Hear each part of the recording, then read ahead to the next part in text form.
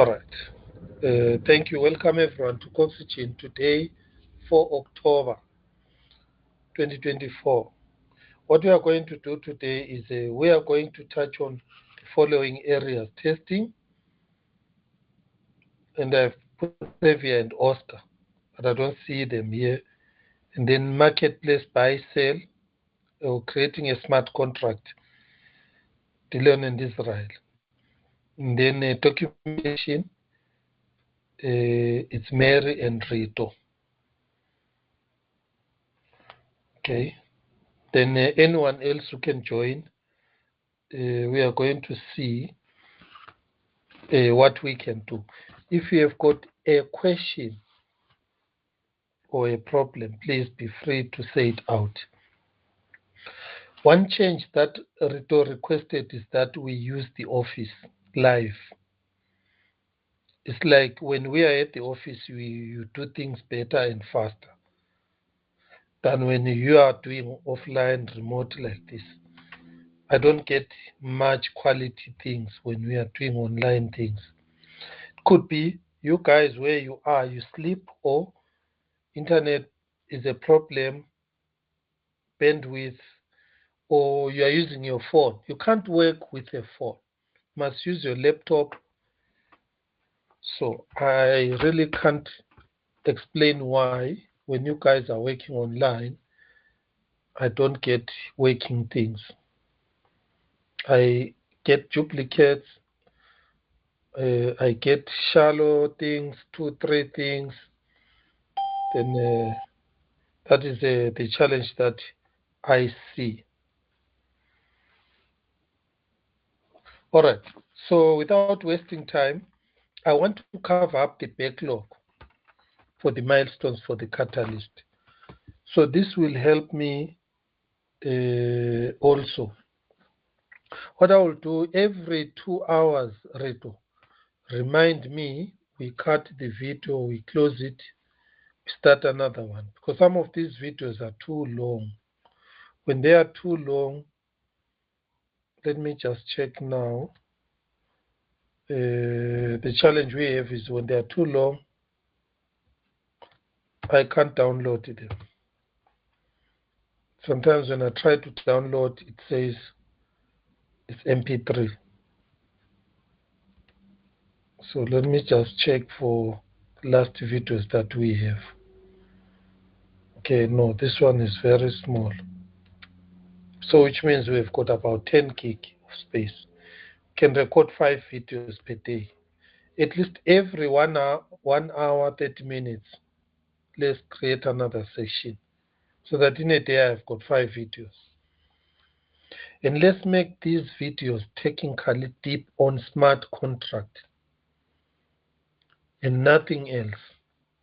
And try you guys as much as you can to take your part, because I'm there driving the train. If I get 1 or 2 people who do things right and they are able to do things right, then you will pay. I pay those 2. We move. When others come later on, they will also be motivated. So that is what I have said. Before I start, any question from your side?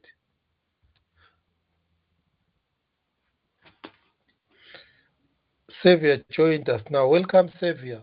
You are on the group of testing, Xavier. Good So, morning, sir. Yes, sir. Monique, I am having you and Oscar on the group of testing. So you guys for testing are very important.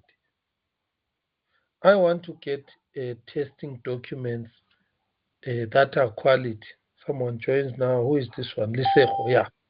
Lisejo is also one of the people who, I don't know where did we put Lisejo. Rito, where is Lisejo? Lisejo, where are you good at? He's actually with us with the marketplace. At the marketplace, Yes. right? So is there 3 of you? Okay, then that is good. Any other thing that you need me to clarify before I start? I'll try my best to touch areas that are very essential for reporting and also to help you learn. But remember, this is not a class. I'm not supposed to be teaching. I'm going to give it a try. Today is Friday. I'll give you some tasks to do within what you have, what you are doing. Try to utilize after this lesson. I'm now uploading videos direct on Coxygen. Let me share my screen so that you see. So that every day after the lesson, you remind me, then I'm going to put the video.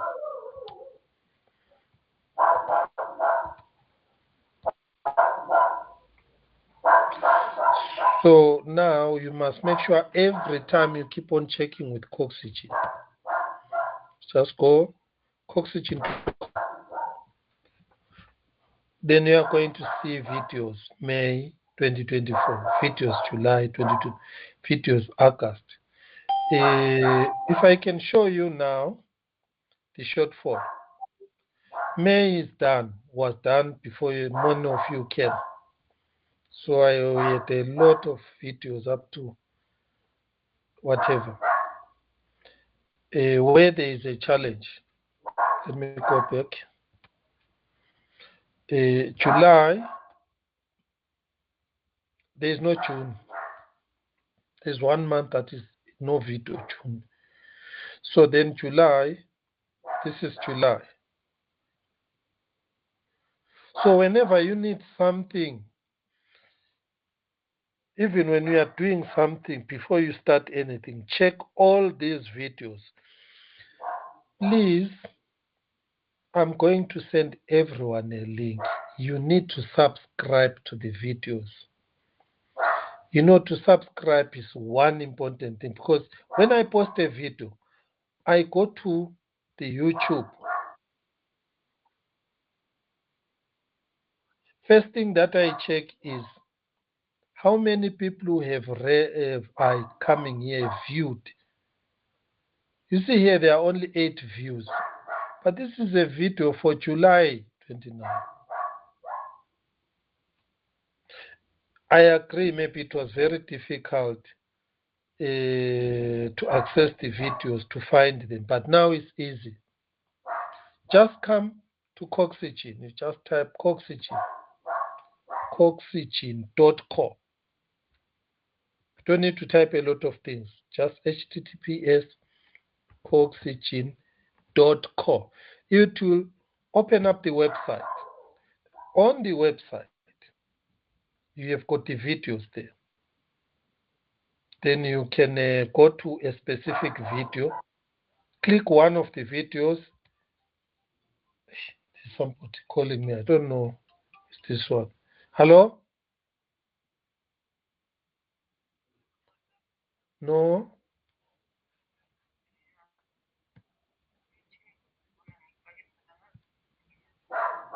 All right. I have seen it. All right. Thanks.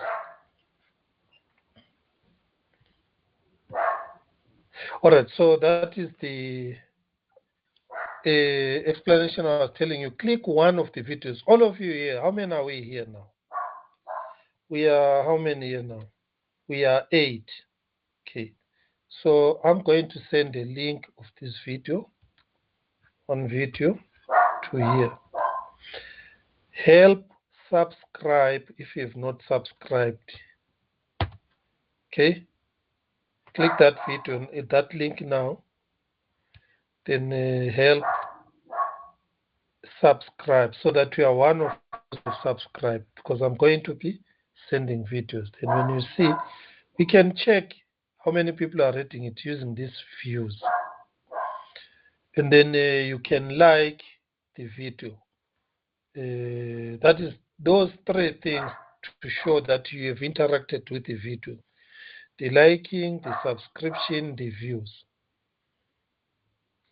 So that is at least you are benefiting by learning these things for free. At least those 3 little things: view the video, take notes on it, check how it was done, and then subscribe, and then like. Then later on, if you have got a social media following, you can share with others. I don't know, is that difficult? Are we together? Is it difficult? Give me your feedback there. Try it. No, it's not. Try it, guys, because I realize that social media in Africa is a problem. People are not so much on social media, especially on the developer side. So that is, I'm requesting everyone, make sure if you have subscribed already before, all the videos that you are going to see here, whether you go to August, right, on August, let me scroll down and show you. Right, this is the first video. You can click on it. Oh yeah, this is here are the videos below. This one is the profile picture. Right, you can see here are the videos. There are only 11. 1, 2, 3. You see 9, 10, 11. So in September there were no videos at all because this is August. So just click one of the videos. You can watch them straight from here. See, this one is not supposed to be here. It's just on JavaScript. I was checking the video. I think we are going to improve on the video recordings. But for me, it's not important. What is important is for you to learn to write smart contract, to write the test, to write the documentation. Those are very important. Okay, I've shown you this most important thing. Rito, keep checking that our subscription, all our people are actively utilizing this. So add it on your list, Rito, to make sure that we check that the video is uploaded. Then we incrementally upload the videos so that now at least people can access them as soon as we finish uploading it. So I'm done with this part. Let me go to the next one. The next one, I'm going straight into smart contract on the Coxie lib and the functions. So I'm going to take you through, let's do one smart contract. We mint a token, or let me give you that one to lock or to unlock. So I will do the following things. Let's list them down together quickly. So after this today, I want you to go back and on your project, work on it. Try to take what I'm doing today, work on it, and then improve on it. You've got a Saturday, Sunday, Monday. Come, submit to Rito again your links. Then what we are going to do, we are going to go through your links like the links she gave me now. If I look at the links that you gave me now, you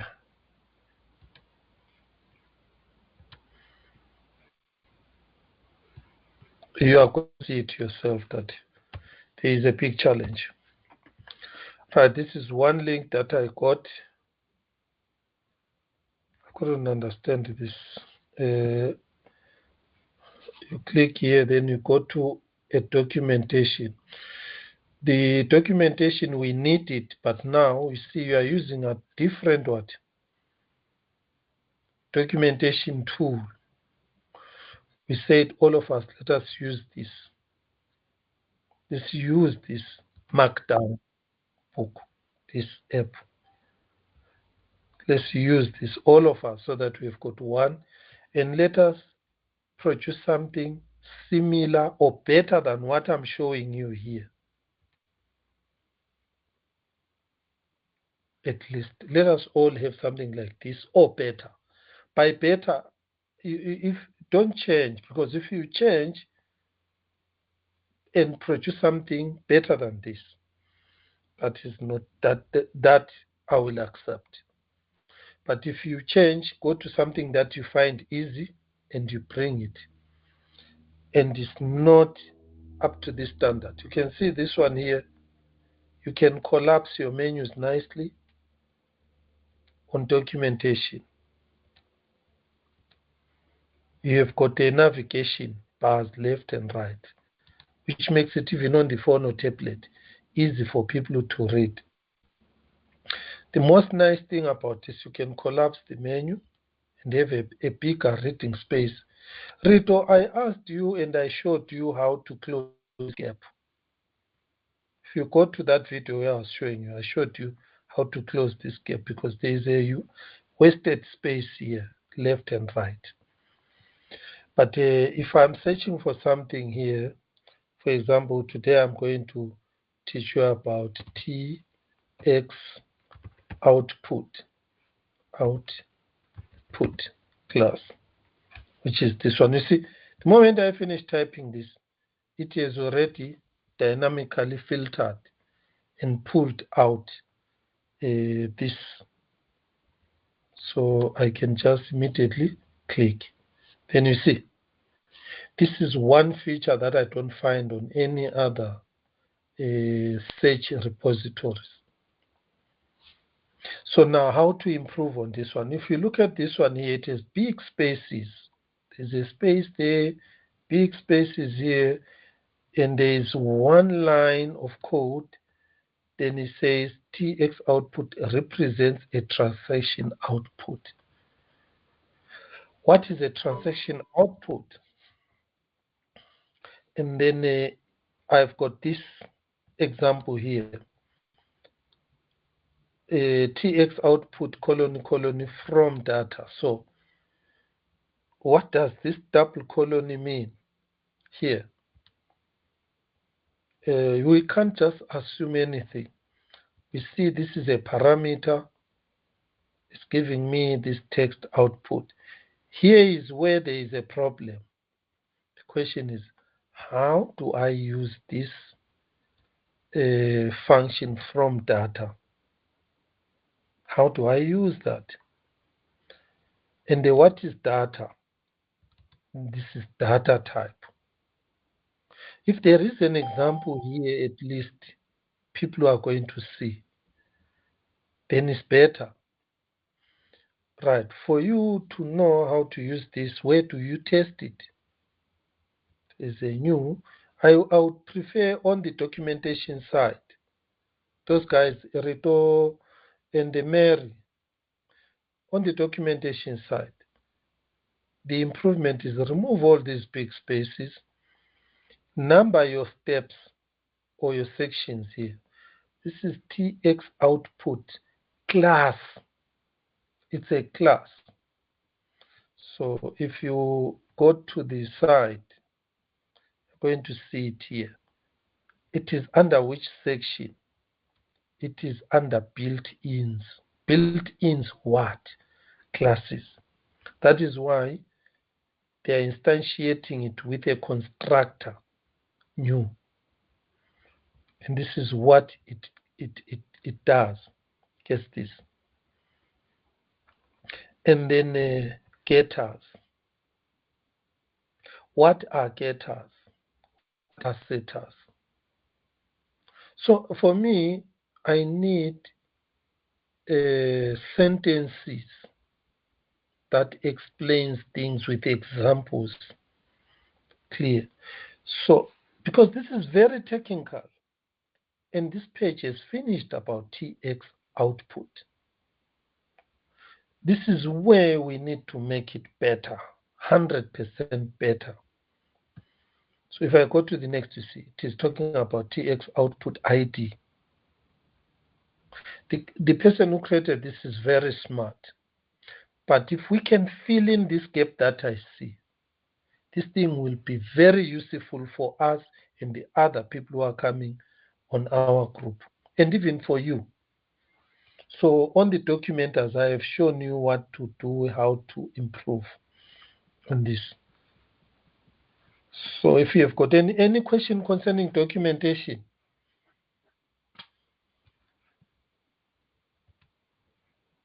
so I want by next week, guys, I must finalize and give you incentives for September. So what we have submitted, you just work on it and improve on it and make it better the way I am explaining to you. Those that have not submitted anything to Rito, join these other groups, work with them and contribute. If you have not started anything at all, so that at least by next week, when I say Rito, give me the list again, you submit with everything submitted on your FTP. It must be of quality. All right. Let me move on. Right. And they don't do anything that is not on Cardano smart contract. This is not on Cardano smart contract. It is not on Helios, not on Lucid, not on Haskell. It is not part. It must be on what I'm giving you. Focus on what I am giving you this. Because when I have to give 15 US dollar, I have to send out 400, 300 ADA or 30 or 20 ADA. I must collect something from you. It must be on technical documentation, Cardano smart contracts, not Solana, not any other language, not simply JavaScript. So that is the way I need you to focus on. There is that other one where I have got those figures for the basic and the intermediate. Also that one. Aim at what matters most. I can't see it, Ruto, but you'll have to find it and paste it again so that they keep on focusing on this. But last thing before I start the technical session, there is improvement. You guys, when you came here on the first day, and you guys today, you have improved. Please don't get me wrong.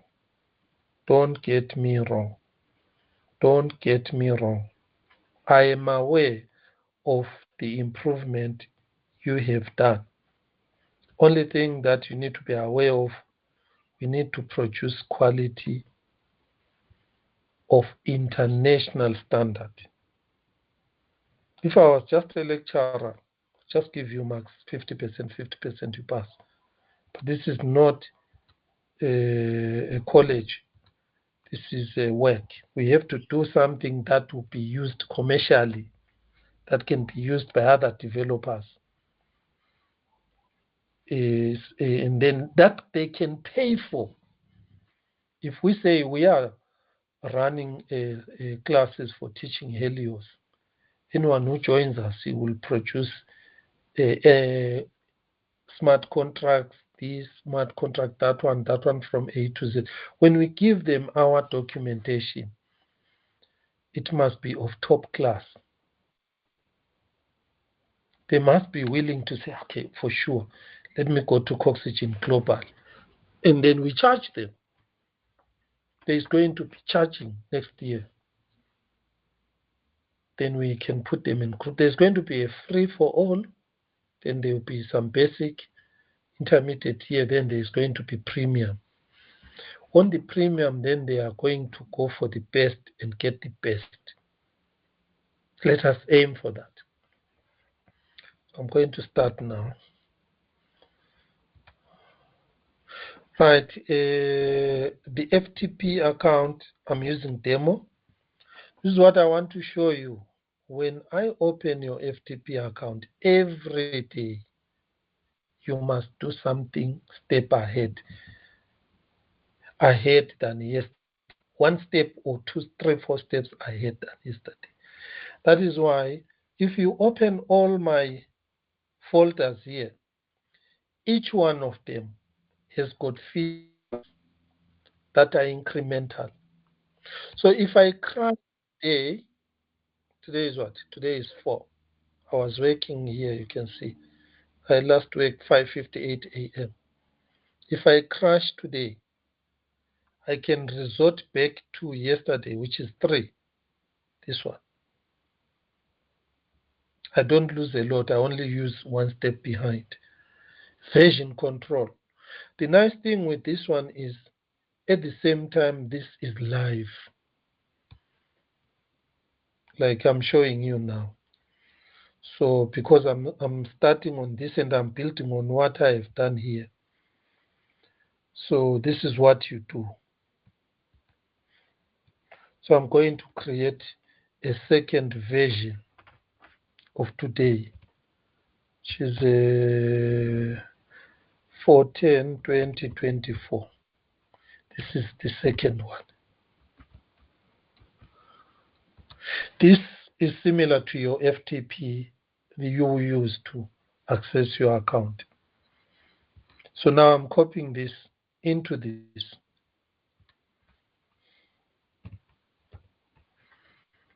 Okay. Right now, when I open here, I've got this. Then now, I move it. See, I'm moving it to that one outside this.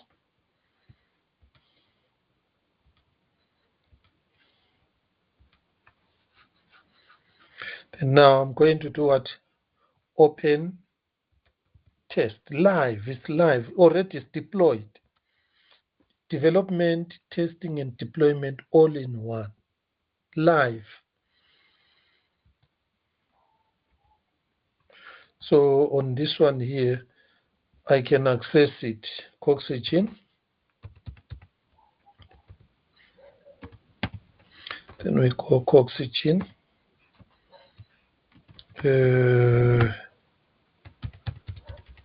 My FTP account is demo. Today is 04/10/2024-2. So I'm going to run the index.html. There we go. Then I'm going to the console. There we go. Let me run it. There. Then I can start working now. So here is the index. Here is the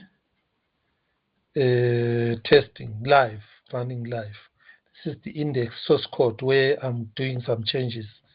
Then on the other side, I'm testing it. So in this case, I'm running and testing, lock, vesting contract lock. Right, when we run lock, we get that error there.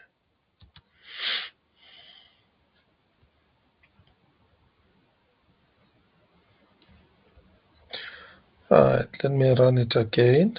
There we go. There it says uncaught error TX func is not defined.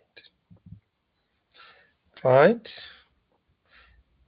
This one I know because I changed the name of TX func to TX end. This is the latest now. So your Coxylib is out of date, guys. There are lots of functions that I have now I will have to give it to you on your side. So you can see here on here, this TX func is no longer there. But because I was working on this morning, I know where it is. Just need to rename it to TX end.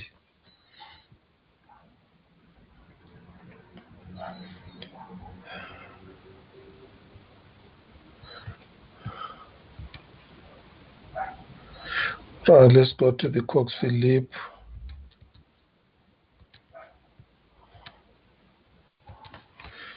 Find TX, this one,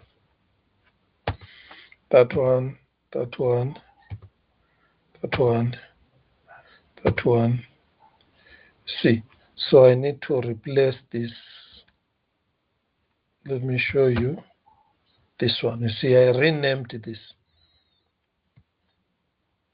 So let me change update. Then this one is going to be TX5. Then I replace it all, TX end. Run. So I'm back here. Then I'm running the log smart contract. There we go. It is running. Let us log some funds on this account. I hard coded this 10. Let me just open another account.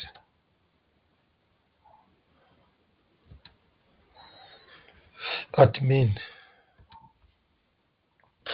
Okay. We can pick up some money here from this one and log it.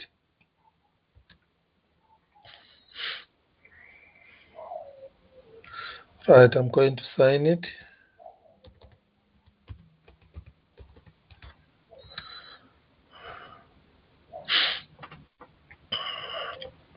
So the admin, after some time, is going to show the latest transaction here. So these last two errors, I'll fix them. I haven't fixed them yet. So do you see just now, 10,000, 10 ADA has been logged onto this. What do you need now? I think all of you are used to this.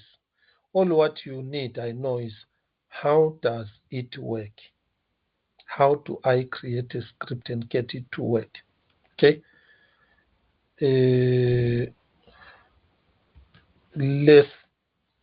Let me show you one thing.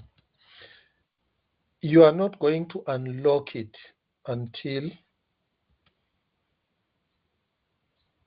it has been mined. You see this red? It means it's not yet mined, or the transaction is not yet approved. It must be green. You wait for this to be green. If you run it like this, for example, let's run the unlock function. The unlock is just same text fasting, which is the script. I will show you everything. I want to unlock this from the script to this using this secret. If I don't have the secret, I won't be able to unlock it. So here, just say unlock.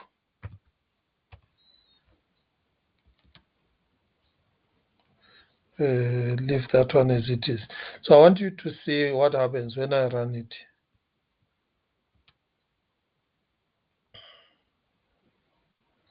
You see here, it says the script was not found.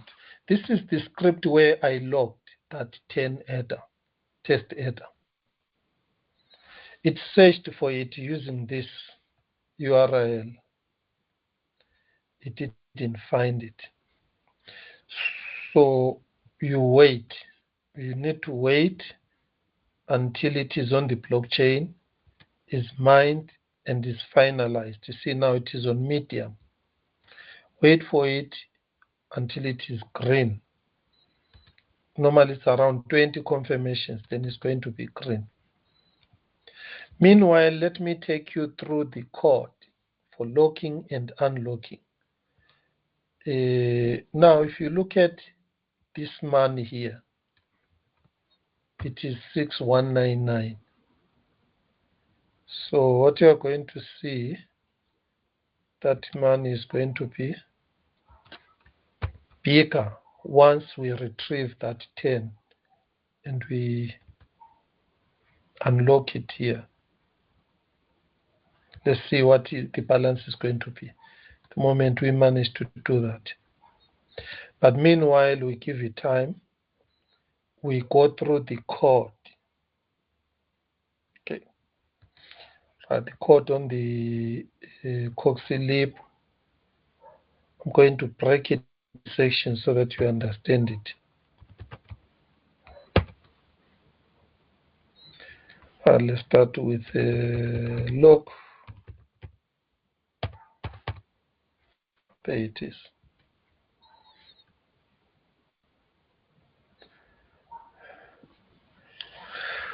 How many of you were there when I was teaching transaction building steps?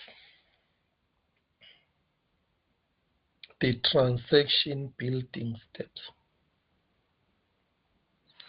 You are not going to follow these steps if you do not have in your mind the Cardano smart contract transaction building steps. So what I'm going to do is I'm going to list it for you, but the best thing to get deep explanation of the transaction building steps is to go through the 2 videos. We had 2 days on those videos.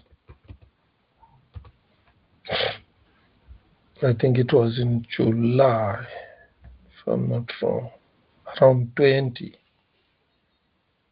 Let's see where those videos are.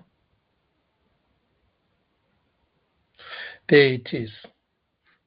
Here is the first one, 22 July, H1. Then 23 July, H1. So let me run it.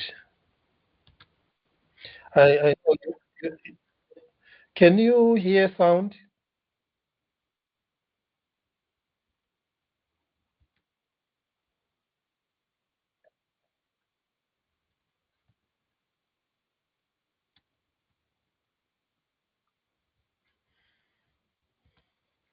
Okay.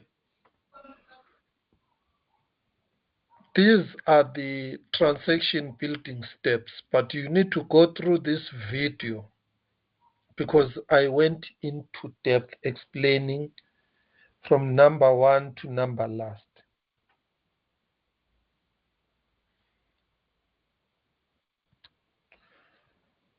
It's 2 hours, it's too long, so I can't say go and do it now. Maybe what I can do to break this one person talking, getting everyone to sleep, please share the markdown documentation link. Seems helpful. Right? Rito has a copy of this markdown, but the one that you can use is this one. Those that are doing documentation. For now, let us give it to these 2 people, Mary, Rito. Anyone else can also try that. There it is. I'm going to randomly put you into groups. I want you to list for me in your group the Helios smart contract transaction building steps. Okay. I'll randomly put you into groups. I'll give you 5 minutes. This is to get everybody talking, to avoid people getting to sleep. It will be random. there will be 4 rooms. 4 rooms. Try to contribute there. Let me make it, 4 is fine. So which means there will be another group, which is going to be, all right, 5 minutes. Try to utilize this 5 minutes to get in, remind each other. Then after 5 minutes, you come back and report. Right, let's go.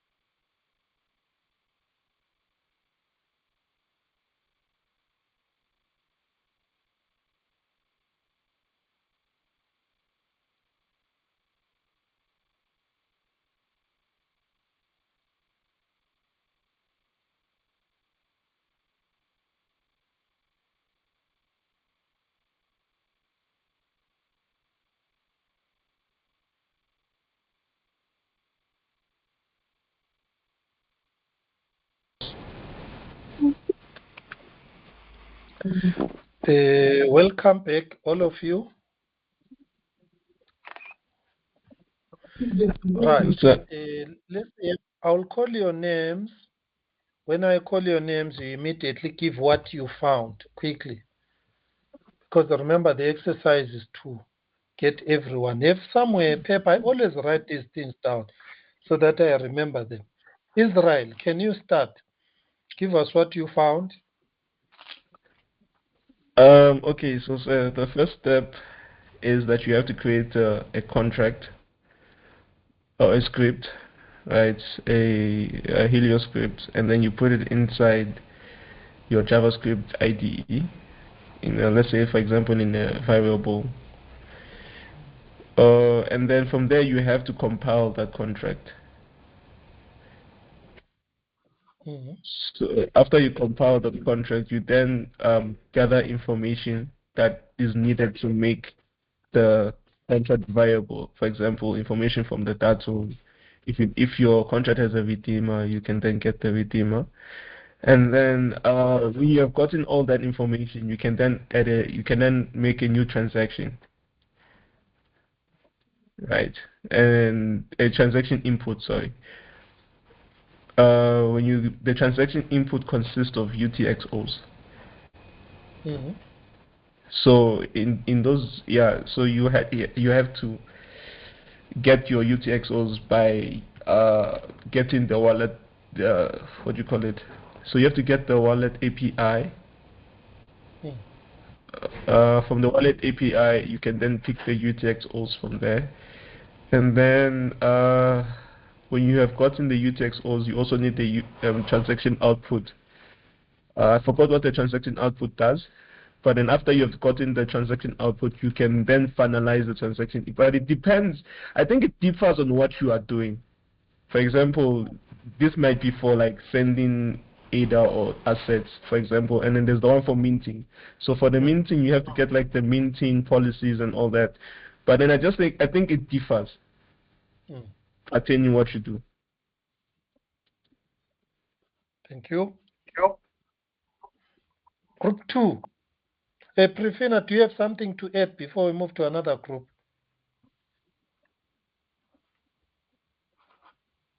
Not really, sir.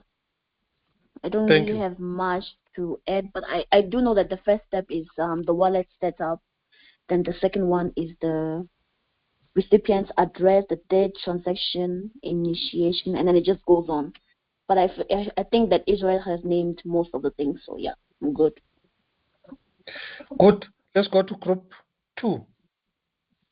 Dylan, Chinaza is new, but Dylan, you have to give us something.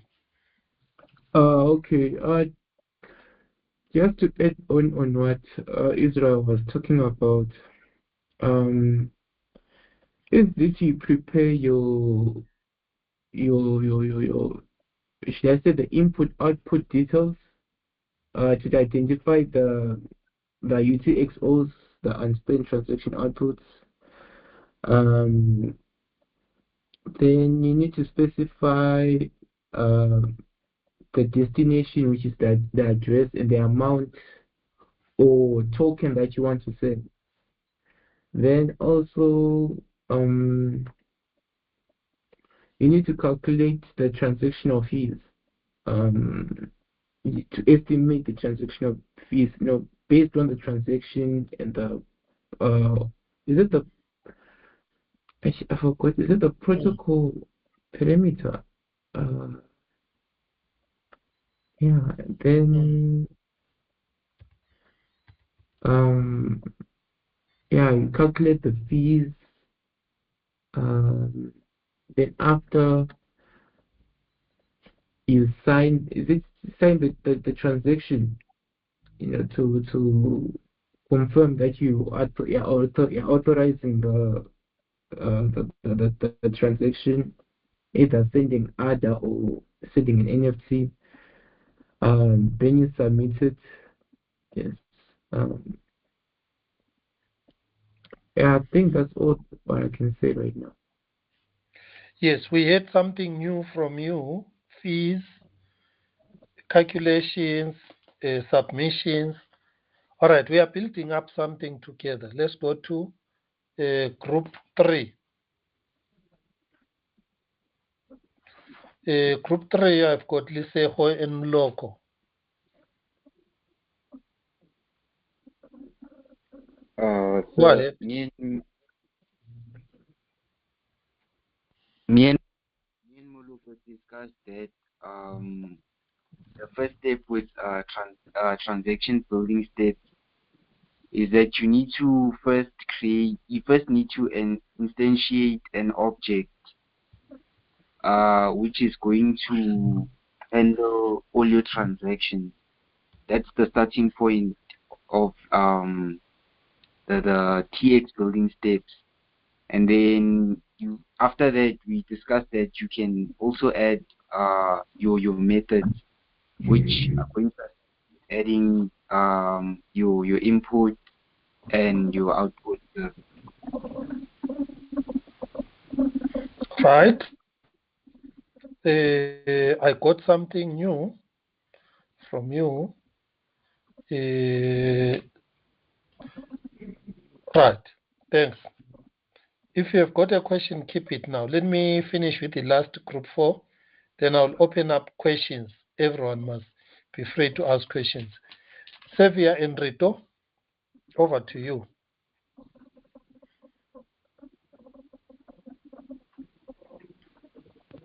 Okay. All right. So first of all, what I found out about the Helios smart contract transaction building steps. First of all, we define the contract requirement, that is the purpose of the smart contract, what we want it to do, and also the parties involved. And then after we've done that, then we try to choose a suitable programming language, like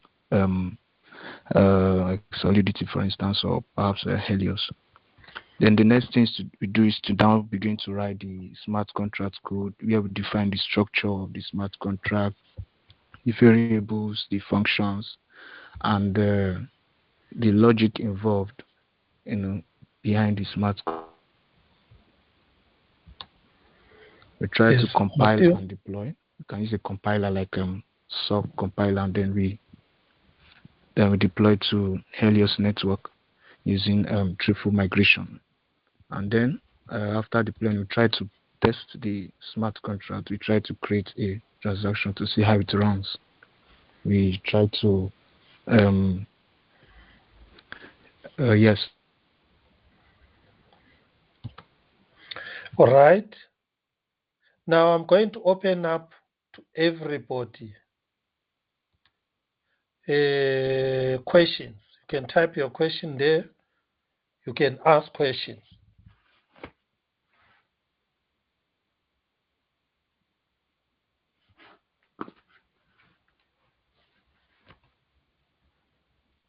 If you want to ask any other group or something else, they said something, maybe you understood it differently, you are free. Any questions? Yes, I do have questions, sir. Go ahead. I remember you once spoke about the unspent transaction outputs, the UTXO. How does it take part in transactions? Isn't like, how does it like what is it again? I forgot what you are, the UTXO. All right. In the WhatsApp, I am sending a link. Please keep it somewhere. Then it will show you what I'm going to show you quickly. For me, I'm not going to play the whole video, but I'll be answering your question. Answering that question, I'll do it last. Let me get other questions, because we're asking about this extended unspent transaction output model, how it works. Right.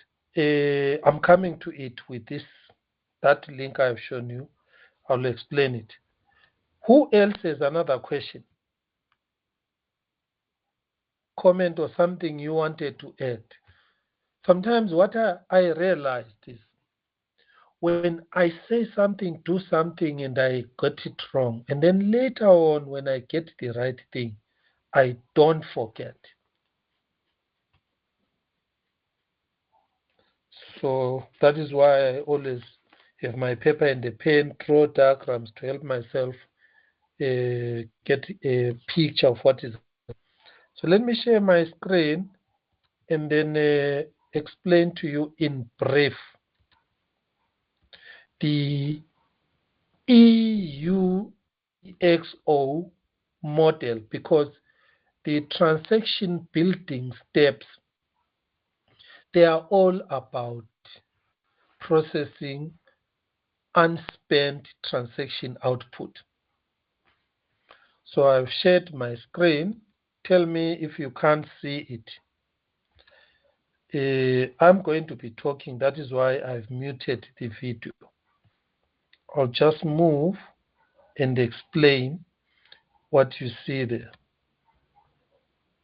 The TX, right.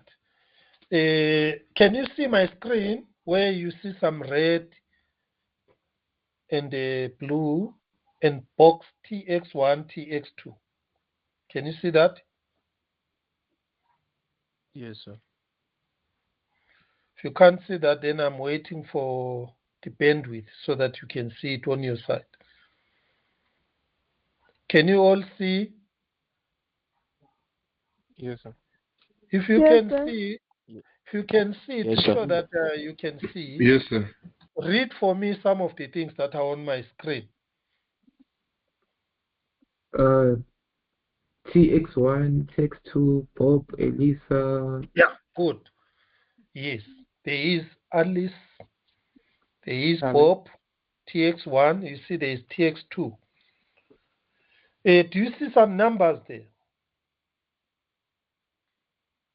Yes. Read them. Okay, there's 100 other. And then after TX1 and TX2, after TX1, there's the other split into two, I'm guessing. There's Elisa, then there's Bob, then after TX3, there's Elise, Bob. Okay, Elise is with 35 other, Bob 5, Charlie with 110 other. Yeah. Okay, good. Does this make sense to you? I'll tell you a tip. TX stands for transaction. The TX is just transaction. It's a shortcut for the word transaction. What transaction are they talking about here? When you go to a store and buy, they register on their books what is called a sales transaction. You have bought something, on their book they write, on a receipt, there is a sales transaction. It's exactly similar. All right. So I've given you a clue. I've got TX1, I've got TX2. Does this give you a picture? Can you explain? Can you try to explain to me these two transactions here?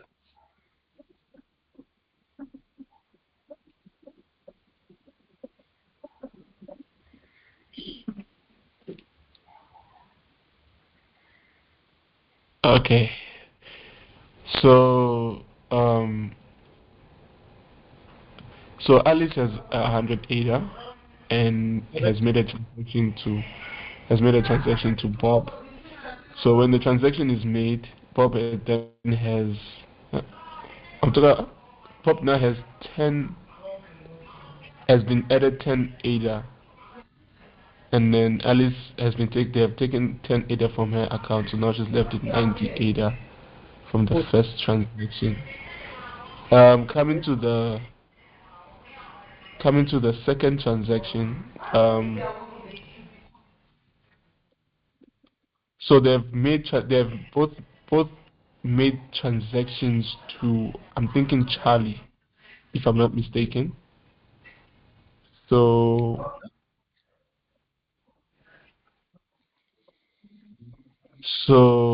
Alice is now left after the transaction. Alice is left with 35 ADA. Bob is left with 5 ADA, and then um, Charlie now has 110 ADA. I don't know. So I'm guessing he had ADA already in his account to add up to the 110, if I'm not mistaken.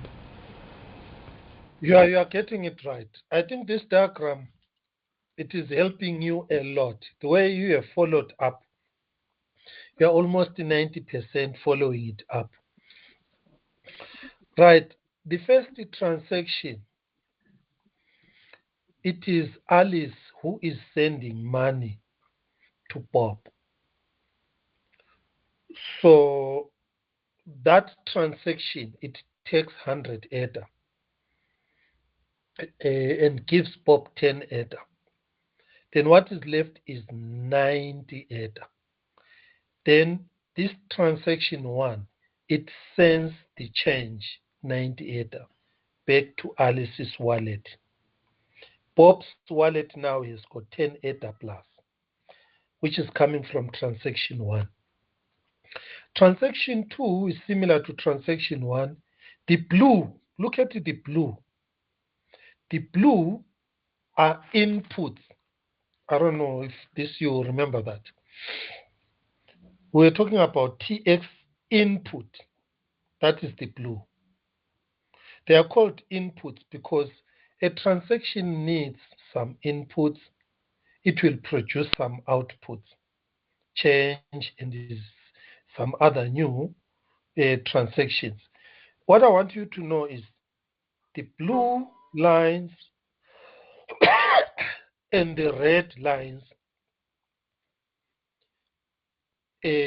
One is input, which is blue, and then the red is output.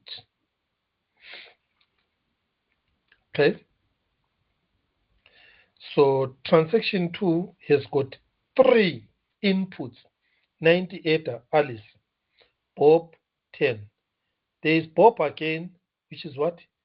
Which is 50. Do you see Bob received 10?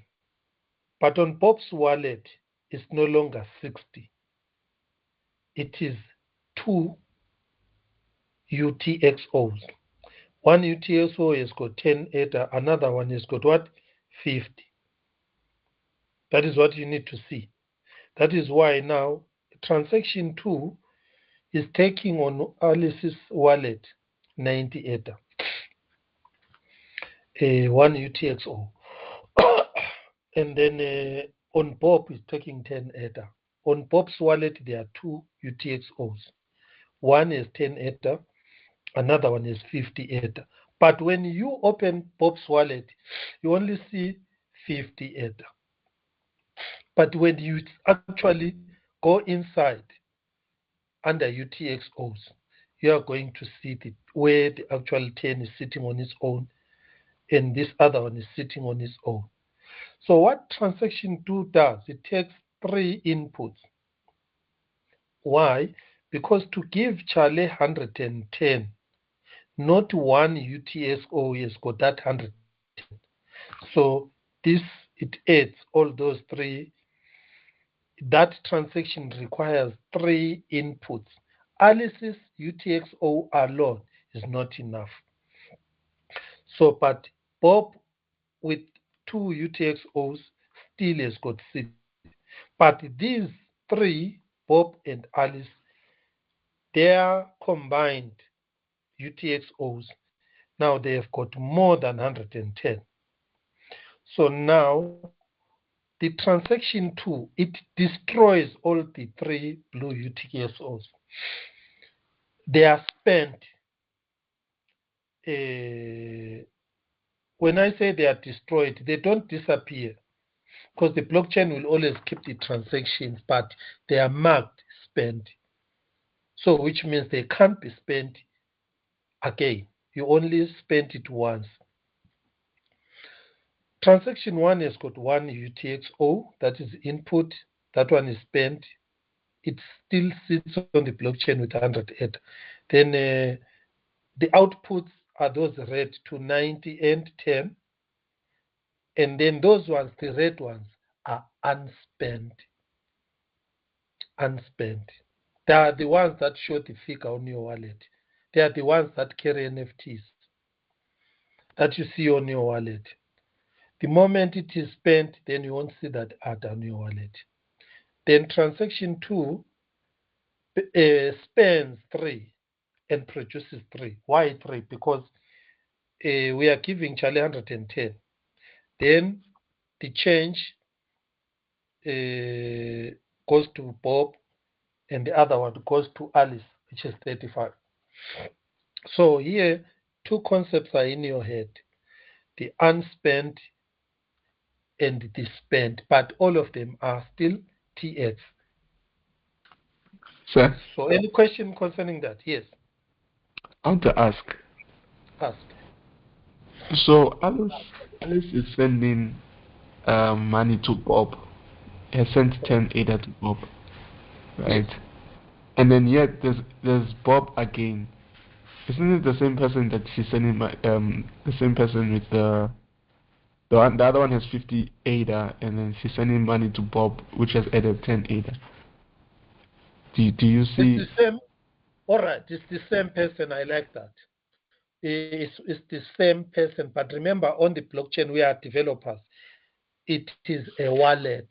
It is Bob's wallet and Alice's wallet. Oh, so Right. so technically they're taking two inputs, not three. Because I'm confused. Right. For the first one, this one. First one. For the second one, The are they second taking three one. inputs? The Because it's the second same one person. is taking 3. Bob is one person. It's one wallet, but in that wallet there are 2 UTXOs. You know this UTXO. It's a shortcut for unspent transaction output. TX is transaction output. They are unspent. The moment they are spent, they appear blue. They are spent, they've been used. Then the red ones on the right, they are the ones that are not yet used. They are the ones that displays on your wallet. I'm opening Eternal Wallet so that you actually see it. This is the account, WIMS. It's on the pre-production testnet. Right, in this account, I'm going to, this is account section. This is the transactions, the list of transactions. You know those, what do you call it? Those blue and here, those are the transaction. If I click here, you can see here is the transaction ID. Then inside you have got the contents of the transactions. We are not going to talk about that now because our focus is on the transaction building steps. But for you to understand them, you need to understand the EUTXO model, and you need to see it live on the actual wallet. Eternal shows it very clearly. So I'm going to go now to the account, and on the account, I'm going to go to the UTXO list. Before I go there, on the summary side, do you see my total balance is 40,000 Ether, test Ether. On the Ethereum side, that money is a balance, like in a bank. It's a balance that you see there. But on this Cardano blockchain, it is a series of UTXOs, each with different values. You can only see it if we click this UTXO. There things become easy. So I'll copy this and paste it to that side, those that don't have Eternal Wallet. As a developer, I will encourage you, go and create an Eternal Wallet, and then any question? Go ahead. Oh, so now I understand. Thank you. Yeah. Look here. What I want you to see. I want you to see on that same account, which has got 73,683 test data, there is a list of all UTXOs under management of this account, including account and token list. All right, for now, we are looking at transactions. So 7 UTXOs on one address. So I want you to see here one address. They give us the address. Look at the last part of the address, KM74. Right, this KM74. Right, I closed that tunnel by mistake. Come on. Right, let me go back. So I'll open it again, go back to where I was. I was almost done. Then we go to the code side. Let me come to UTXO. Right, on this UTXO, I just want to take a picture so that you see the wallet address. Let me just take a picture here.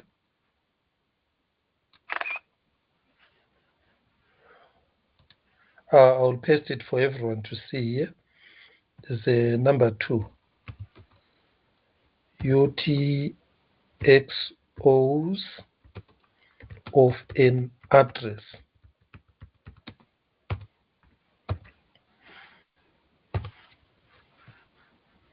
Okay. There are 7. You can see each one is separated by a what we call a hash.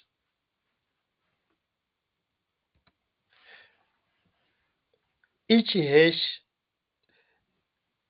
has got one line, and after the hash, there is a hash 2, hash 1, hash 1, hash 0, hash 1. You can have the first similar, but when you combine the first, that long string hash 1, then it becomes unique. It is sitting on this address that you see here, which ends TKM74. So this is the unspent transaction output. It is the blue. If I tell you those blue lines, they are here. So now they add up that money that you see there, 73,000. So if I am sending, for example, I am sending 50,000. If you check on these UTXOs, none of them have got 150,000. So it means all of them, the first one 38, this one 1,000, this one is 9, and then the next one, all of them must be bent. You can see there is another number 2 that goes that side. Number 3, number 4. You can see that. So which means when I am doing another transaction, some of them are going to be spent. They won't exist. They will be replaced by new ones created. Okay, any question before I go to the code now? Question? 2 questions. Good. 90 was allocated to Alice, 10 was allocated to Bob. Okay, that one is fine. Correct? Because Alice sent Bob 10. Before I actually go to the code, let me jump to the code. Then we will get back to that diagram because there is something missing here. What you see, what I have shown you is UTXOs processing transactions. This is what the Bitcoin does. That is how things are happening on Bitcoin blockchain. It is also happening on Cardano, but Cardano is doing more than what Bitcoin is doing. I'll come back to this. Let's go to the code. Let's go to the code. Right, here is the code for building a transaction. I'm going to start where you guys started. Someone started with a script. Thank you. But the script is the on-chain. Now, there are two things here. Please write them down. We have got on-chain code. Then we've got off-chain code. So you'll see it. Right. Let's start with the off-chain code before we come to this code here. So I've got a new folder here. I'm going to give you this once I've got a folder called scripts. So on the scripts here is the on-chain code. This one, the script. Now this on-chain code, I want you to take note how to build it. You create a file, name it .js. Okay? But when you are using Helios, they name it .hl. So let me show you on the actual Helios platform. You can go to Helios. Let's go to the playground. GitHub. Where's the playground? So I'll get it here quick.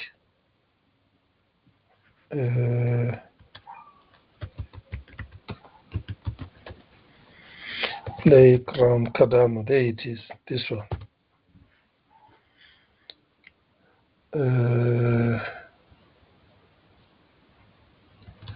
I said Cardano, not equipment. There we go.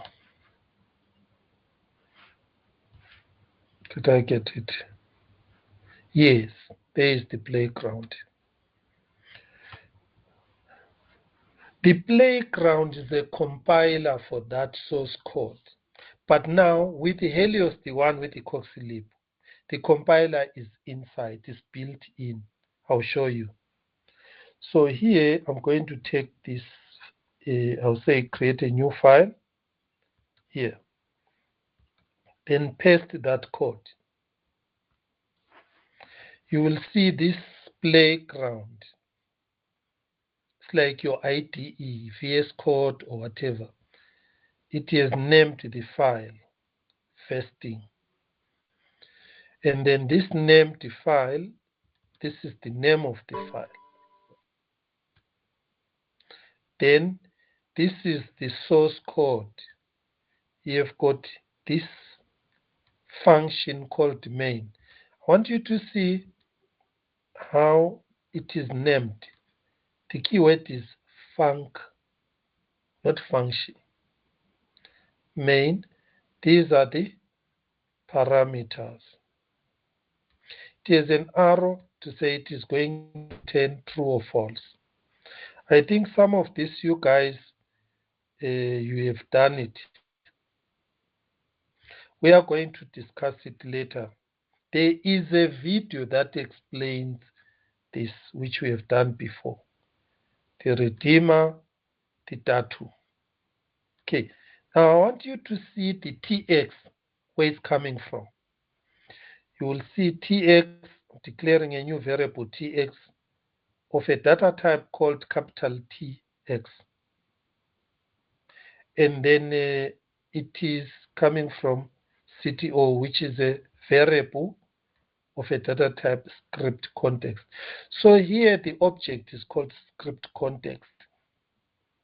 Inside it has got a TX object. So it's an object within another object. So that is what I'm showing you now. Sorry, let me just take this call. Hello? Hello? Yes, who is calling?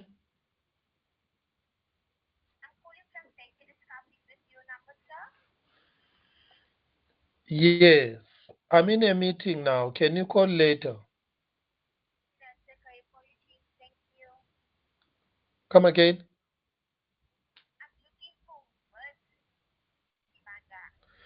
Sorry, this is Mr. Sbanda.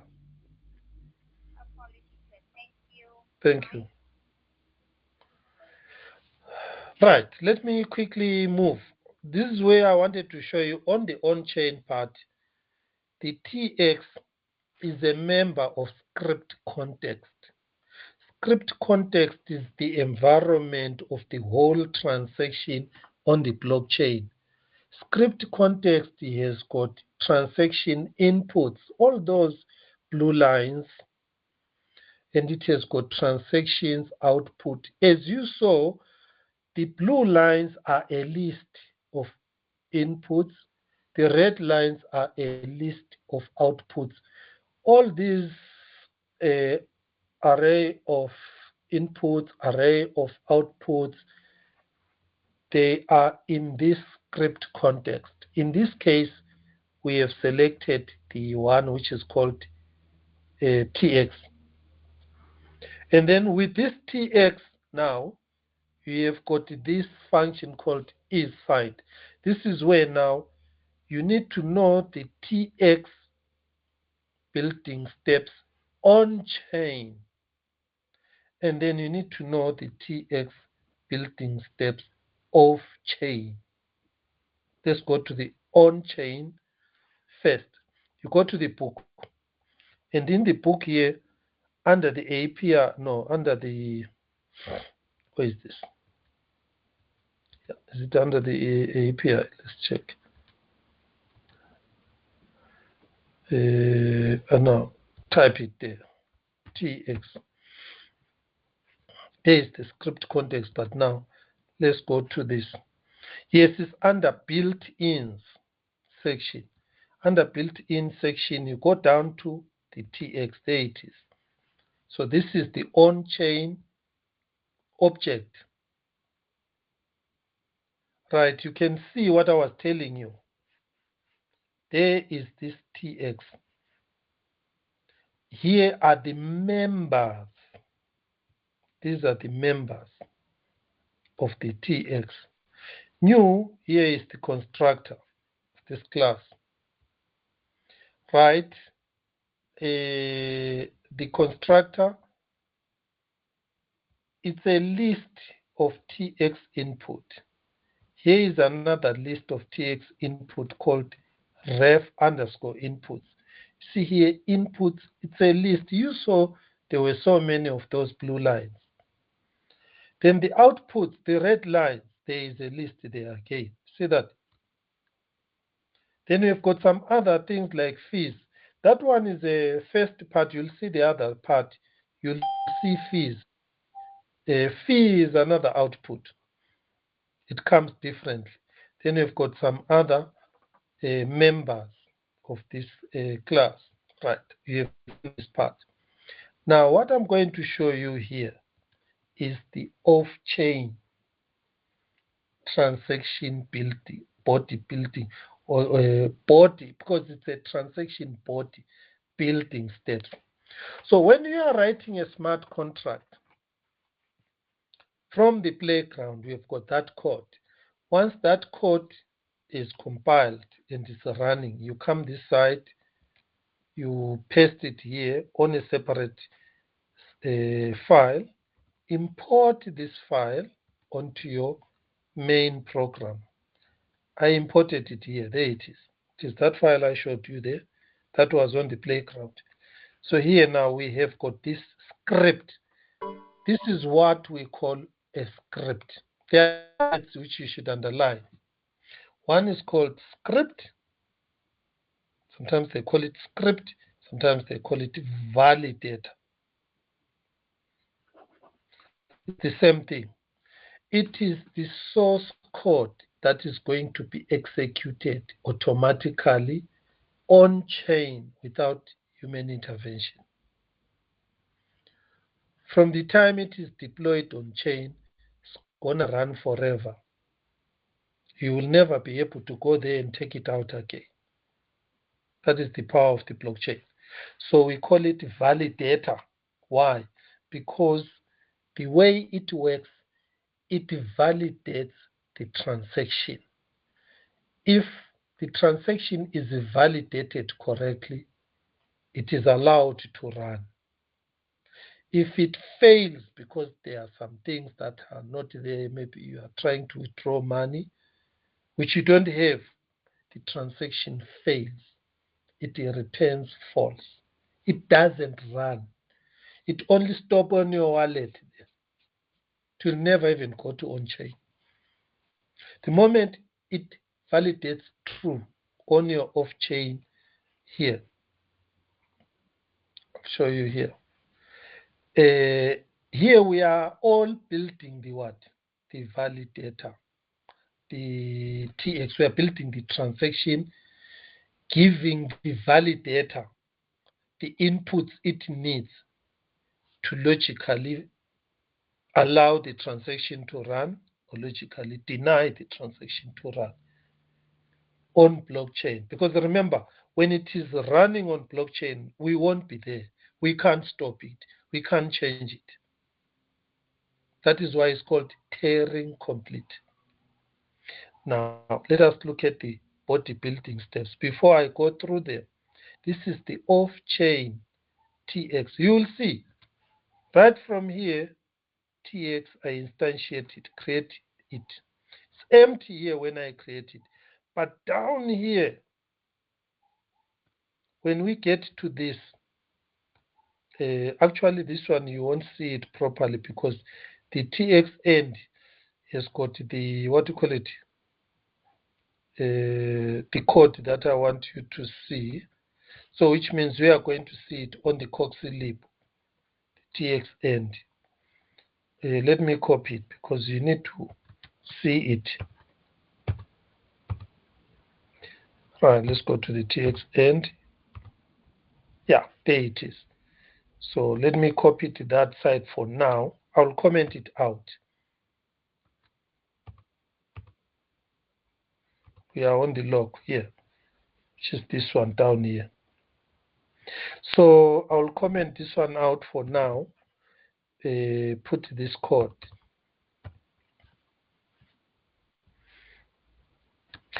Right, I called this code TXEnd because this code is always the same.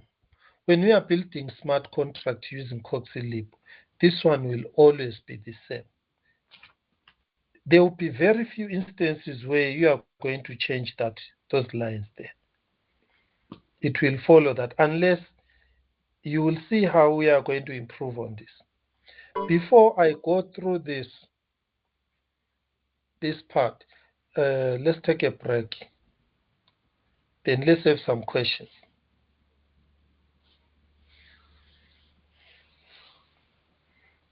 Questions?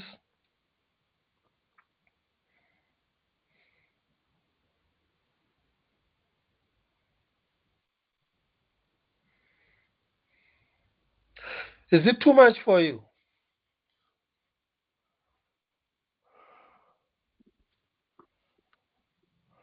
Sir, I do have a question regarding the smart contract. When you went to Helios Playground, Yes. yes, you're creating the off-chain. You said you're creating the on-chain script smart contract. Yes. It is the on-chain script, which is called validator. So this one, you are building the on-chain script, whose purpose is to validate the transaction. If the transaction is validated, it will run. And then if it's paying somebody, it will pay. If it is a minting tokens, it will mint. If it fails, you see this bull, it will be false. If something is wrong, then it will not run. It will fail. Then the transaction outputs, they won't be there because it won't run. Is it also This is a required? very Go ahead. I'm saying, is it also required for the off chain? Aha. Why do we need the off-chain and the on-chain? I'm going to put you into two groups. Can you write the reasons why do we need the off-chain and the on-chain? Guess. I'll randomly put you into groups again. I see some are gone. It will always be the case. I'll give you 2 minutes. Give reasons why do we need the off-chain and the on-chain. This one is going to be very short, 2 minutes. So that again you take a break, so that again you talk. Sir? Otherwise you sleep. Yes. Yeah, I think the reason for the off-chain and on-chain code is because there are some transactions that will want to be run. That on-chain code is to initiate transactions that will be run on the network. That is for the start of the smart contract, to initiate the smart contract. Then after the initiation of the smart contract on chain, then transactions can be done off chain to improve scalability and improvements of the smart contract. I like your contribution, Emmanuel. What do others want to say? Can you talk to somebody for only 1 minute or 2 minutes about what is the purpose of the off-chain and the on-chain? Guess, even if you don't understand it, then so that you talk, so that you don't sleep, so that you participate.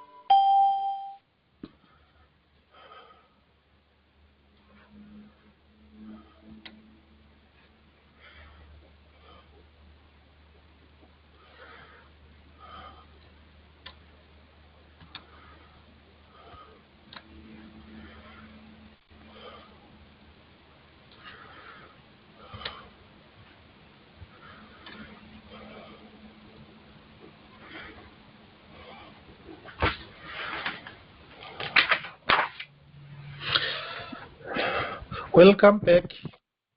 I think it allowed you at least to take a break, refresh, think, participate, to avoid people sleeping. All right, what did you discuss? Group, I'll start from group 4. Mary, you are alone. Did you think about something?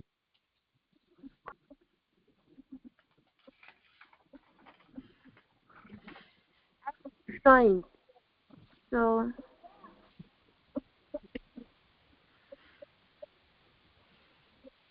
I can't hear you, Mary. I said I just joined and I was sent to that room. Your voice is low. All right, Hello, sir. let's go. I said I just joined and I was sent to the room 4. Oh, okay. Let me go to Xavier.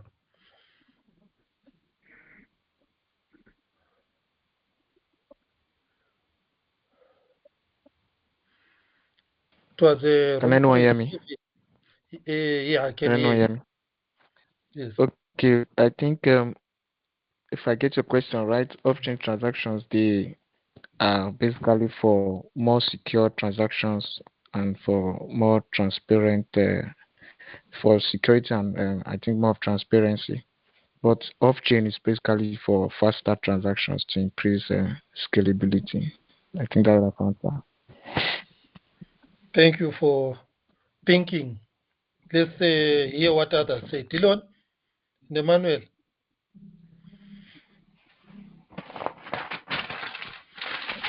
Yeah, I and Dylan agreed that off-chain code is used for faster transactions and reduction of transaction costs instead of going on chain on the smart contract, which is basically with transaction fees and the network congestion. So yeah, that was what me and Dylan agreed on. Thank you for doing that.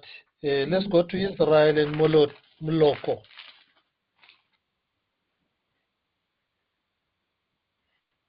So I didn't get the question. I didn't hear you. Question was why are we having two off-chain and the on-chain transaction? You see, we've got that off-chain code and then we've got on-chain code. Why are we having those two?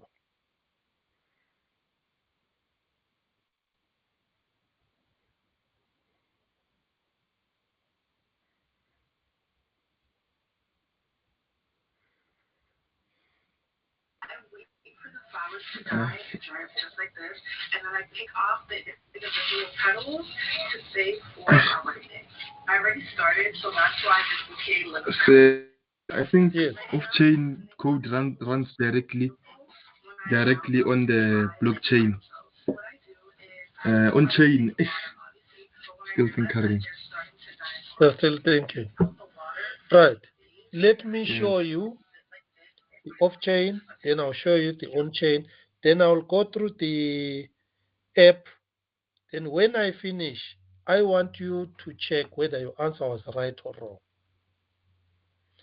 Right, the first thing I've already shown you the on-chain code, which is called the validator. On the Helios, I've shown you we have got a folder called scripts. And then I've shown you we put that code here, name it, and then on your front running index, you import it. You import the script. Here I'm importing 4 different scripts because I was running 4 different contracts. The one we are testing now for locking and unlocking, it is this vesting script, this one here. Okay, I want you to see the members of this script. We have got the version is clear. We have got this called datum. Then we have got enum redeemer. We've got a struct there. And then you have got a variable called secret with a value secret. Then we have got this transaction. We have got cancel the transaction. We have got claim the money, which means unlock the money, cancel the transaction. Anything else like what about if I want to send the money to a script? You don't need to do anything, you just send it to the script. Right, let us go to this part now. Down here, this is the CoxyLib part. This is where I'm telling you the CoxyLib is geared to make things very easy.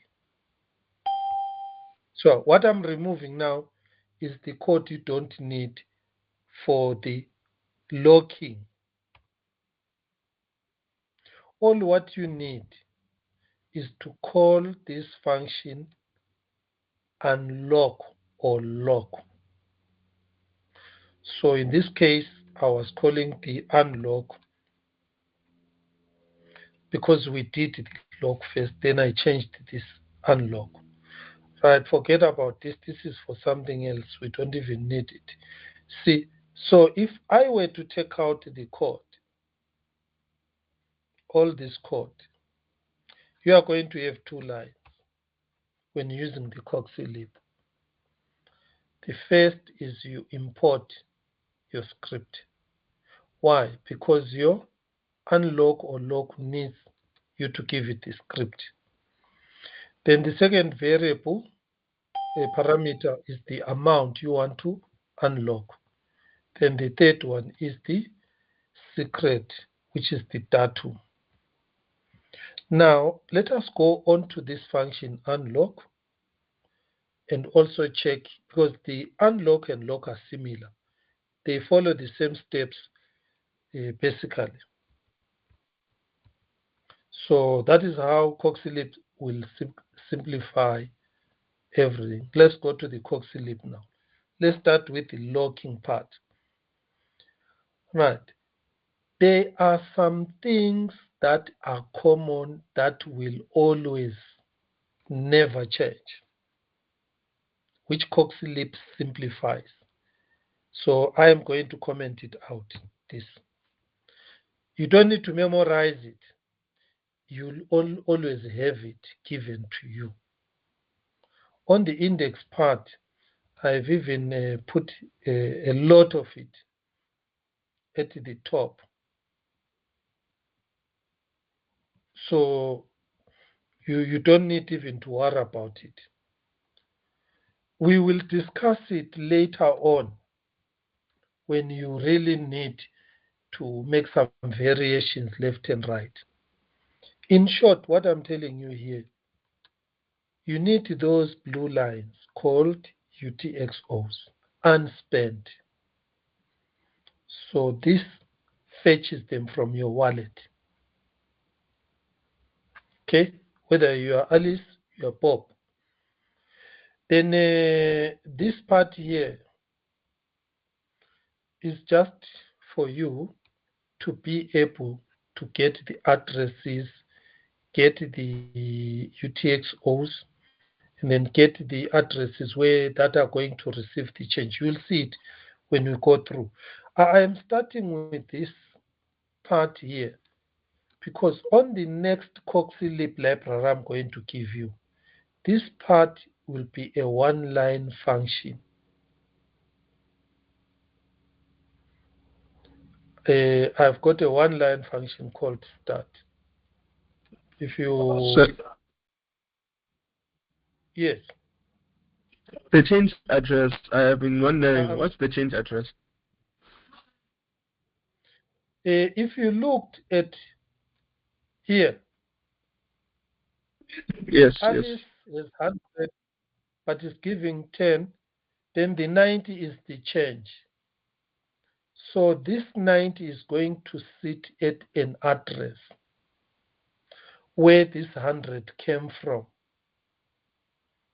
So you've got a I spent see. UTXO, you've got a new UTXO. It's clear on Eternal here. At Eternal, you see that line, the long one, there ending with K74. It is the wallet address. But in it, you have got the UTXOs that are 7, all those lines. At the end, you see the balances of each UTXO. This is what I'm showing you here. Let's go to this part. So that is why I'm saying, don't worry about the change address. It will automatically be pulled out by CoxyLib. You won't need even to code it. Maybe you copy paste. Then it's going to run. Actually, I am even simplifying it first, further than what it is. But if you are using this old version, you just copy those lines to the top. Forget about it. Only thing you need to know that you need this UTXO, this wallet API, and also change address. There are some other, what you call it, prerequisites.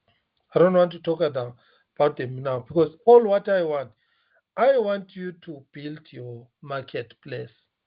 If you are building an auction, you are building a minting using a script, you are building a buy, sell, you are building a swap, atomic swap. All what I want you to get straight onto your index, call the functions of CoxyLib, give them the correct inputs, data, redeemer, signatures, then submit, finalize and submit. Then that's it. That's all. Right.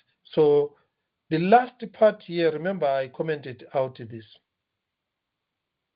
this part here, will always be the same. There is very few incidences where this is going to be changing. That is why I'm doing what? I'm commenting it out. All these lines of code that I have put down there on CoxyLib, they are on this function called end, tx end. So you don't need to worry about that a lot. But I think it's very important to tell you that there are other functions that are even making these steps shorter. But for now, even when I'm showing you this, it's very short compared to the old CoxyLib library. So let me take you through steps. Remember the diagram that I showed you. We will go back to that. Right, here is a TX object. You can call it a class or an object, JavaScript. We have created it here. It is empty. The first thing that we do here is what we are giving it inputs. See those UTXO0, that UTXO0. Remember, it's a list of UTXO. Just give it the first UTXO, and then the balances of the, what you call it, you know those outputs. The UTXO has got a list of outputs. So all those outputs are on this one here. If you want to see this on the CoxyLib, then you go to your program that you are running. Where is this one? This one here. You see the testing and the logging. It helps you to see it. So go to the UTXO, which is this one here. You see it live. This is live. See, UTXO0 is the one that I am referencing there. So if I open it here, you can see UTXO0 has got two inputs. Input 1, input 2. Remember, it's zero indexed. So look at how does the input look like. It has got these members, output ID, it has the address. This is where again the change address is going to come from. It has the TX ID, the index, it has the loveless. You see that value? It has the loveless. It has the assets. These are 9 NFTs and tokens combined. See, all of them, they are there. They are 9. And then that is what you need to see. Let me show you the value. Where is the value there? Here, there is the value. How much money is there? There's very little money here, but you see a lot of things. On this UTXO, you have got 28 ADA. Am I right? 28, 1, 2, 3. 2 ADA or 3 ADA on this UTXO. And again, let me show you. It is UTXO index 0. It is this one here. I think it's very clear for you guys. This is the input. I want you to differentiate here. This one is an S and takes one parameter, input. Okay. Now let us go to the next TX. Right, the next TX, this one now is the output, add output. So remember the input, this UTXO, those two that are here under here, they are going to be locked forever, used. Once they are used, they will never be used again. Down here, we are going to produce new output. So let us look at this one here, the TX. This TX, I didn't name it correctly, but I'm looking at TX for the output. Let's hope I'll find it quickly for you. Right, how many TXs do we have? It's this one here, after addresses. There is the TX, but in this case, this TX, it is showing you other members of the transaction. Body, metadata, valid from, valid to, then witnesses. Witnesses is where there is the script. Body, whatever we have there. So what is happening here? Our output is added, which means the transaction outputs, which have been newly created with new values, have been there. So basically, the transaction body building steps, you create a new one, TX equals to new, then you add inputs, then you can also add input. Right. Not inputs. There are two of them. There's add inputs, there's add input.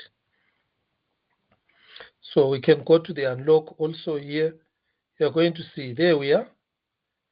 Then you need to add the script so that when validation is happening, the transaction manager, let's call it the transaction manager, who is the script context, has the actual script to validate whatever you are saying is true. Otherwise, if you take out the script, if you do not attach the original script, then the script context won't be able to decide you're telling the truth or not, because of the script is not there, and the rules, it won't have the rules. So we call this witness. So the actual script witness is this one here. It's attached. So our inputs there, I've explained this. Then this is the part I want to explain to you. We have got inputs. Input. You add input. There it is. So you add inputs. That is one category. Then outputs. Then you add signers. Who is going to sign that transaction? add signer.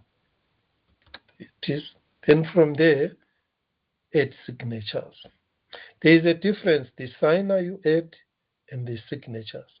You add signatures, there is going to be automatically pulled from your wallet because you have got your private keys there. Then it will automatically pop up that window for you to sign. And then once you see that window popping up, this one here, then you know everything on your transaction was correct and it was accepted. So let's run this.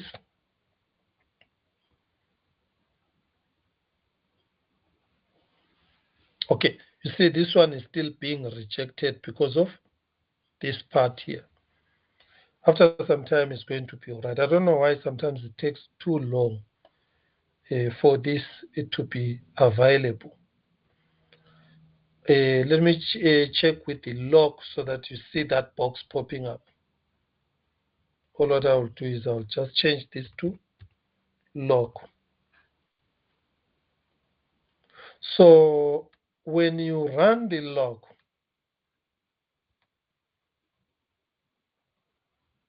it is just going to come here, add inputs. Then here is the script. The script is also going to be added. You see this function here.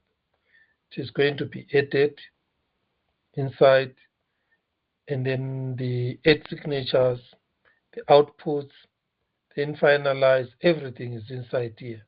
But I have cut many steps to make it very short and meaningful for you so that you concentrate on building the buy, sell transactions, and you concentrate on the logic going forward. But what you should know is when everything is checked here by this finalize, on Lucid they call it complete, they call it in different names, but it is a process of validating the transaction outside before you send it on chain. The moment that happens, then it will request for a signature. Supply the correct signature, then it is going to submit the transaction in a binary format onto the blockchain. Once it's on the blockchain, then everything happens now. People can use your smart contract forever, interact with it without you. I think this now gives you an idea of why we need the off-chain. Take out the off-chain, then what would happen? If we just compile this here on the playground, see like this one here, I compile it. Now it's compiled now. There was no error, it compiled. What does it look like when it's compiled? There it is, let me show you. It is binary, there it is. There it is, SIPO hex.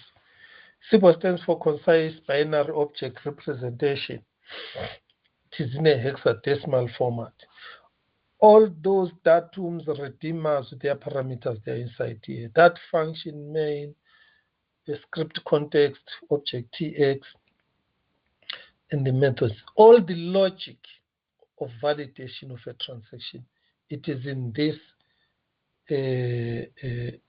file. So this part, let me show you the on-chain, off-chain part. Here, let's go to the CoxyLib. You will see here, we give it the script first thing. Then using this program object or class, we call a method called compile.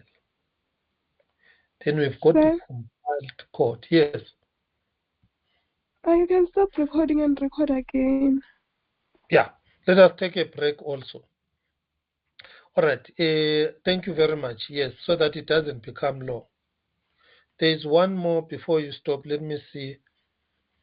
It says, can you stop recording and record again? All right. Yes. Okay. Any questions so that when we come back, I give you some tasks, then you start doing them. Any questions from your side? I'm summarizing now. What did we see, or what did we learn? What did we do? Number one, I showed you using this video, which now on your own, you must go and finish it. When you finish it and go through it, now you are going to see that the inputs not only have header, they also have got something called what? Because this is an input, they have something called redeemer. But the output, look at the output, the red, do not only have header, but it has got something called script and datum. So the output now has got more than one thing. It has got one, the header, two, the datum, three, the script. That is why what you see here, if you look at it, you are going to see which one shows it clearly. This one. Attach script. That is that script. This is the, and then add inputs. This is the UTXO inputs. Then you have got the header. Then you've got the datum. Now I want you to be clear before I leave here. The outputs go out with a datum. What is a datum? You know, it's a technical term here. A datum is a piece of information you, the developer, decides. It could be a password, code. Why? So that the right person, I will give that person the code. Then that person is going to supply it via the redeemer. Redeemer now is going to come in when you are spending the UTXO. If you do not have the password, then the redeemer is going to fail you. But if you have the right password on the redeemer, then you are going to be allowed to consume the UTXO, then it will transfer the funds, then it will run. So I have explained to them. The output transactions, which is called TX output, carry with it a datum. Right. And then the input transactions carry with it the redeemer. Both the input and the output supply the script.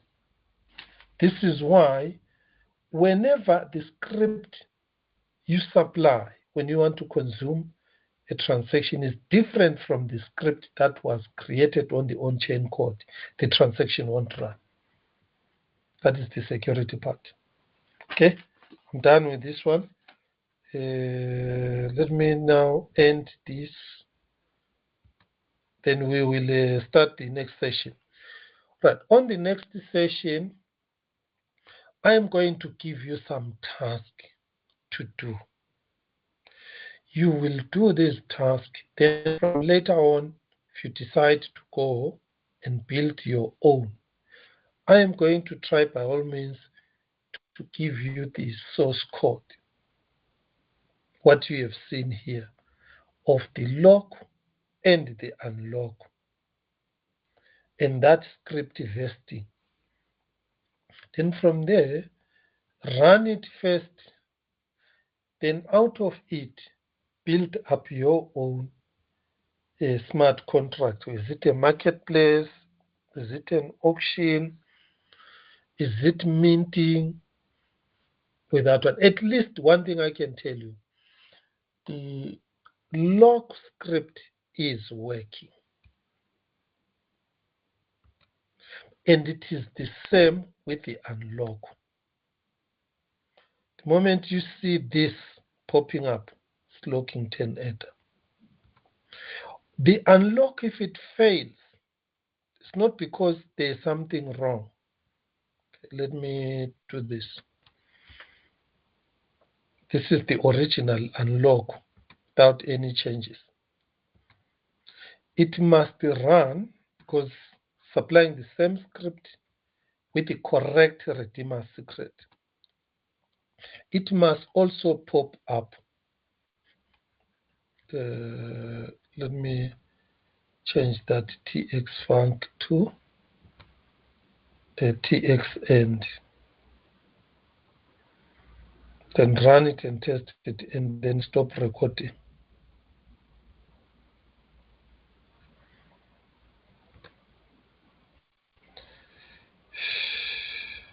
But also here I'll run it the way it was. Then unlock.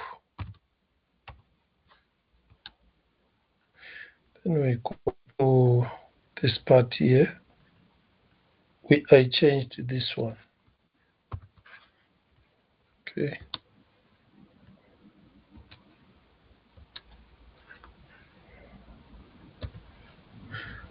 txfunc.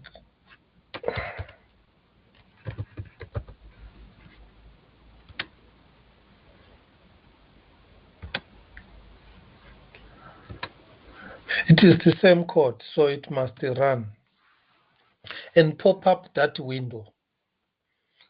Still, it is still saying the script not found. Just leave it the way it is. But it did work. It will always work. Last time I was testing, it did this. But when I tested it with another, I didn't change anything last time. Then it started running. Okay, so, but the code, when you check it, you're going to see it's exactly the same. The difference is here. Let me just show you the difference before I lock.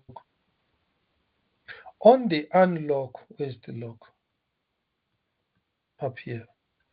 I'll show you where the unlock is pending.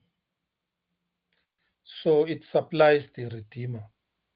The lock supplies the datum.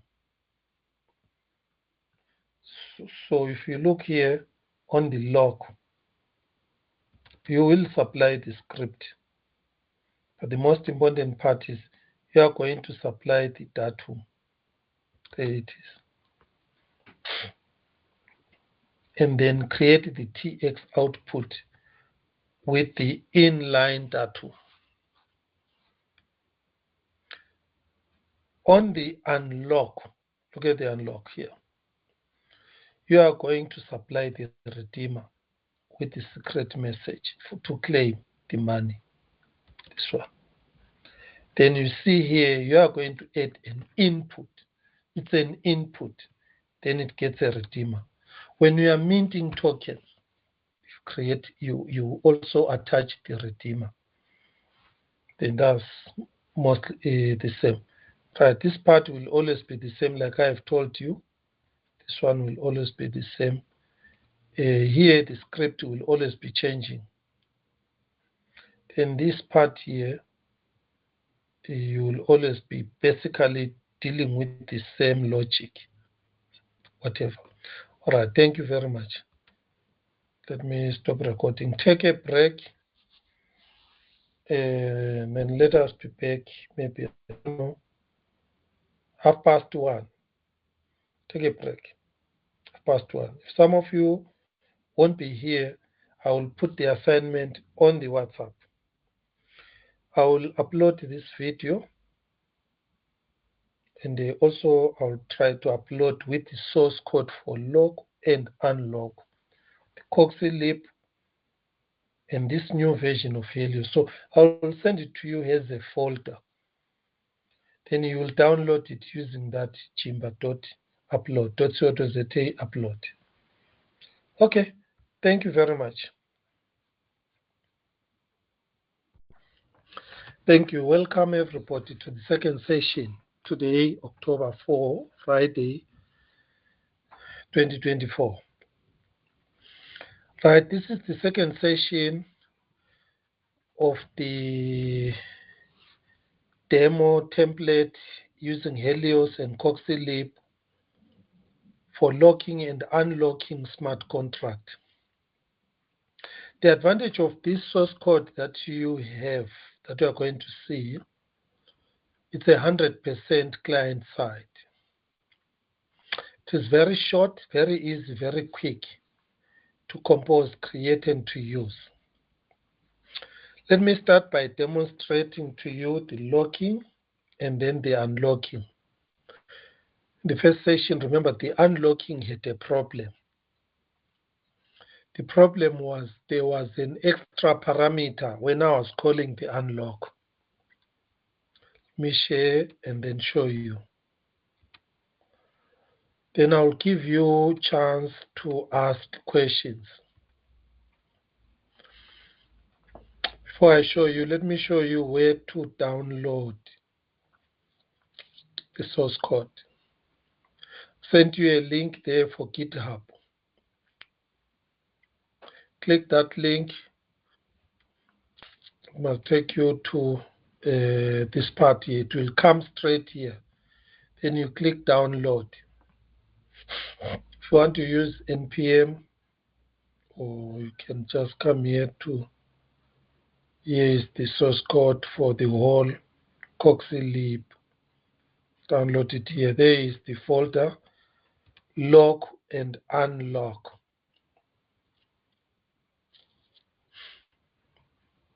It's a pretty straightforward static website that is a running Cardano smart contract. Let me demonstrate to you. Let me first go through what I've given you. I've given you this code. This nothing, no change. EMV, I'll show you later on the coming session how to use this EMV for hiding front-end sensitive information like block frost product IDs. Right, here under JS, we have got the most essential, the Helios, and this CoxyLib library. For now, I want you to concentrate on two functions. This one for locking test header. This one on top of it for unlocking. And then if you want to convert this to some other variables, you can copy paste, or you can copy these functions to the index file, call them, tweak, go through building up other functionalities. That is the most important. The rest of the functions are dependent functions. So most of them I can't guarantee they are going to work because I'm changing a lot and I'm working on some of them. But the lock and the unlock function is the one that I will show you now. So let me test it for you. Right. The script that I'm using. When you go to the scripts, there are so many scripts.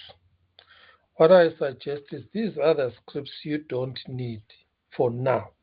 Maybe you can leave them so that later on maybe you want to create your own ticket minting that uses this ticket. You can use that. The auction is there.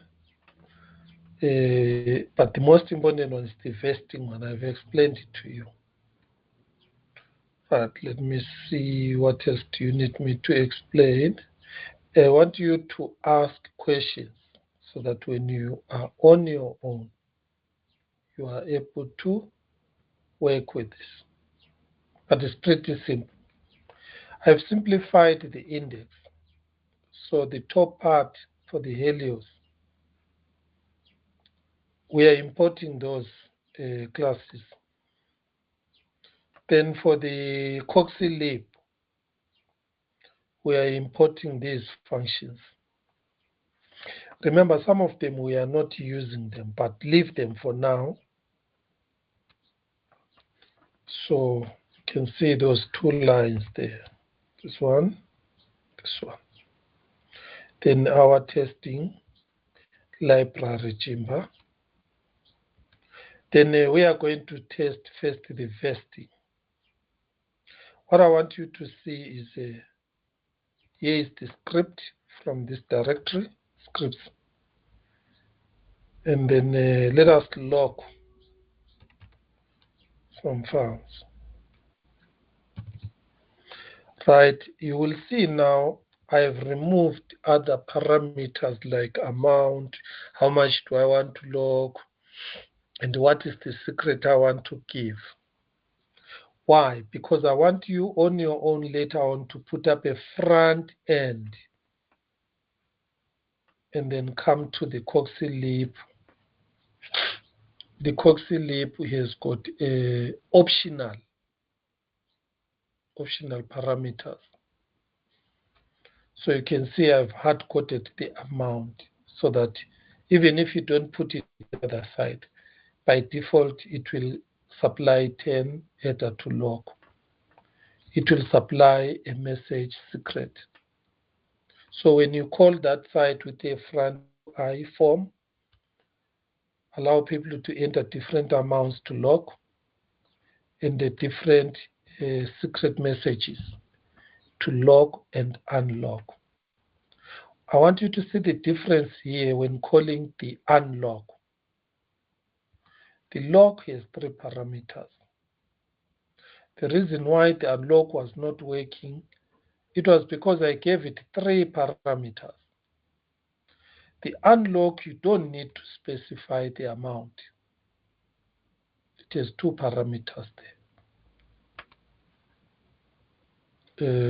Then when it runs successfully, it will just consume that UTXO that has got the amounts and then take all those amounts, send them to the new UTXO as long as the redeemer, this message, the redeemer, and on the redeemer side, this one, on the input side, as long as this redeemer has the claim correct secret message. I want you to see how the redeemer is created on the on-chain. Go and check and see how it is. It is an enum, but that enum has got a what? A claim, but the claim has got a field message. So this is how you specify the field for that. Okay, let's run it so that you see. Then we will step through it. Let's start with the log. Let me reload the page. You can see it there, it is running. When I'm locking, you can see the funds that I'm locking is what? Green.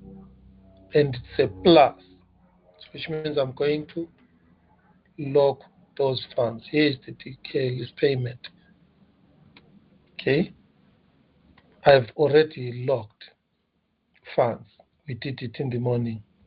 So I'm commenting out and then commenting out unlock now. The unlock is the one that was not working when we gave it wrong parameters. So here now I want to show you it's working. So let's test it. There we go. There you see it is green plus. Then here it is. Now let's try to unlock with a different wallet.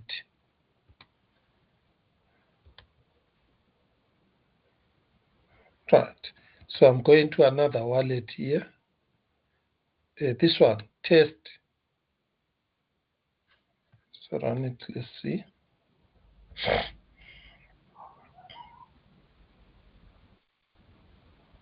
All right, test has got no UTXOs. You need some transaction fees, remember. Okay, that one we can't use that one. You can send to it something else. Let's do test 9, test 98.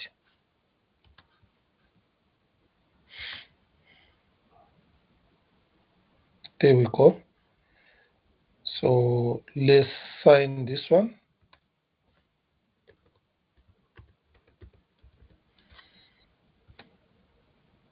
Okay, so this one is going to run. You can wait for it. 98 ETA.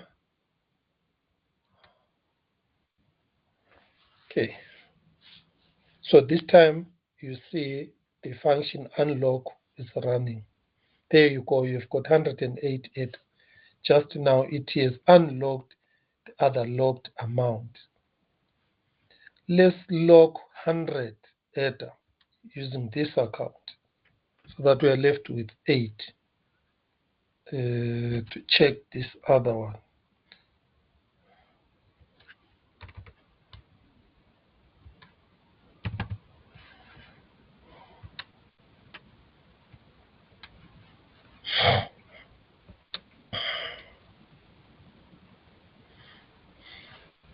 All right, what I want you to see, I am locking. It is red. Okay, I didn't specify 100. I want to show you where you can change on the coxswain lib. On the coxswain lib, when you are locking, this is the default amount. But now I'm going to add 100 ETA, not 10 ETA. So 100 ETA has got 6 zeros. Separate them with underscore. Let me also change the message because also the message is hard-coded here. I said secret. So let me also change the message to, so which means I will add a third parameter here. String message 1, 2, 3. This is log. Let me run it.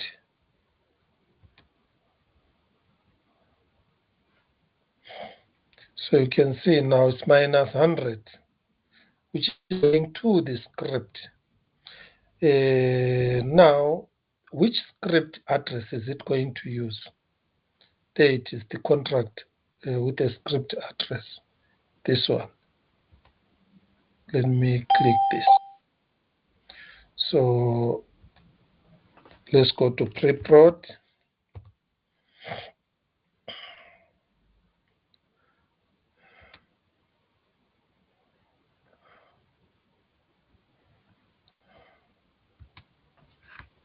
Let's look for this script address, GG3Y.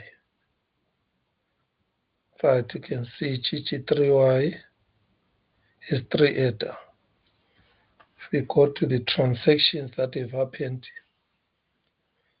you can see this is what, which one is GG3Y? Payment.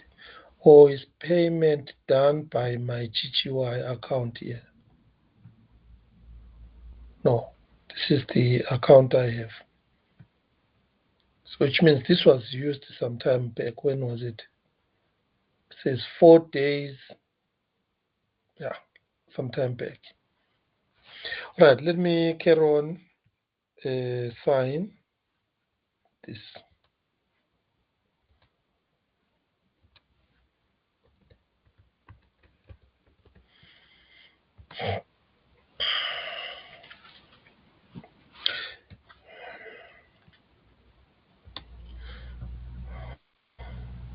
All right, here we go. Let's count some seconds, but normally sometimes takes long, sometimes takes fast. Meanwhile, we wait here. Let us prepare our unlock. To to run that code, we only need the password, the message, the redeemer. Let's go there. It is 123. It says string 123. So the unlock has got two parameters. I'm not specifying the amount I want to unlock.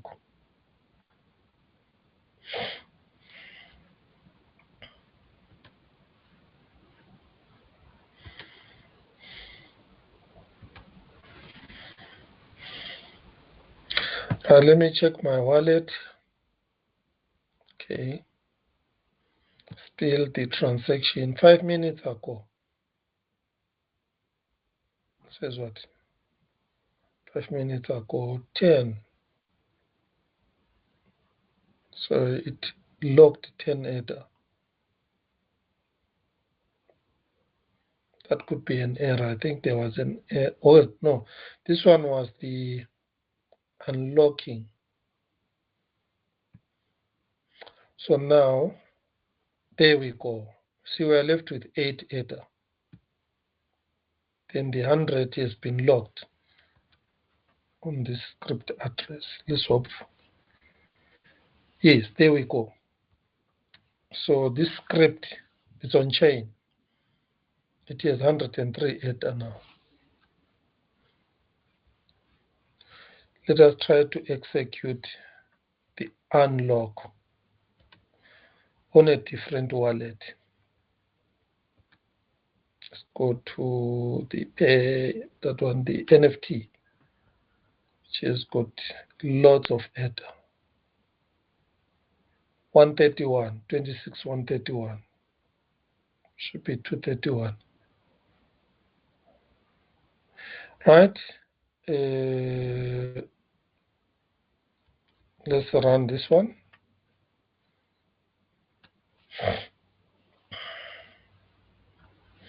It was quick this time. There we go.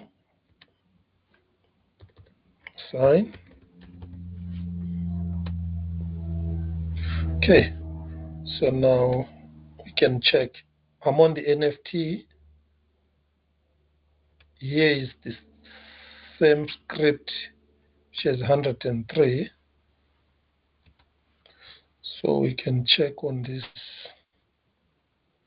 transaction. There, 231 now. It is 100 Ether. So run this transaction. Okay. It's waiting for validation. So once it's validated, then it is going to show. All right, what have I shown you? I've shown you that the lock and the unlock, they are working perfectly. So you can then go and learn, then develop other smart contract applications from these two functions. Now, let me open up time for discussion and questions.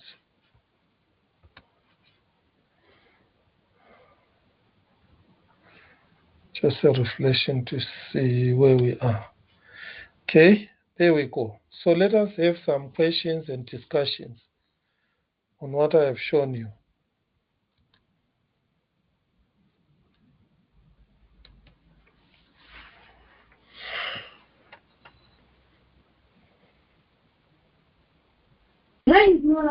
What is the script address used? What's the main purpose of a script address? Right, remember on the blockchain, you need a blockchain address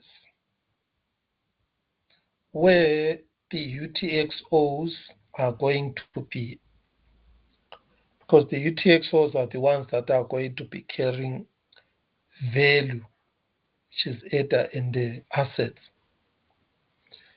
So we do that on a script address. It's a good question. Now, where do you get that script address from?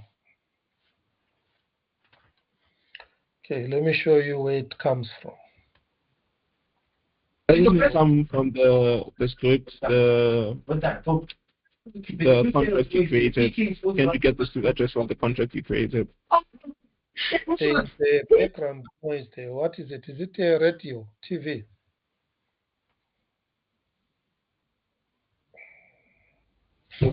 Yeah, sorry.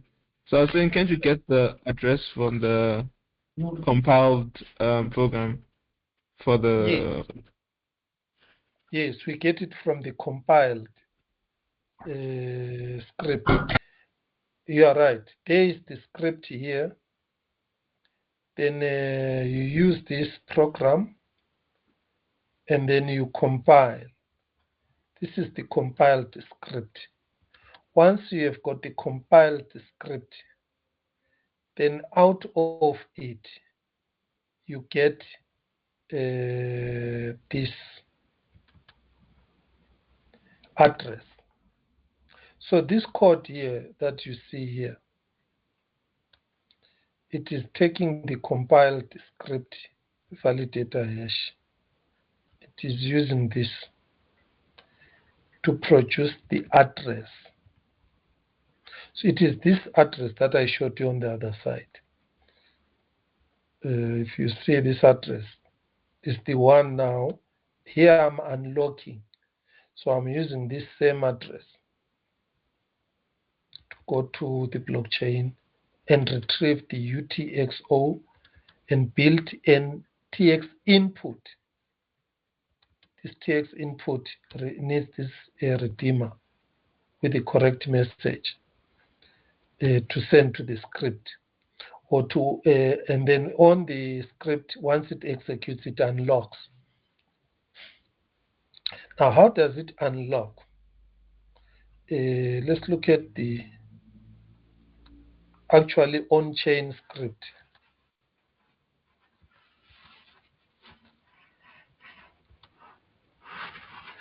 Right, on the on-chain script, when you are sending something to the script, you don't need any validation. You can send money, you can send tokens straight to it. But once it is there, send it. You need to send it with a message or a password so that when anyone is unlocking, it supplies that datum. That's why here, if you see, we have got a datum. All what we say, if I want to cancel, let's say I have locked the funds, then I say, no, I want to reverse those funds. You cancel. So to cancel, you can build a redeemer with cancel. Now, the nice part about the redeemer cancel here, when you are building it here, you don't need to put any parameter. So for the cancel, I only change here. That's the only place that you change when you are canceling. I run the same, but this time I change the title to cancel instead of saying unlock, because now I'm canceling. I will show you where you change. You only remove this parameter, and instead of claim, you say cancel. Then let me comment out this part here. And then here you change to cancel. You can copy this to another function, create another function called cancel. Actually, that is what you need to go and do. Create another function, cancel, change the redeemer to a cancel. Then now, when this runs, now the redeemer is cancelled. So the transaction, show you the transaction. It will come here, and then now the redeemer is cancelled. Then it's gonna check that the person who is signing here is the datum owner. So if you switch the wallet to a wallet different from the one that supplied this when you are locking, it will fail. So this is why it's signed by the datum owner. When you are claiming, anyone can claim. It has got no restrictions. But let's suppose now, let's try to discuss about the buy-sell, because this is where you had a lot of problems. Am I right, Dylan? This is where you had a lot of problems about, let's say, buying, selling. Yes. So, Yeah. created a contract today. Can you just take a look at it and see if there's anything you're supposed to change or something? On the contract, this one, isn't it? Here is the contract I'm showing you here. Yeah, so we created our own for the buy and sell. Where is your buy and sell contract? Send it. Or how do I get it? Can paste it on Let the me send it WhatsApp. to you now. Yeah, let me send it to you. If you can send it here. I think that's a very good question. Let's see.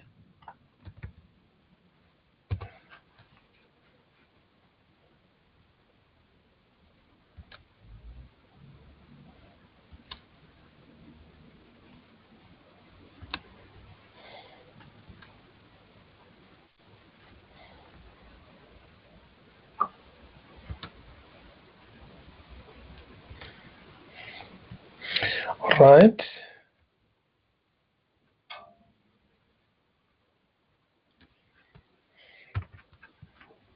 You can see my screen. Let's go through my screen. I'm creating a new file for you. Tell me if I'm too fast so that I don't leave you behind. Okay, there is the spending marketplace. Are you with me? Are we together? Yes. Okay. Right. Before we check the logic, how it is. All right, fine. There are no errors. There are no errors. It is compiling. Okay, this is the datum we are going to attach to an output. When you create an output. Okay? And this is buy when you are spending. Let's apply buy or cancel. Now, let us look at the logic of buy. My first question is, what are you going to buy if there is no one selling? Can you explain? Okay, here I've got a what? Seller. Okay, I've got a seller. There is an NFT. So here, the redeemer for selling is like minting. You don't need to do anything when you are selling. Am I right? For now, let us explain. Want to say something? Please go ahead.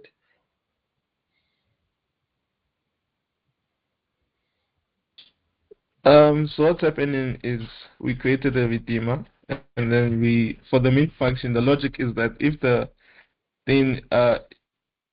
the amount that is paid is true. So if the person pays a certain amount, as you can see, we created a variable called is paid amount, is price paid, which is a boolean. So if the amount sent to the seller is equals to the price, right? If the value sent is equal to the price, then if it returns true, then we then check if the what's this? If the NFT is transferred, like if the person has the NFT. So Yes, the person datum.nft. Yes. So if the person has the NFT, if the NFT is transferred and the person you're validating to say, oh, does this person have the NFT, and is the correct amount in the person as the correct amount be sent to the person. So if that is true, and then the person has bought, that's the buy redeemer. So you say it's paid it transferred. NFT transferred. So it's paid and NFT transferred. If those two are true, then you have successfully bought the NFT. Then for the cancel, it's just the seller will sign off. Yes, once the seller is the one who is going to be what? Yeah, to cancel. Who sends the NFT to the smart contract?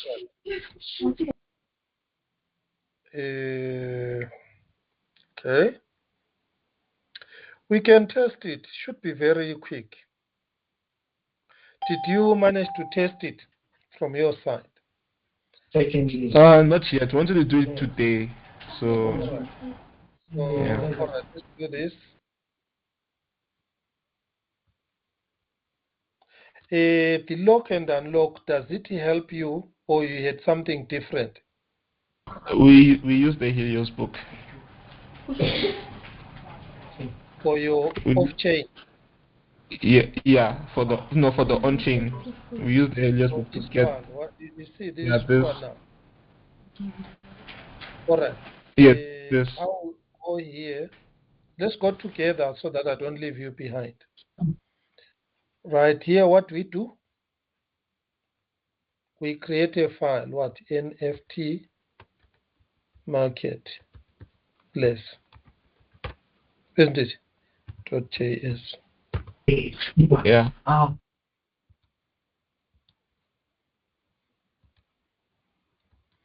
Now here we export const. Use the same amount, NT market place. And down here, remember what I said. What did I say you use? Backticks.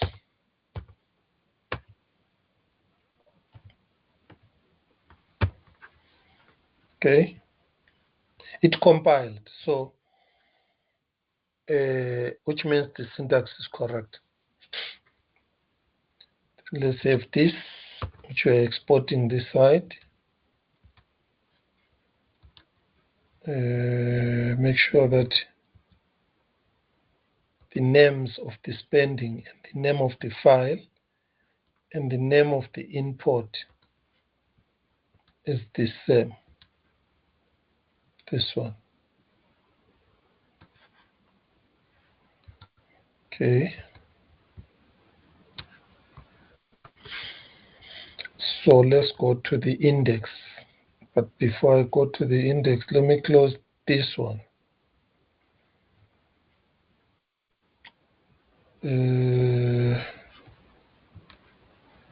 Just need to be sure I didn't make any mistake on the name here.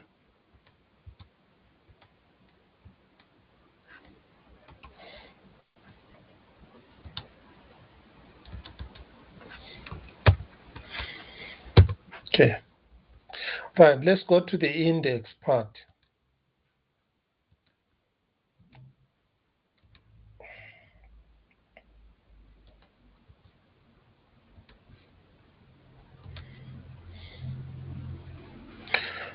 We change this first thing, marketplace.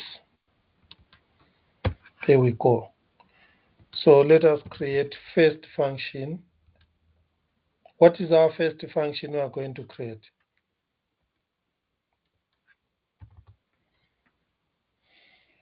It's in the program. Is it buy, sell, cancel?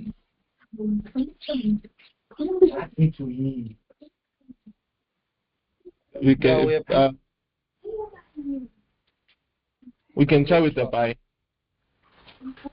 Let's try the buy. When we are buying, where is the asset going to come from?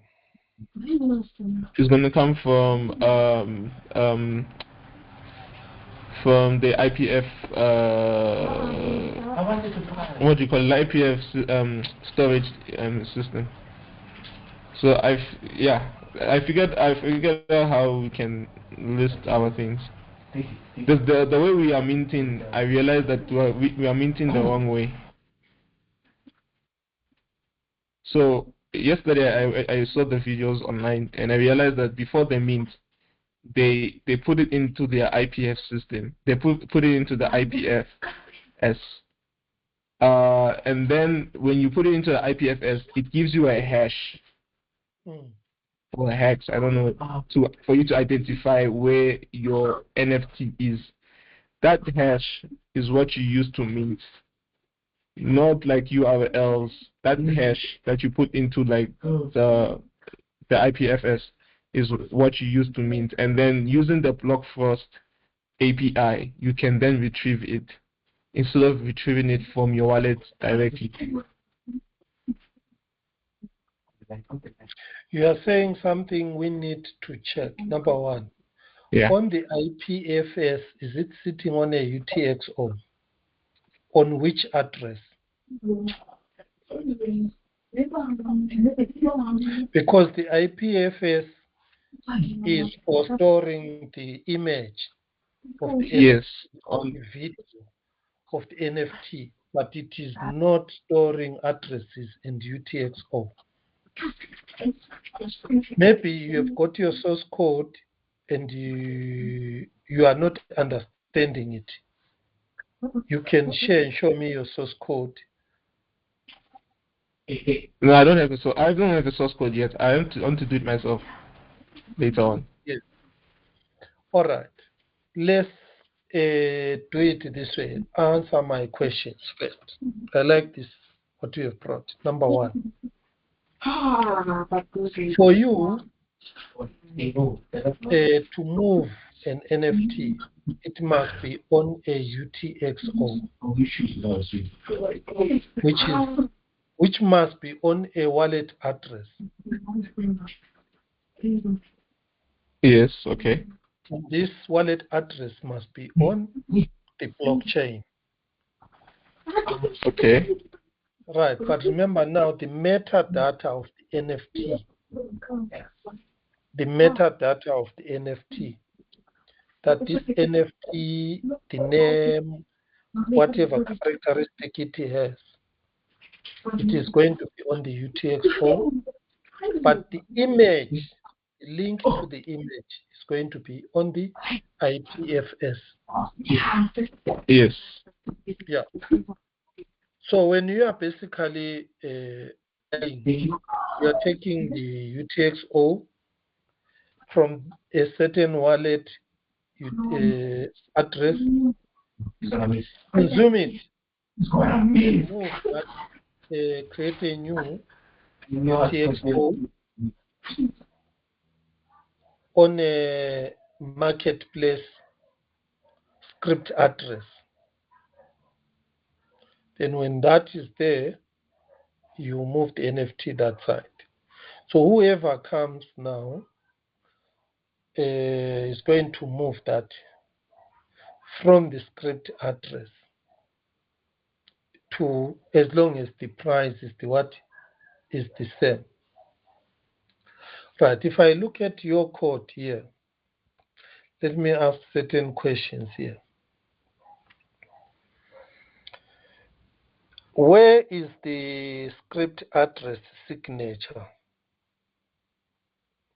Pub key hash. Okay, we can create it dynamically, that one, to sign the transaction. Yeah, so that it can move it. So which means it will move that NFT to whoever sends in, the first one to send in the correct money. As long as that money, you see here, where you said as long as this datum price is equal to the seller datum.seller. You see here what you are doing here. So TX value sent to this datum.seller. Whatever money you send to this, this is a what? This is an address here, seller's address. It must just be equal to this price. This price is 10.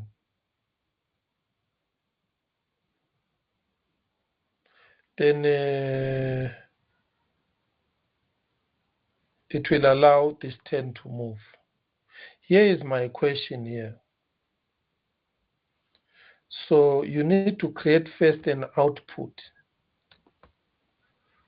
with a value of an asset class. So again, that output you are creating will have this asset class, which is what?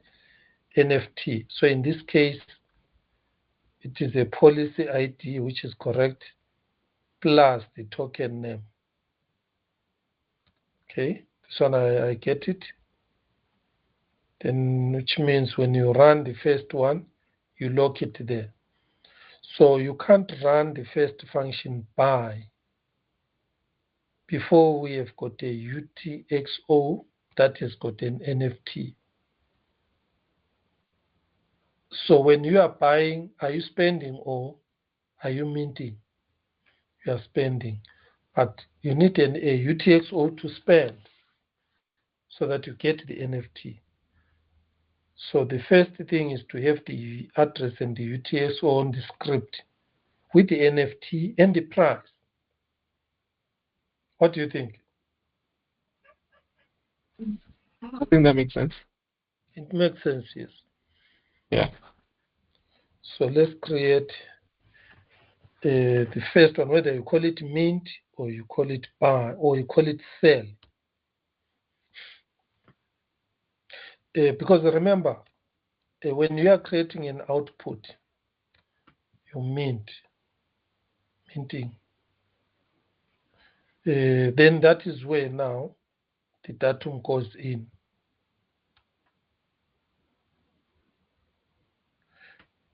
When you spend, now that is where you buy. That is where now you are doing what? You need an input with the buy action. And the right, I think let's try those steps. Then everything is gonna be clear when we get a problem. So for me, I think we either lock the NFT to a smart contract, then buy it. It's the same principle of locking. When you are locking it to a script address, we can call it you are selling it. Just like it's going to be similar from what I say. You can say lock NFT, or you can say lock or buy, which means the script, or sell, sell NFT for now. Whatever name you use, I think for me it will work. Then we take this one, this script, say await. In this case, I'm gonna call it sell or lock. It will be the same. Right, it will need a script, which we have, NFT, marketplace. It will have a price. In this case, remember, we can hard code the price that side. And then our datum there is going to be the price, not the secret word. So for now, I don't know if you understand it. We can do it this way. In this case, it was the amount and the secret password. This is the script address. Then the next one is the what? NFT. Yes. In this case, you need the NFT. Otherwise, how are you going to get it there? This one will need the NFT. Okay, let us do this. To lock the NFT there, I'm going to select one of these that we have here. let's take this one. Yeah, the ticket. We've got tickets.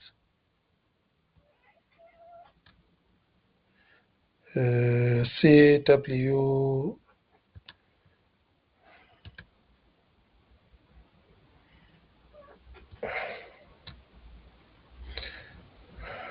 Okay, let me type it. CW Johannesburg tickets. Let's hope I don't make any mistake. Right, remember we need a minting policy plus the name. Now here, what you need to know, this token name must be the hexadecimal name, must be the bytes. Let's go to the blockchain. Take this. Let's go to the blockchain.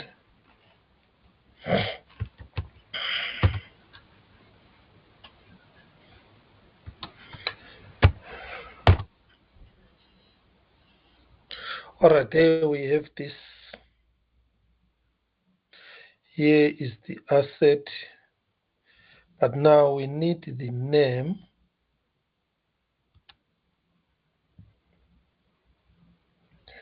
Right, here is the encoded name.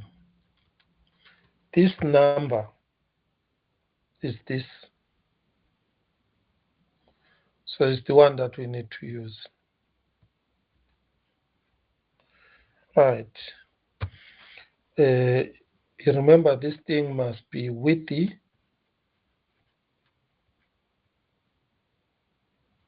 policy, which is this one.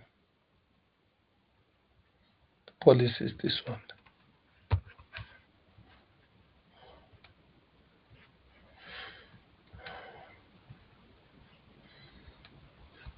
So if I am to do it step by step, so this one will go like this, MPH, which is the minting policy. There we go. And then you add this part. For now, let's edit and then create this. All right, these two, let's test it. We must be able with these two to get the NFT. There, we got it. There, got the CW JPEG. It is the asset. You see that asset? It is that. But this is what we want to sell.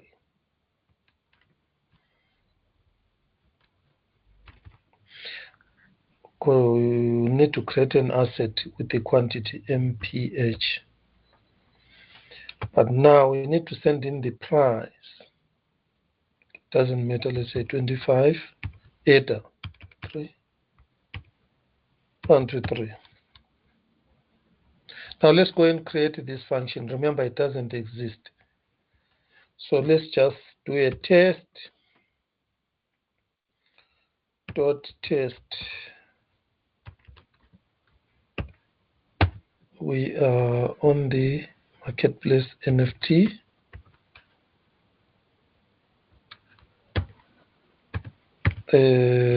What are we testing? This function sell.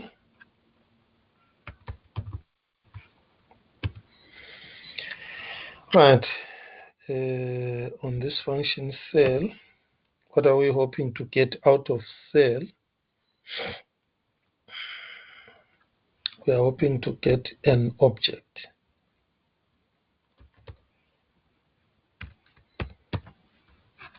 This is what we are hoping to get. So here, need to specify the sell function. Okay, that one is first test. Second one, we can do the JLog. It will give us exactly what we want. Log sell NFT. All right. Now let's go and create this function. We can create the function here first so that we debug it easy.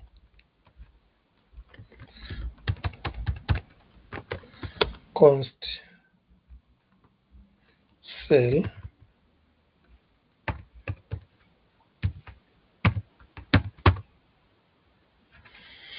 right, first parameter is the mph, second one first one is the script, first one mph, the last one is the amount. Okay,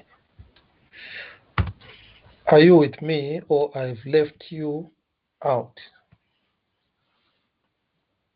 Are we together? Yeah. Are you following? Dylan, are you there? I want a situation whereby if, let's say, there is a problem, you'll be able to figure out where the problem is. Okay, let's carry on. What is the first thing that we need to do there? Can use this part. Go to the log, which is this one here. Just copy this.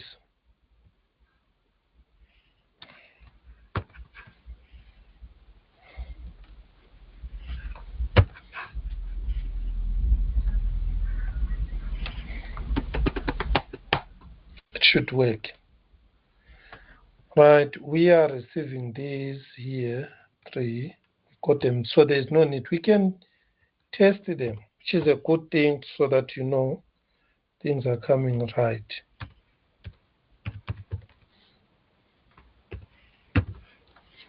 Script.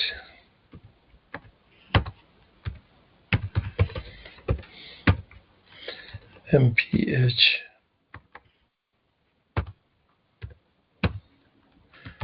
amount. Sorry.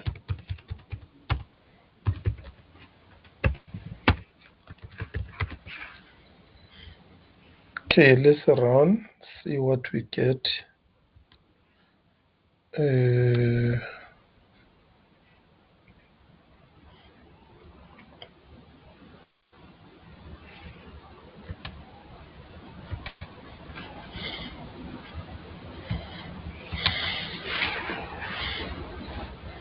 Okay, unexpected reserved word. Yes, you need to add the await because it's async. Await, those go together. There we go. See, this is what I like with the testing. You can see our script, our mph, our amount, our 2 UTXO.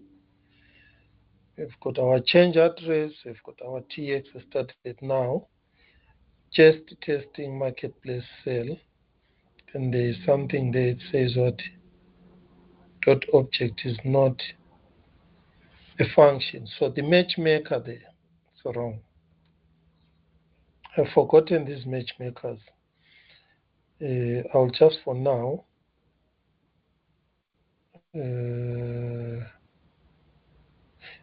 All right. I just, let me correct this part here. It's supposed to be EQ for equal object.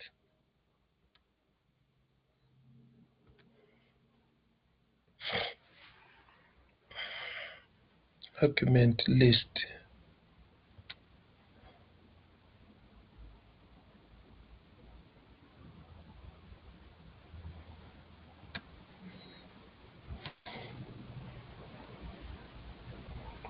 I didn't close the bracket.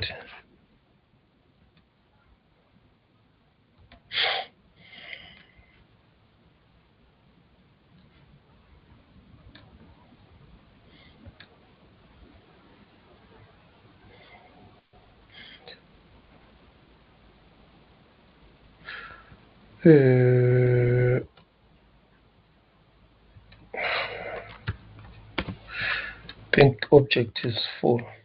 You can always do the reference straight with the Coxie, with the Jimba.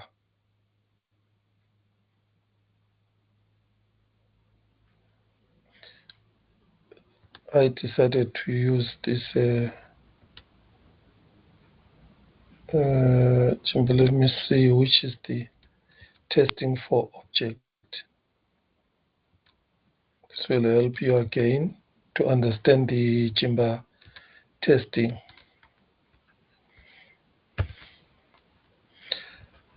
Right, let me scroll down, show you.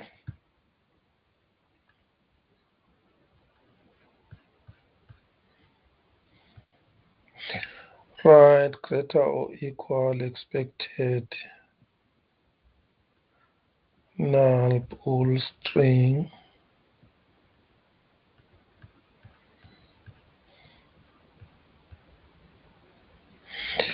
Right, comparison method. EQ expected actual.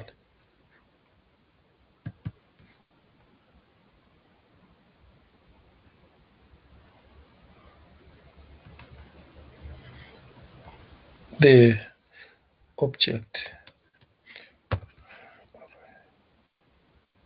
null contains EQ.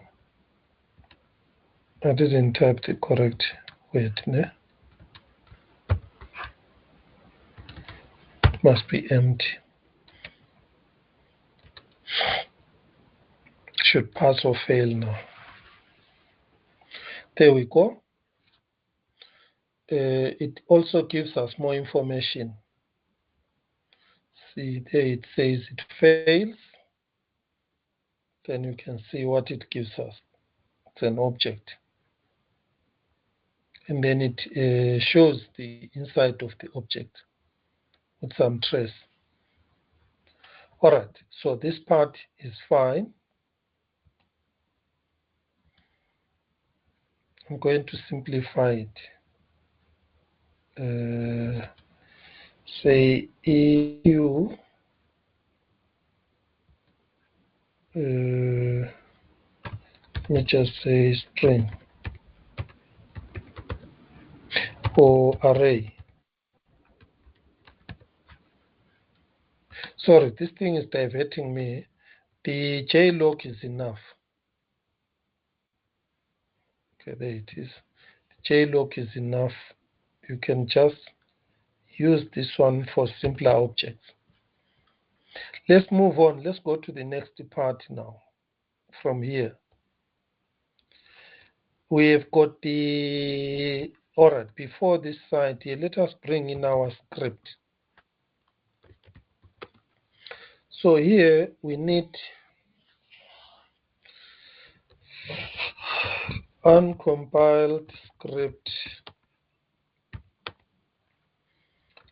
We use this program .new. Then here we bring the script, which is what? NFT marketplace.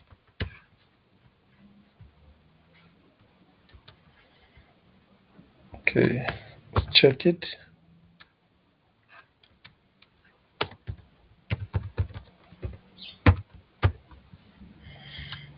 Okay, we'll run this later. Okay, now we have got the script here. There are some also other common things that you'll always need: the validator hash and then the address. Those two you always need once you have a script. You need the script address, you need the script hash. So I can simply copy this because it will always be the same. I've got the script program. Yeah, here comes this part here before we go further. The parameters. This is for the secret message. Parameters for the secret message. I can copy this. In this case, in your case, it is the what? The price.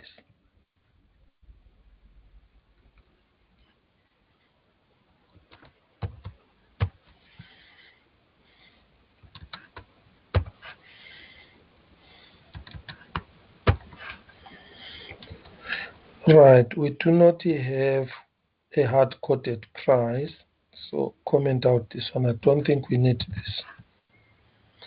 Let's move on to the next one. Right, the hex, this validator hash, then the address, then the datum. This goes together. Remember the datum, the value you are going to send. But in this case, you see there you have the value. You are going to create an output with a value. So in our case, the value is going to be 0. That's why I was saying this part will always be the same. Let's test it.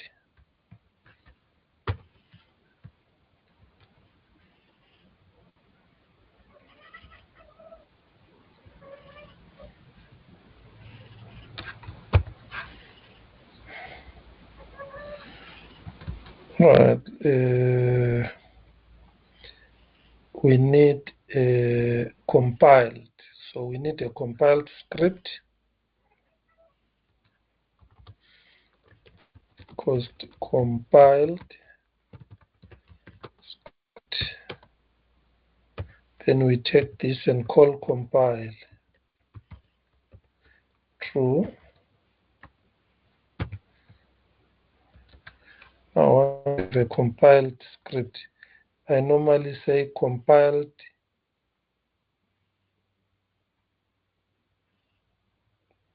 give it the name, this name.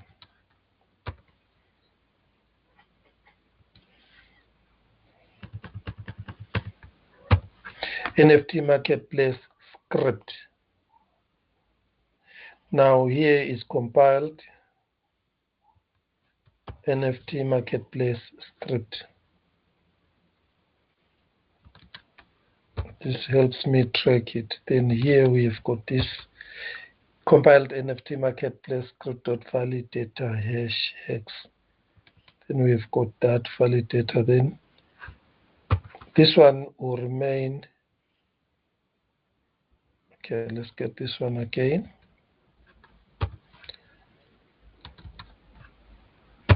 We get the hash, validator hash. Then we've got the script address. This vesting program for the datum now, this is where we need this uncompiled.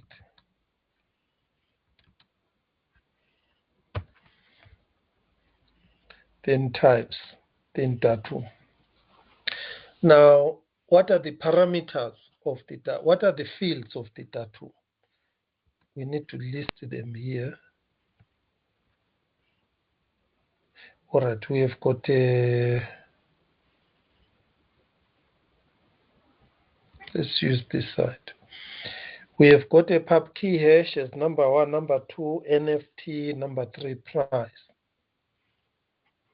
to identify the seller. Right, so in my case, I am the seller. I've got the change address pub key hash. It's using me.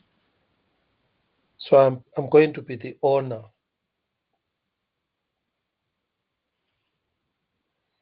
For now, yeah, pub key hash.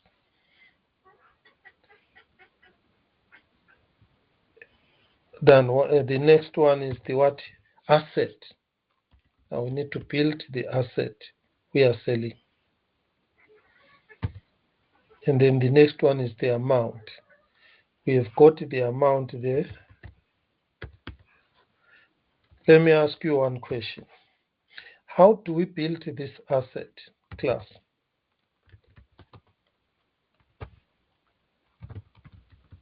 What did you find?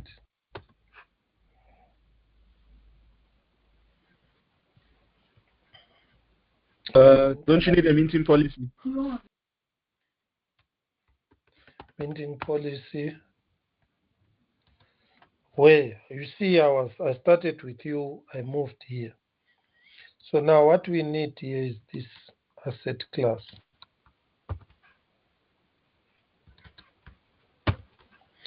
So asset class is equal to new asset class. Right. Do you know how to create an asset class? Now, this will help us learn how to do that.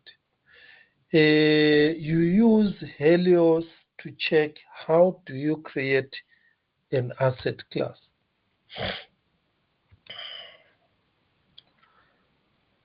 Let me open here Helios. I normally open it from sources. In this case, I don't have Helios. Can't you just call the asset class as an object dot something to get the minting script, the minting policy?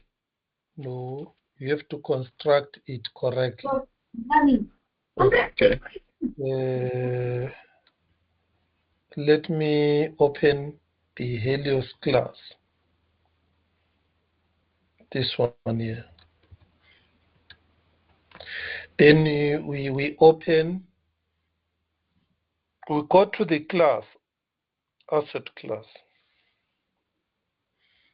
Okay, there we go.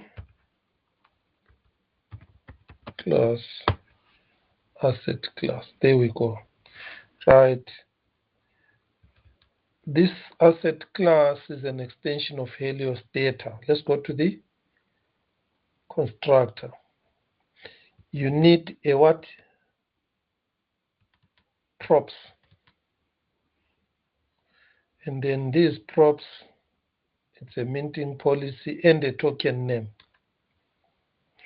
And they look at that token name, it's a raw token name. Okay?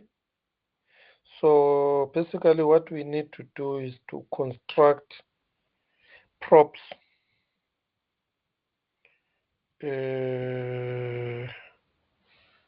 Okay, copy that. If you don't construct it correctly, it won't work. Right, let us have an array. Then we have that array. Okay, we need to check with the other working code which is used asset class. I think one of the codes that I have done has got this asset class being used. Let's use this. All right, here is the correct way of using it. You see here, this is the correct way of creating an asset class. There. You use a dot. You see that dot? Yeah, this is the correct way. We can check again another example. Here's another one. Here's another one. Basically, you concatenate with a full stop. The MPH and the token hex name with a full stop. Not this one. This one is the asset. Right. Another way to verify that is correct, that this thing is MPH plus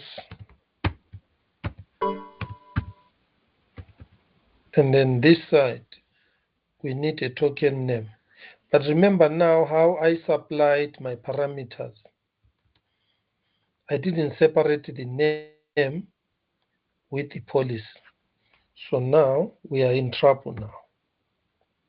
There are two ways of doing it. We separate it outside or we separate it here. So let's say token name hex.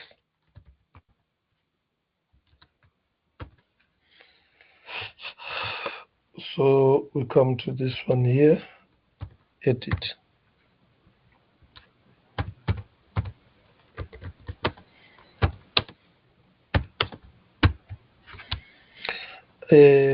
I've forgotten where this thing ends,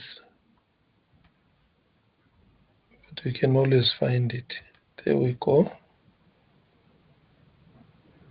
The policy ends with 403. 403.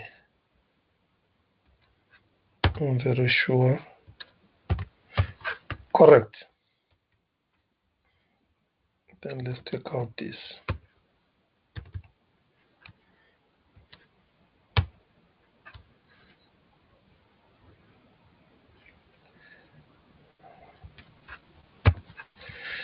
So now we can go back to here. So this part is the token name.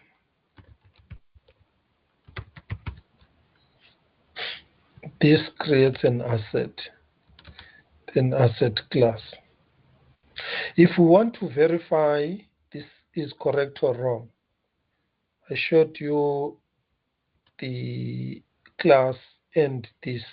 See, there is asset class. Raw token name, then PH. Then they are using this clean constructor arguments. How does this clean constructor arguments work? Let's check it. Text props, yes, we are giving it props. In this case, props are not an array. So you can supply props as an array. This is one way.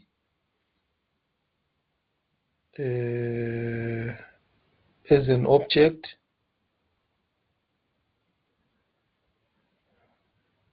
It's very interesting because the way this static clean, no, this one is what? Constructor argument, clean constructor argument. This clean constructor argument, no, it is in a wrong class. Let's go back to that other class.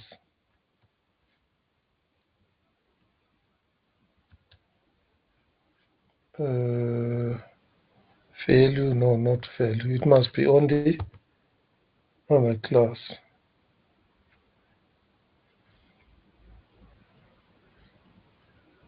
Not this class. Which one is this next class? Export function HMap. Right, number 2, number 3, number 4, number 5, asset class here.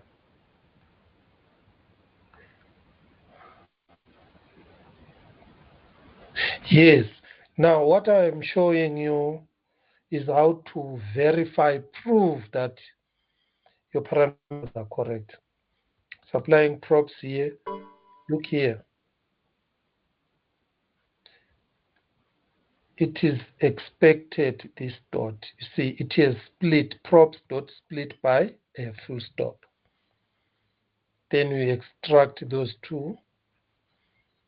Then you've got field 0. Then you take field 1 and convert it to bytes. And now this tells you now it is hex to bytes. It is a hex to bytes. Yes, we are giving it a hex formatted name. We can check it here. This is the policy. We took the hex name. This asset, not this one. This one is the hex name. How do you know this is the hex name? Let's check it. Convert hex to text.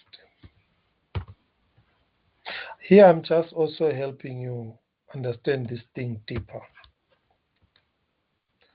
Let's see if this string is going to give us a UTF-8 CW. Nothing. Sky. There. Correct. Are you with me? Are we together? Or you guys just sleeping?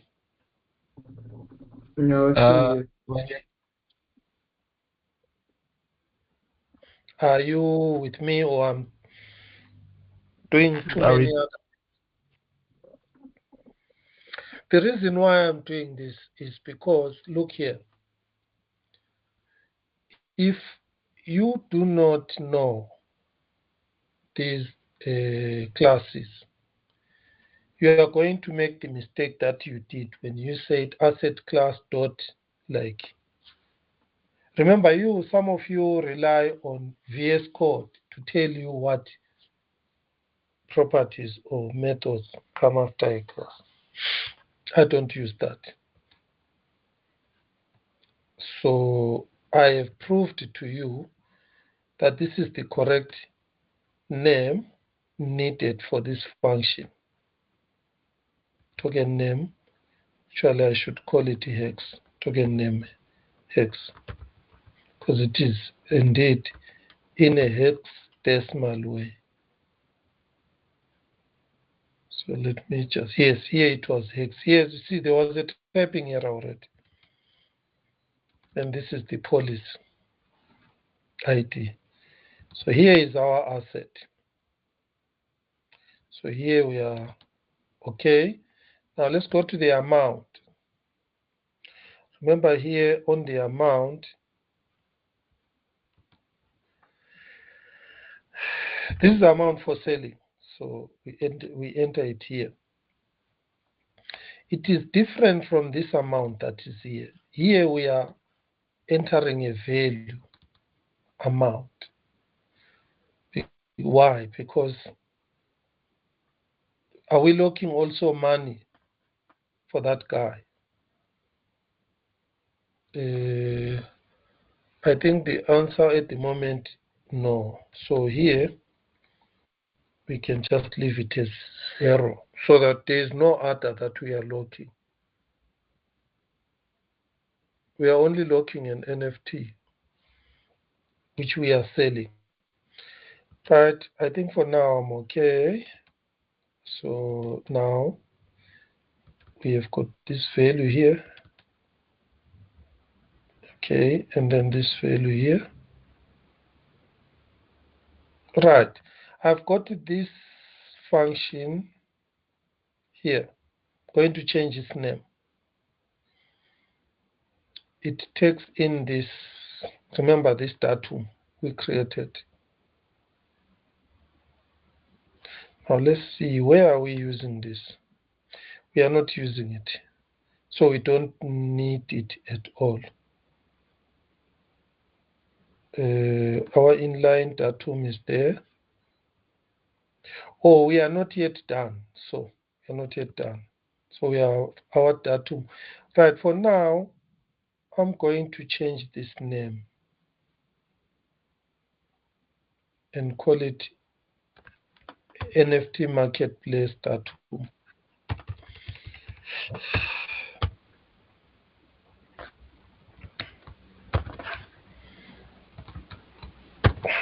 Check out datum is correct. Okay, it's coming from type datum. Then we've got this address.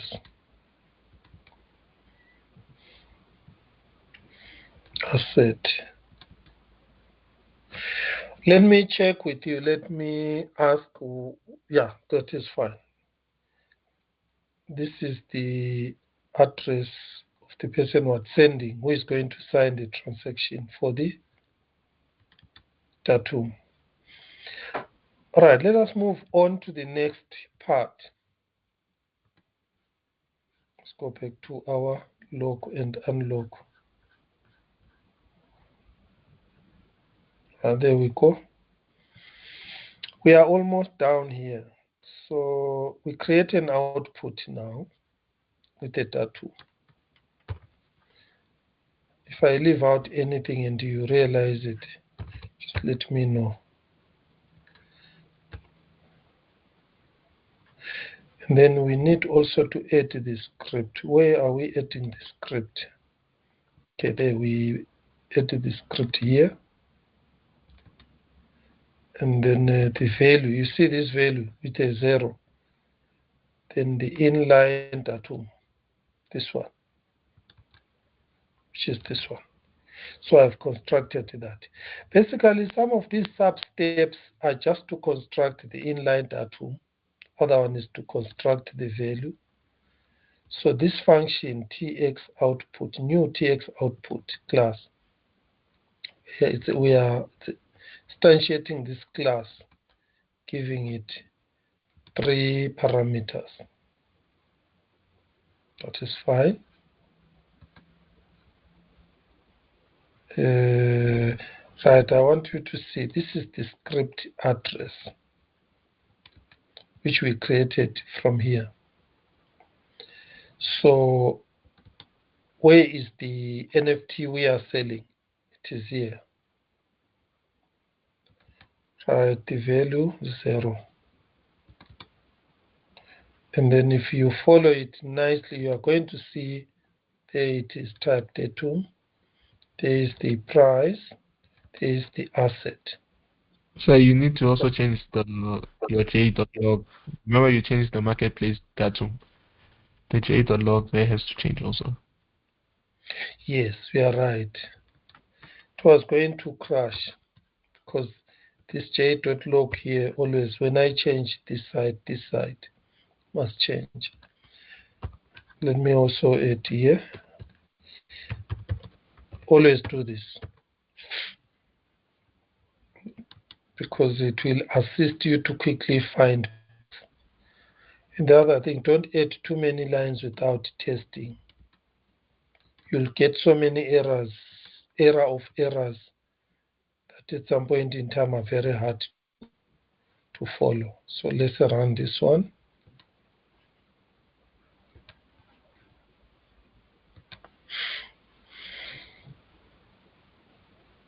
Let's see, uncompiled script not defined.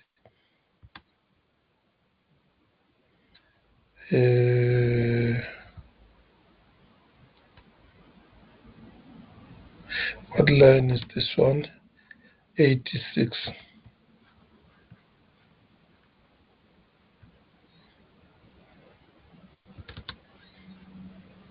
86 uncompiled script. The JLog is the problem again. Yes. Okay. Right.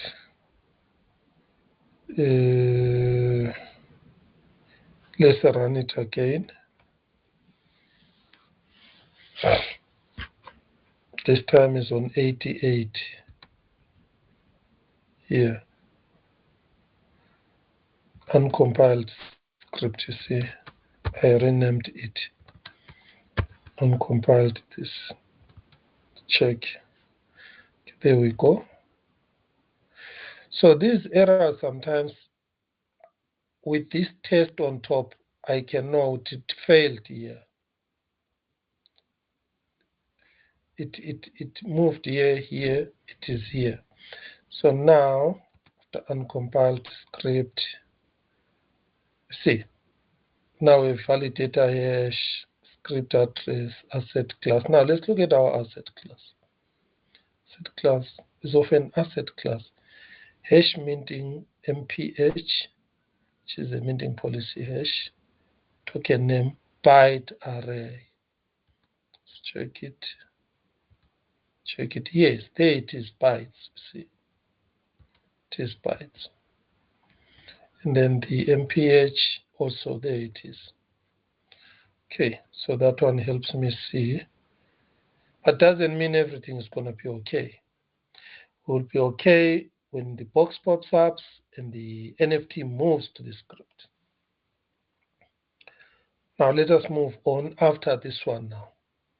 Should be simpler now going forward. What we need now is this TX output and this last part.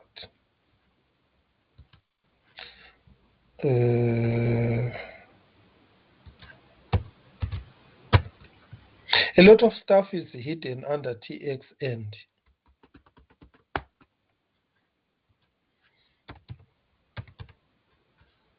Okay, let's run it.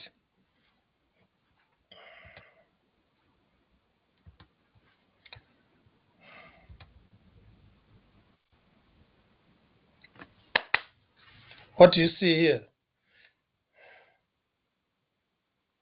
The wallet pops out. Let us check the details. Let's see what the detail says. We have a datum, it's a contract, payment, keys. There is the contract address. Let's go to pre-production.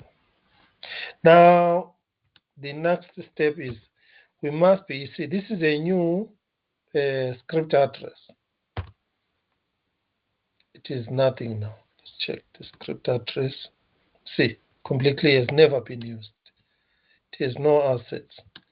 0 UTXO. Let's sign.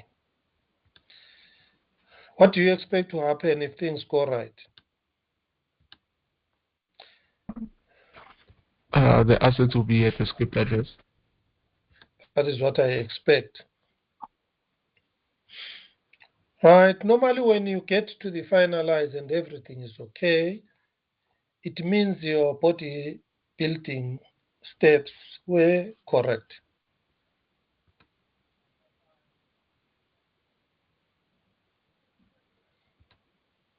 Just now, do you see? It executed. It executed just now. If we go to this part, I don't know, do you remember which one was it? It was this one, eh? Did we specify the quantity? No. No.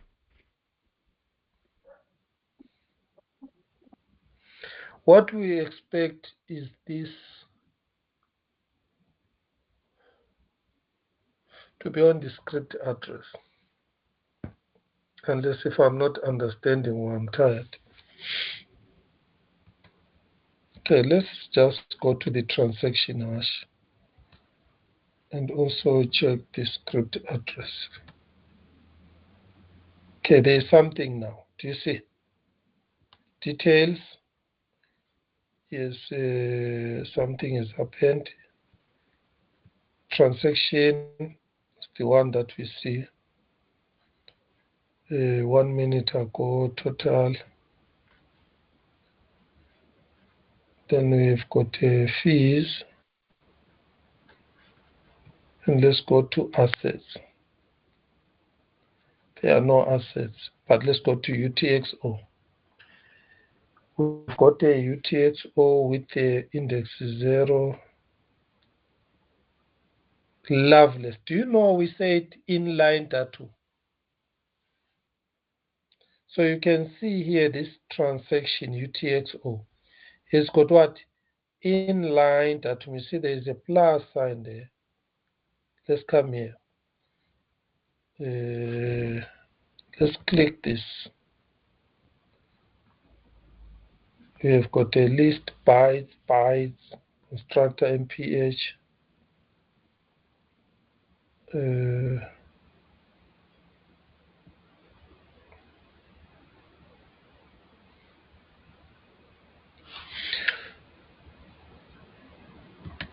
If we come to this side, I think it's the same. You see, this object sometimes to check it and trace it properly.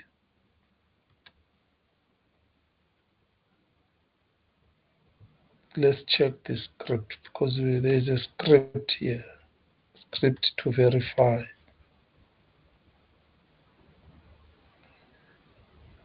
The transaction ran.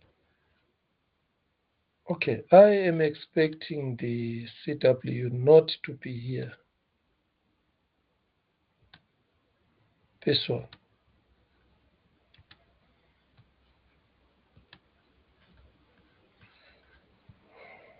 But I'm so happy it ran. But when I'm so happy it did run. Where is it now? 11. Asset 1, asset here.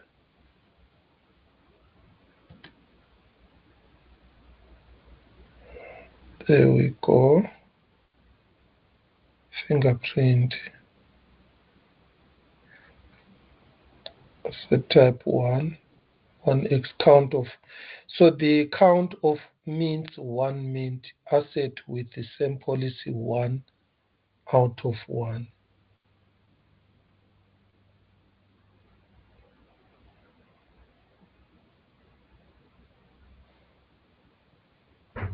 You will have to check it. 1 hour. This 1 hour ago. Let's move down. 3 hours ago. Oh, now metadata. Tell you the truth. I haven't reached a stage where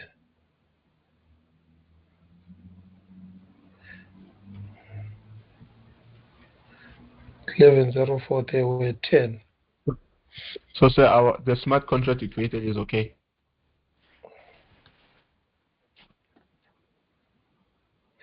Well, according to the logic that we gave it,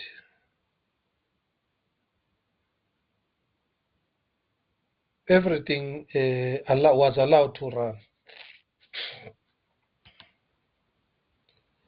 There are 2. I'm expecting these tickets to be on the smart contract. All right, I'm going to check whether we sent it to the right address.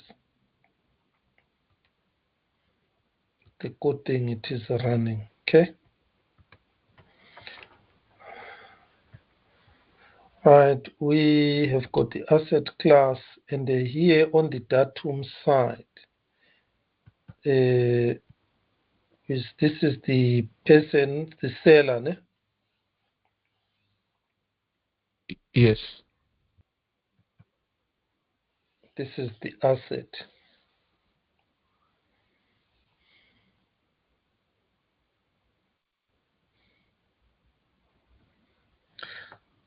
Normally, for this to move from my wallet, I must sign, which is correct. I signed. Datum seller, it's me. I signed. It is here.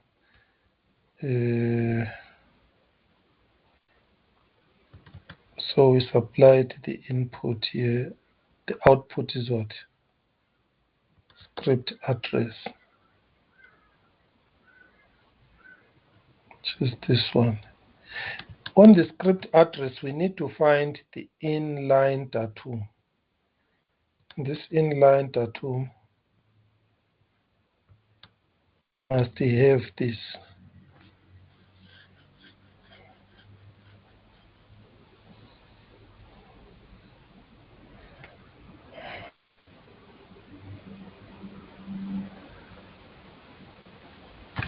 Do we put the script address here?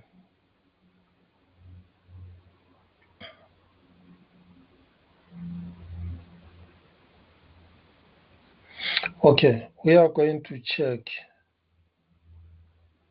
the script address. So let's check it here. Well, I don't have the hex part. Where is this one? But it's the same. It's this one here.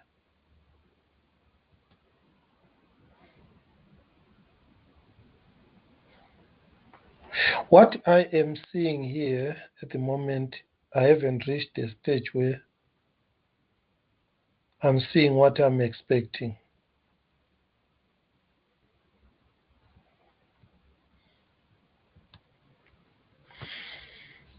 It looks like the NFT did not move to the script. That is what we wanted. Am I right? Yes. So we wanted the transaction whenever it ends, the NFT must be on the script. There is no script here. Let's see the UTXO. The output now. This is the input, the output is this one. This is the, yes, there is the datum hash. There is the tattoo mesh, and there is the tattoo.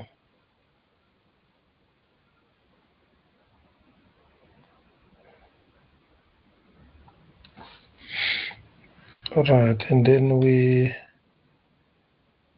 have got this script address. What do you see here? What I see here is the 2 tokens were sent back to the address. I think I figured it out. I want you to see here. Do you see this is the my wallet address? 5GP. Come here. 5GP. There it is. Okay. So these inputs, this is the output. Now this is the script address.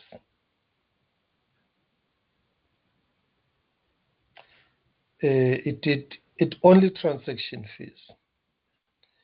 The script address does not have this. This must be on the script address.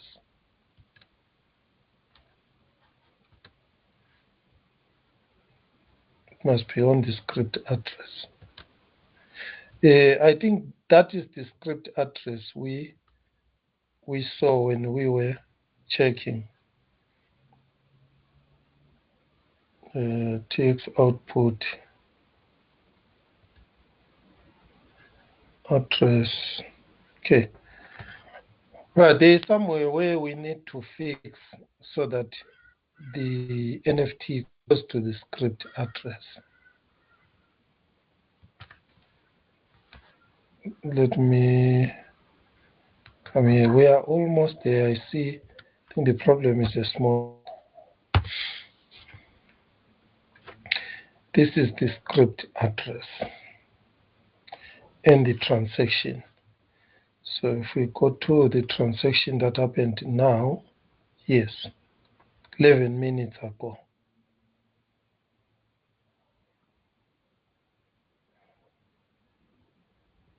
You can see this is the wallet address with the tokens that are there.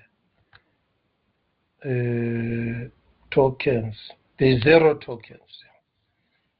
So the tokens didn't come there. All right, let us change somewhere to send the tokens to the script address. There are 2 first things we have to check. We said we must check your smart contract. We do not have sell functioning. We do not have sell under Redeemer.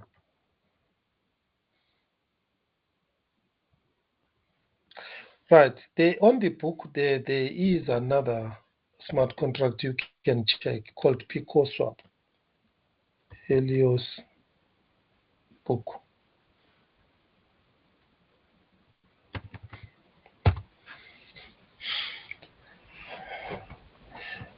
We can use Lawrence's examples to check where we went wrong, or we can use this PicoSwap.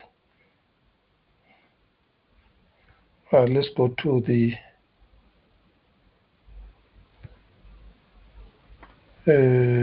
book,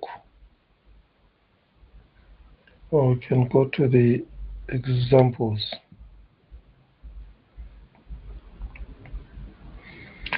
Right here, it is a transfer at utils testing vesting. On the vesting, it's the same like the one that I did. You see, when I logged Ether, I sent it from my wallet there. So it's the same thing. Let's just compare this one with the one for locking Ether. Where are we making a mistake?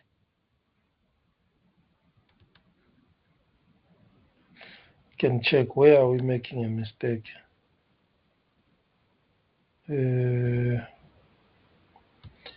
Script address. Then this is the value to send. Here we said 0, okay?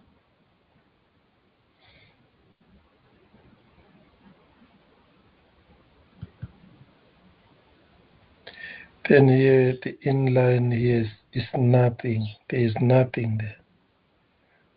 So inline fasting datum.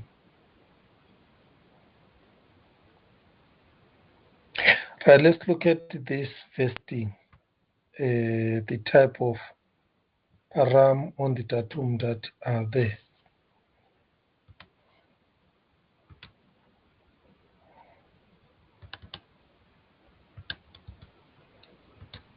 And we then check for the by. So you can see here it says the datum is the owner.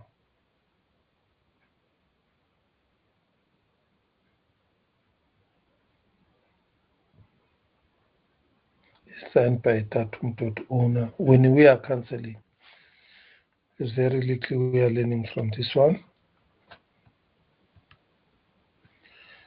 Let me go to the Helios examples.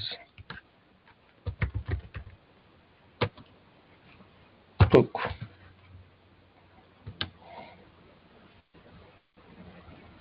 Right.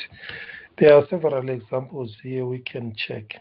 We've got the Oracle pool, English. Yes, the English token is being sold. Let us check this one. The datum is a seller. There is asset class, exactly similar to what you guys have got. There is a bid amount, minimum, and there is a highest bid, the money, which is the amount. In your case, you've got the price. Int, I don't know what you called it. Seller, datum seller. The person who is selling this one here. Right, let's look at the logic bid.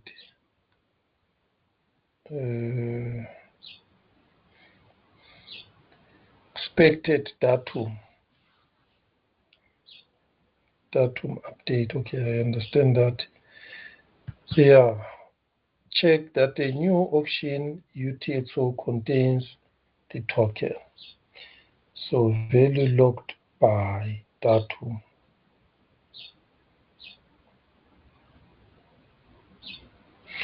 Do you have this transaction function value locked by datum?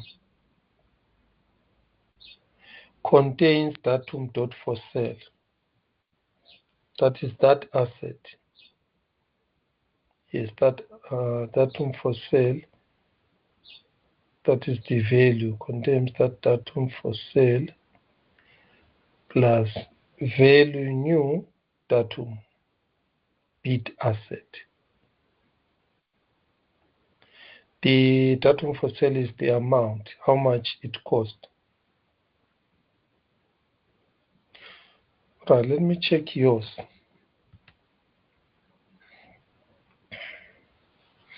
You do not have value locked by. Do you see that? Are you gone or you are asleep or you are tired? Hello? Yeah. You are left alone.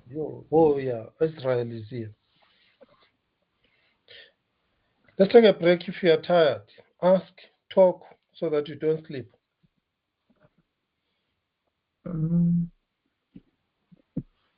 I don't have any questions, sir. Are you following? Yeah. Or you are lost or you are left behind?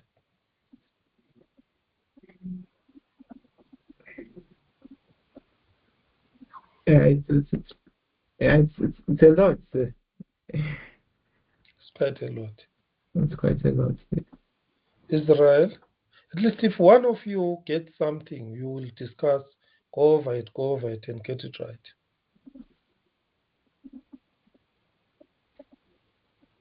Pardon?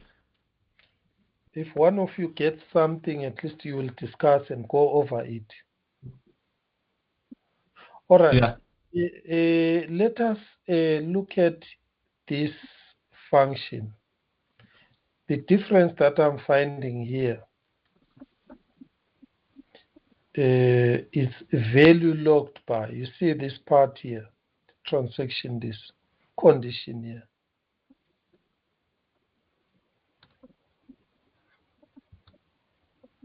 Because remember, we are logging something to a script. So there is this function value logged by datum. Do you see? A value logged by datum. Let's go to the transaction.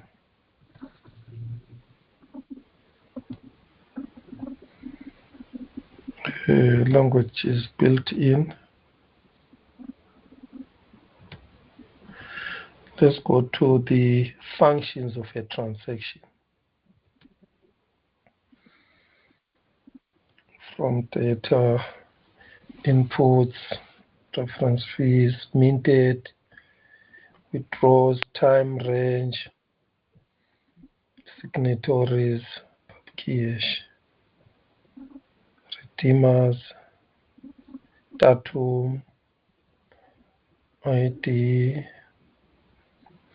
serialize. Right, we've got this first function is signed by.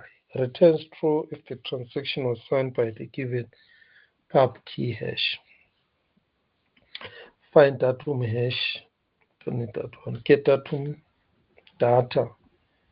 Outputs sent to. Returns the TX outputs as sent to a regular payment address. Sent to pub key hash. Outputs sent to that. Returns the TX outputs. So this is a getter, Let's go to the next one. Outputs logged by. Returns the TX outputs as being logged at a given script address. TX outputs logged by script hash. Okay, think about that one. Outputs logged by datum. Logged at a given script address. Given datum. Outputs logged by datum. Right, value paid to, that one is payments. Value sent to, that is for value sent to datum. Returns the output value sent to regular payment address tagged with a given datum. Value logged by returns the output value being logged at the given script address. Value logged by datum. Right. One of these functions are the ones that you need to use to log.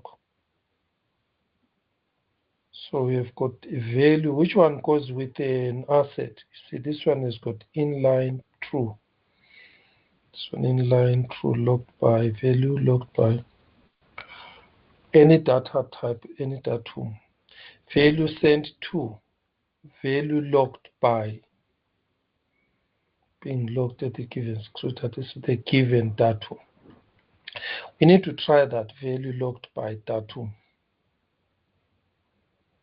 Value sent to. Okay? Value paid to. So this is one area where you must come to check, read this. That is one part. Second part, then we check with the examples of crypto smart contracts where a token was sold or logged. I normally use a Lawrence Ultimate Cardano smart contract. Let's see this one, chapter 5, where I think chapter 7. chapter 10, there is a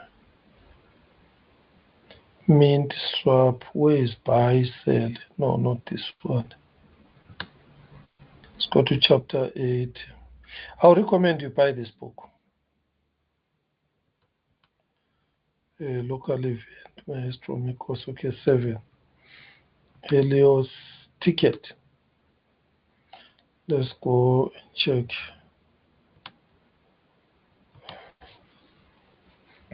Here we've got mint, Ben. I did write a smart contract before for locking, but it was not in Helios.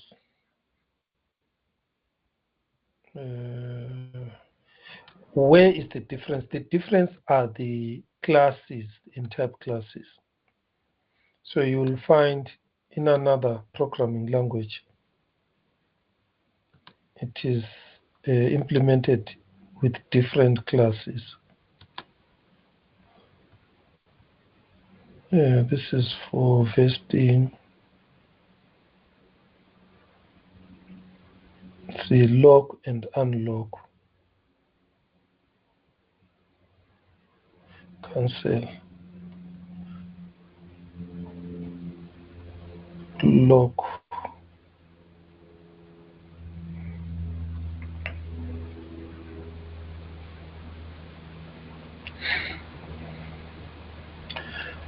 Alright, let's check this lock.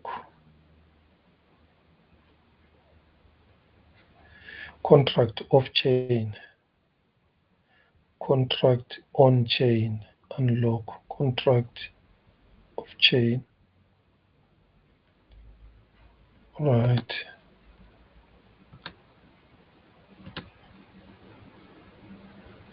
And for lock.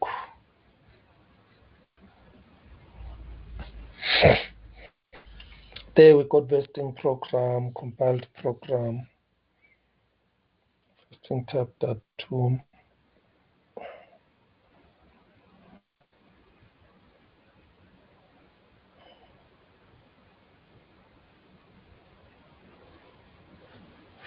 Right, on the add output.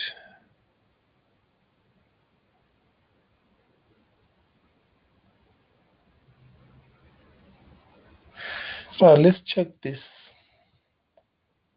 TX add output. If here we have got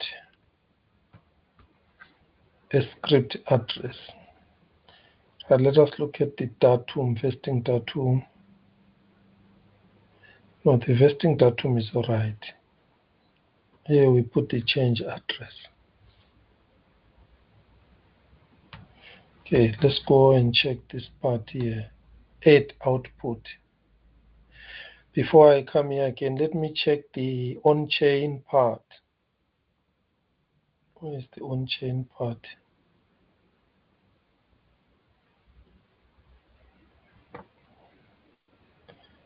Config on-chain.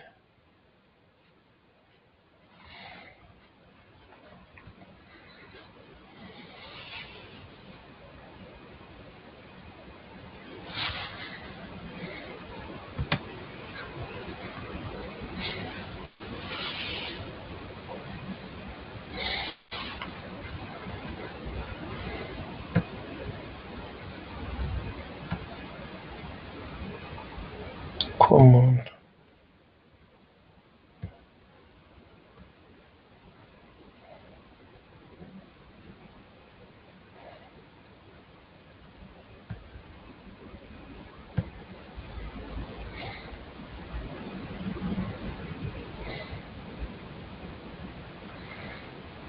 Okay.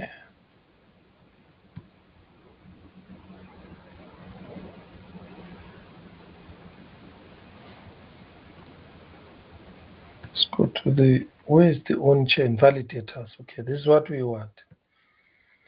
Let's go down, check down here. It says TX is signed by. This is the same like the one that I do. This one, these are just very basic. Very, very, very basic. Which other example can I use? All right, let's test it. Let's check it. We check it.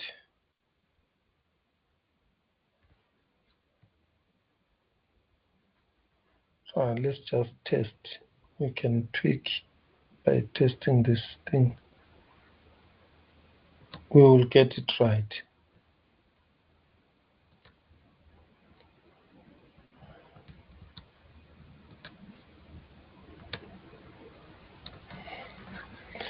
Right, where we are going to change is here. Your code where you say transfer tx outputs dot any tx value sent to datum price. Value sent to this datum seller is equal to price. Okay, this is for the buy. See, where is the sell part? Where is the sell part? All right, I think let's stop here. I am going to give you this code which is working. This one. It is working.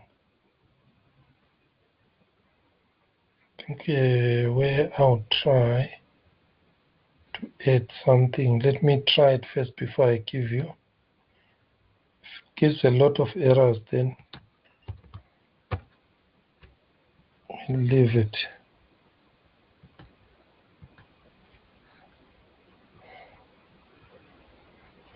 Right, let's go to value locked by datum. Looked by datum script. Datum true.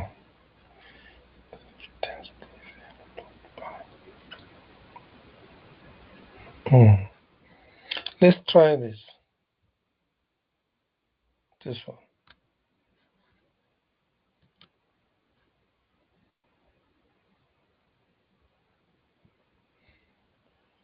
Contains output value sent to value locked by.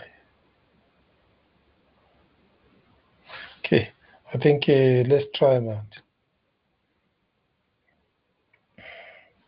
So now where are we going to add this for buying?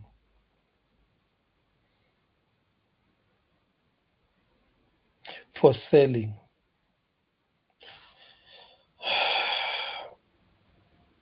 You will need to give me, I think I will have to take a break.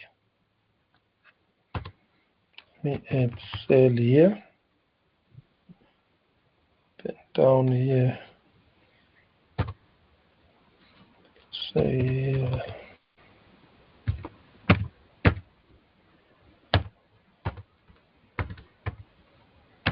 okay. So we will need to supply sell redeemer.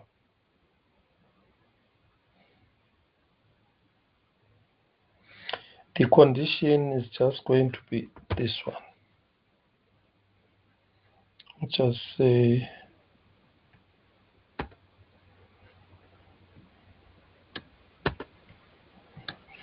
value locked by datum. Here we supply a validator hash. Script address validator hash.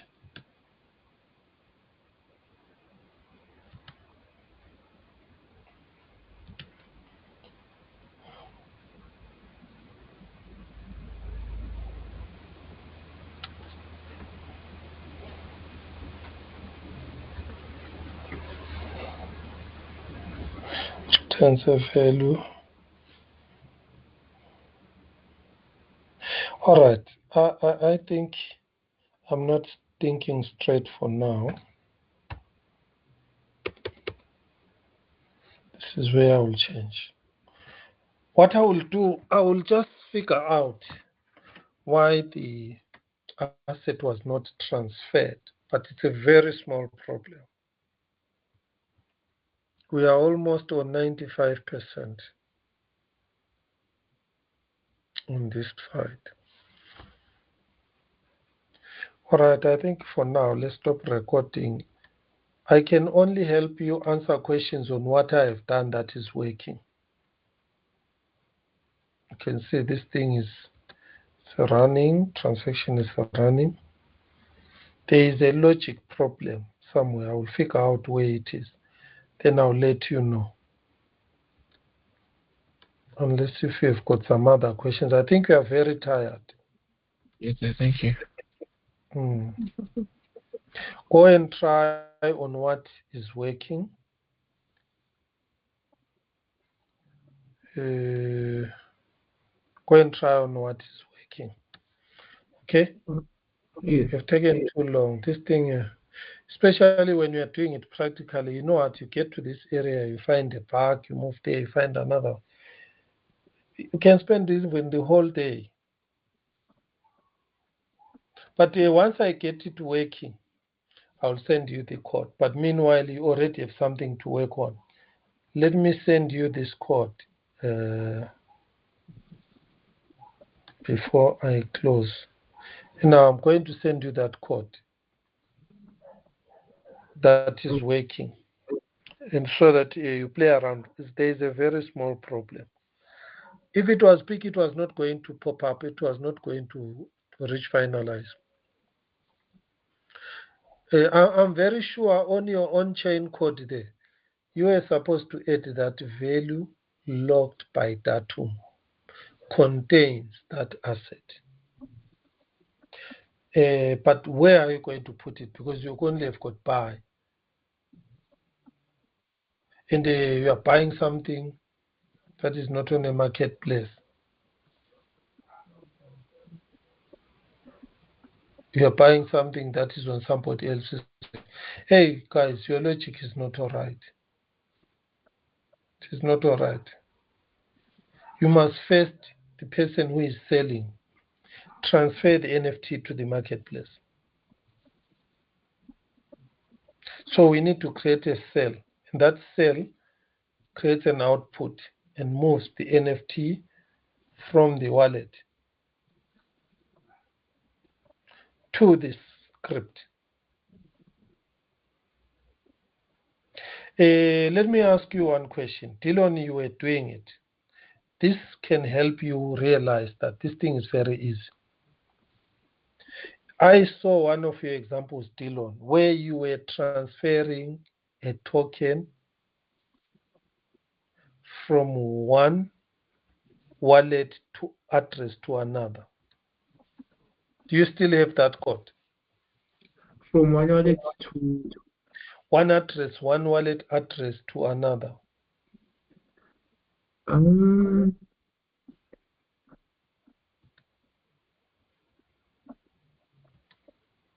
Wait, transferring ADA. Whether you are transferring ADA, CoxyLib has got that function. Yeah, because there is transfer assets and yes, transfer assets. The only change there you do is instead of pointing it to another wallet address, you just point it to the script address. Oh. Yeah. Okay. That is the only change. Let me just check here if on your site here you can check the CoxyLib. You check that transfer assets. Yeah, send assets. I do have the send assets. We have got that. Yes. Let me check from my side. How does it work? From the old CoxyLib file, if you want to send the assets, you'd need the MPH, the name, the quantity. If you were with me, you saw we have the policy and we have the what? The hex name. The hex name, yes. Where is it? Where is it? I'm just scrolling here. Oh yes, Transact. now I'm there. Send assets. Finish. Finish. Do you see that to address? Just Yes. to the script address. Let's see how this thing moves. It creates an output. Go to the output there. First, you see we said to. You just apply it with the address where it must send to. Then the asset MPH, the policy, we have that. The asset name, we have that. And then the quantity. Oh, God. I think we were just... Okay. Just look at the output there. You Yes, can but see TX asset output. token NFT, the datum part. See that add output. Yes. We have got the HLIP address, page 32, to address. So that is the validator address. That one we have. That one we used that. That one is correct. We have that. The value 0, correct. We have that. Assets, tokens, or NFTs. And then check that where we created assets, token, NFT, new, add component. We added MPH, comma, then the name and the quantity. That's it. That's it. So, are you going to be able to add? From what you're explaining, you're saying that instead of directing it to a wallet address, you're directing it now to the script. Our inline datum,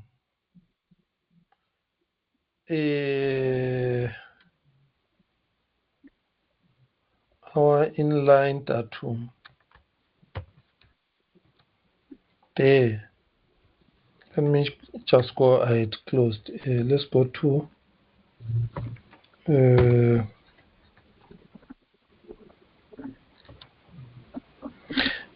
check the difference between this script and the hours that failed is there is no inline datum there. Yes. There's no inline datum. Let me go to it.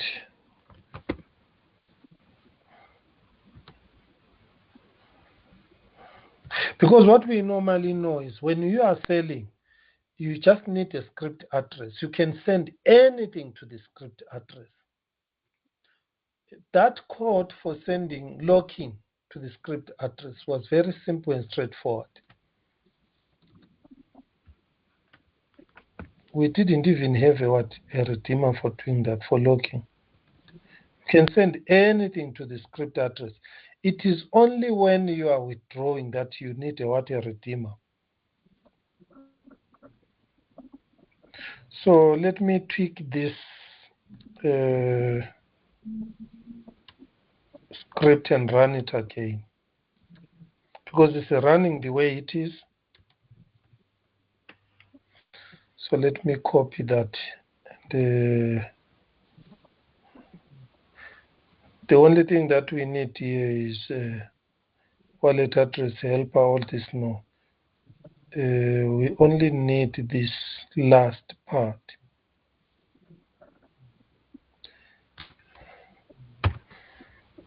Should work. It should work. I'm only replacing the last part which says tx add output, tx output. TX output script address. Yes, we are sending to the script address. That value there, which is 0, is not important, that one. The inline datum. What made this inline datum fail? Compile script. I think I see why it failed.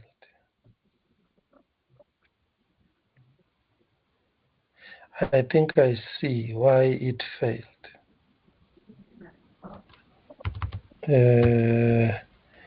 Right, I'm going to replace it with this one here. Assets. You can see here I'm using HLeap assets.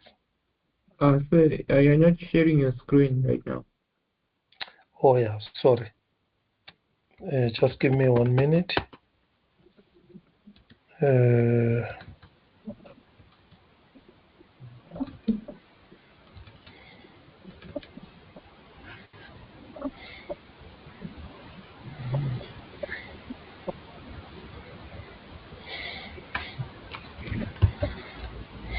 Just a moment.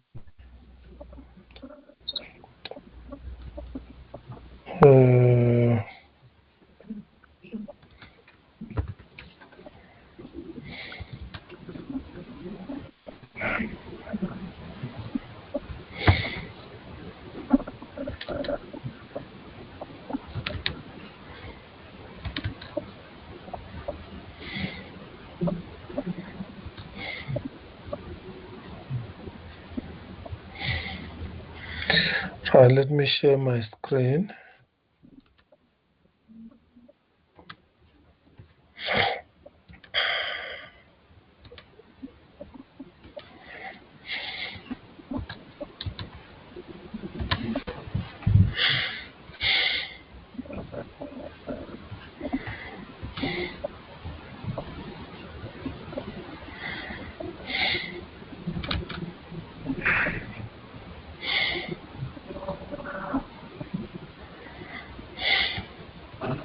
There is something that is missing there. When you are specifying the asset, you need to specify also the quantity. So here our function says I must sell, but I didn't specify the quantity. So I will add the quantity there.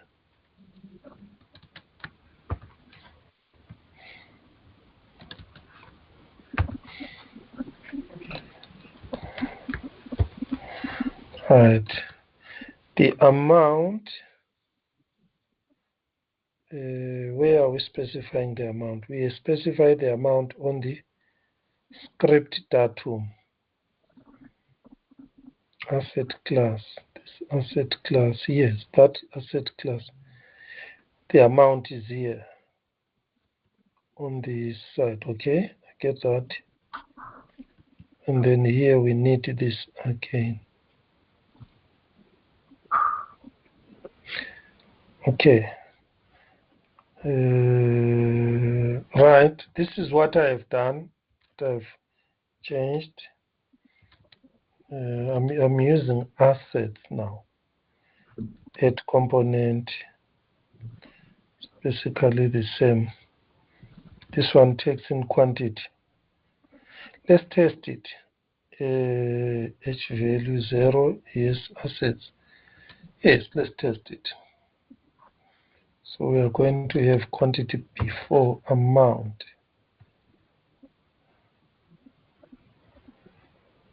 Here. So there are two already. So let's move one.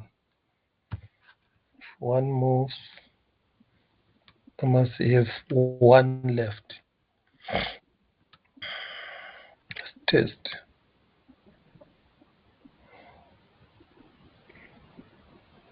Right, let's change this to address to the script address. Do you see this to address? Yes. It is this script address. Now we are sending it to the script address.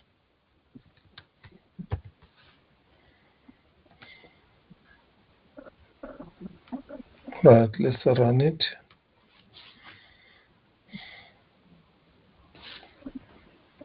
Encoded end of here. All right, here I think Remember here, I'm already sending a hex.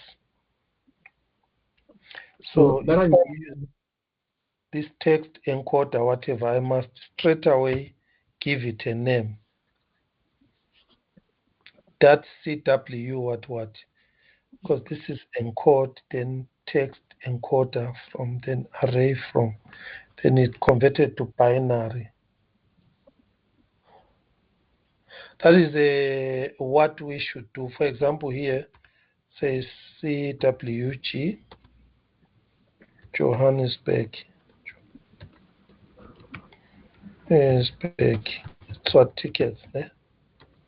yes. Yeah. And then here we give it the MPH as a hexadecimal. But are we not trying to make them get the data from the datum, or for the data to match the datum?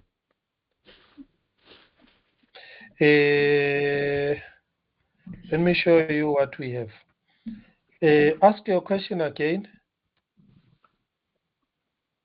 Saying we are trying to make the information that the user will give be the same as that of the datum, or the datum from the contract. So when we're doing this, All right. Let's see if I left out the datum here. What did I add here? Where is the datum now? Right, here is our inline datum. Okay, now I'm no longer using that inline datum. What am I using now on this other output? This one here. Sending something to the script address. Sending this.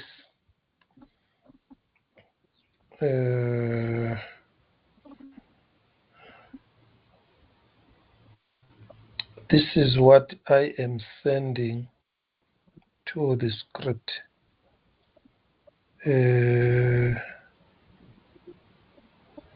Now I left out the datum, ne? Because here the datum is no longer linked yeah. with value inline datum. So maybe instead of putting inline datum, what if you should just put the datum? I don't know if that makes a difference. Wait a moment. You see here you've got a value here. All right. Do you know where we add the datum? I'll show you. We add the datum after this value. See this value? Yes, here. If you look at that value there, yeah, that big value, yes, supposed to be 3 parameters, that output. Now, with this one, it is only 2 parameters. We left out, what you are saying is true, supposed to be like this. Then that is going to be there. But remember, at the same time, this must move. What that datum is, let me correct one thing. Remember that datum on chain is not going to carry the asset. Are you with me? What is actually going to carry the asset is the UTXO. And the asset is going to be part of the what? Output, TX output. Let's try this. Let's try this and then check. We are almost there. I'm very confident. End of TX. Getting these errors here. Right, from page 32. I think here I must just supply the MPH on which one? This one here, because this is converting this policy from hex to MPH. This is already MPH, as far as I know. So all what we need to do is just to enter the MPH part. NFT Tatum. Let me check one thing here. There it is, asset class.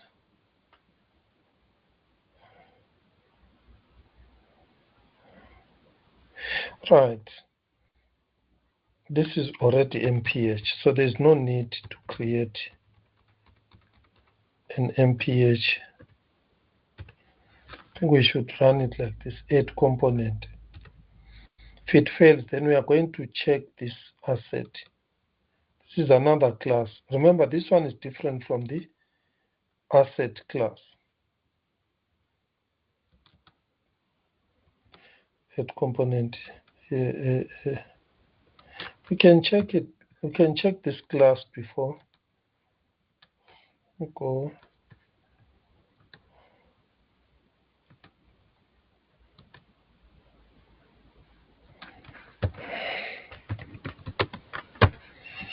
There we go. Constructor. This asset. There it is. Const MPH. Minting policy hash from props. So in this case,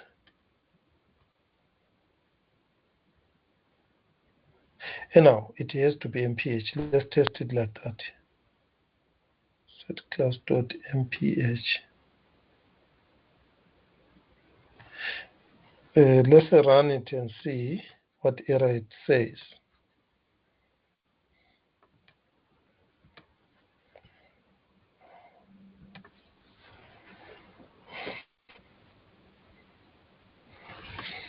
Let's go to 114.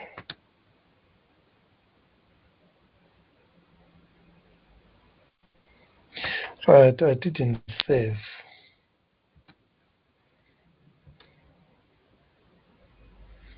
I didn't save here. Let's run again.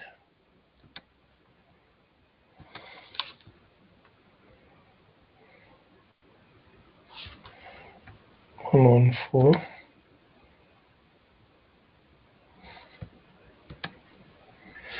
Right, what I'm having here is a cache. Where is this disable cache?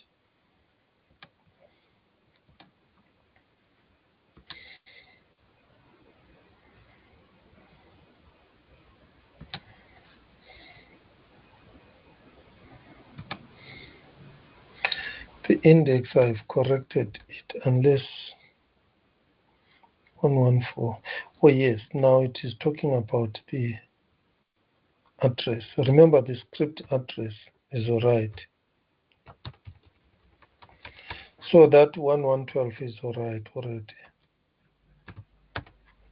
And that one should be fine.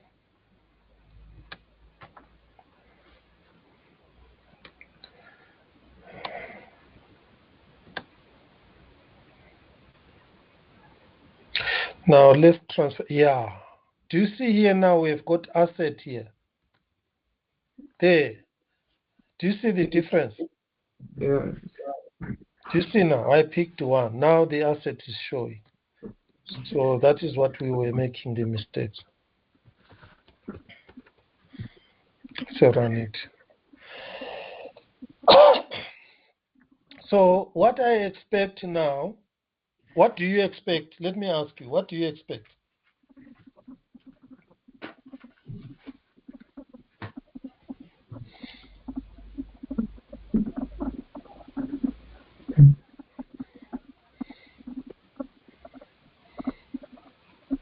So, what do you mean by that? Right? What do you expect to happen? Oh, okay. Isn't it you sending the asset to the minting script? I mean to the sorry, to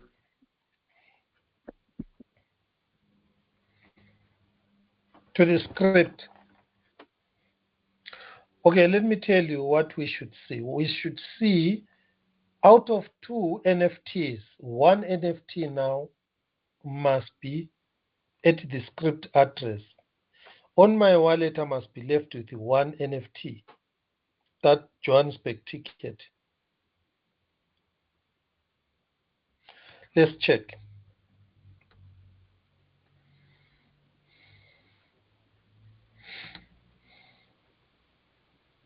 Do you see that? Can you see my address? hello. Sorry. Can you see my address? What do you see? Yes, I can see address. What do you Yeah, see? I can see, sir. What has happened? That one of the tokens has been left. How many tickets did I have before?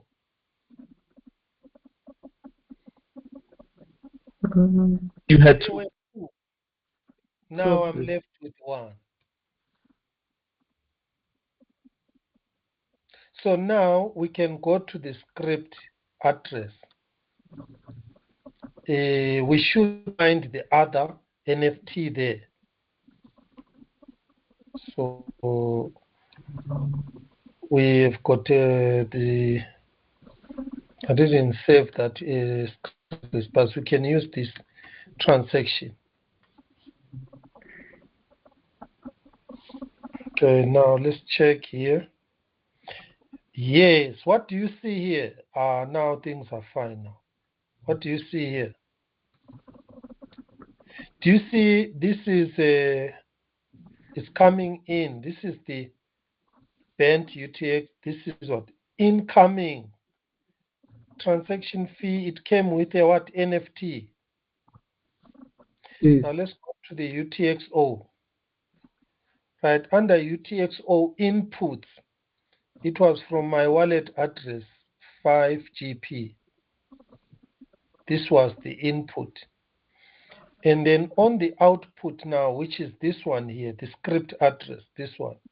Do you see now the NFT is there now? Yes, we can see it. Now we Yes. have managed to send something to sell to. All right, let us click. What do we click now? Let's click this NFT. Let's see some details there. What we want now is to inspect is the datum. Remember that that datum information. Let's check it. Mint transactions. Where am I now? Go back.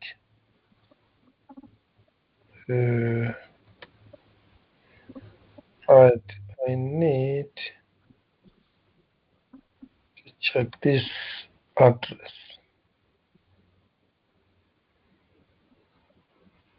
I'm not seeing what I want to see.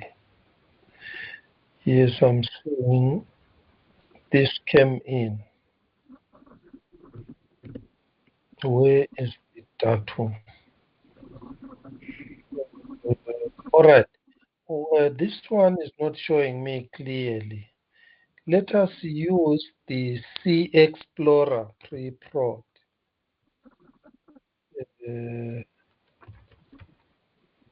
CX Explorer.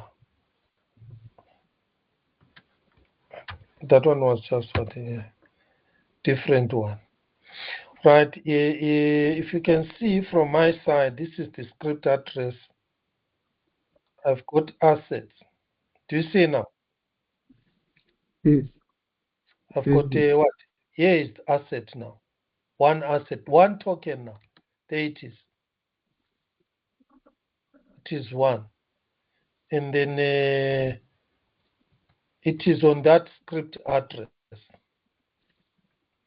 So I can send another one from another different wallet, which means let me simulate 3 people who are selling. Okay, let us look at the datum. What do you call it? I don't see the datum here. because that one with the price. Where is the script? There's something I don't see here.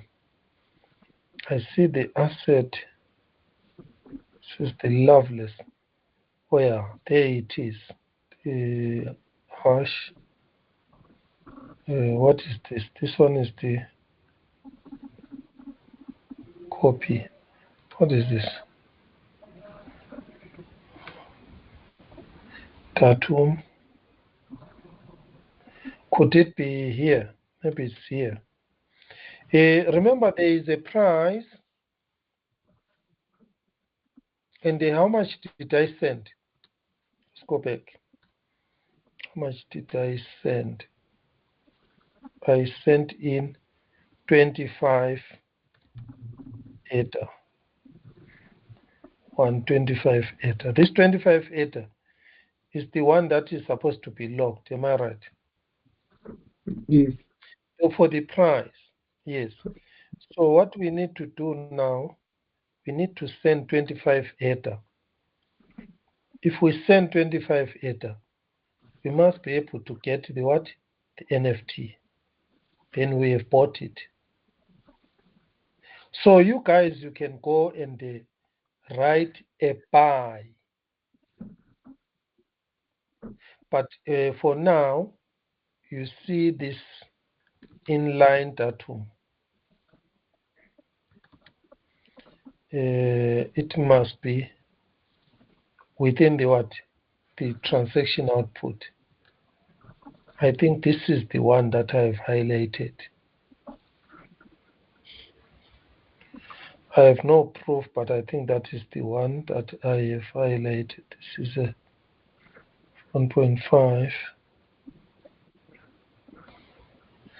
Because this one is inline datum. Okay. Maybe there are some other things that I'm missing up here.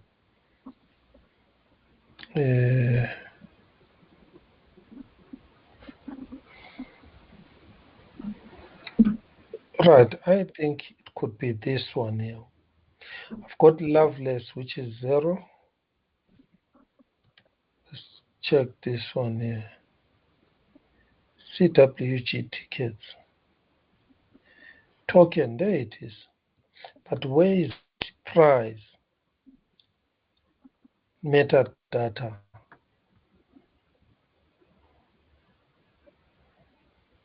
WCW taking place. Because now what we need is that price for the datum. Yeah, remember the on-chain datum, you don't see it outside. It will be a security risk to see it outside. Asset, there is the asset there. So can you go now?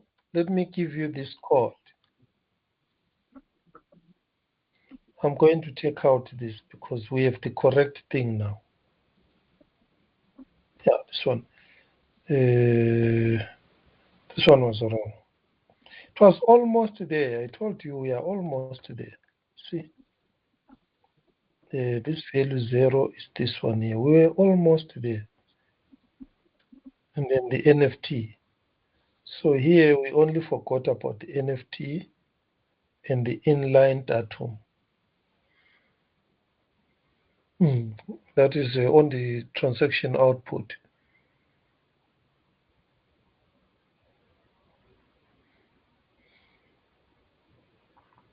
Any question from your side?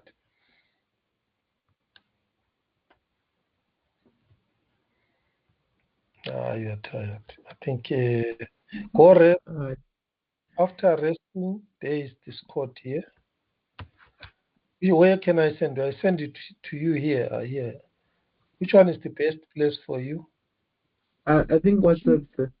WhatsApp, sir. WhatsApp, please. Right, on the WhatsApp there. Send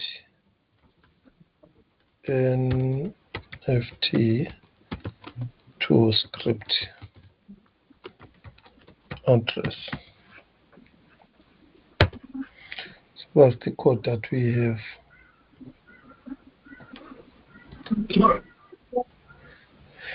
All right, so you see we managed finally to do it within a day.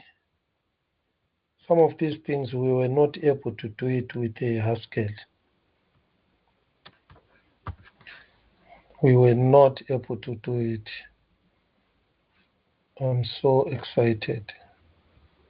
So, sir, when they are buying it, they're buying it from the script. Yes. Then what happens is when they are buying it, remember, at the moment, the two of you, three, and myself, we all know the what do you call it, the NFT.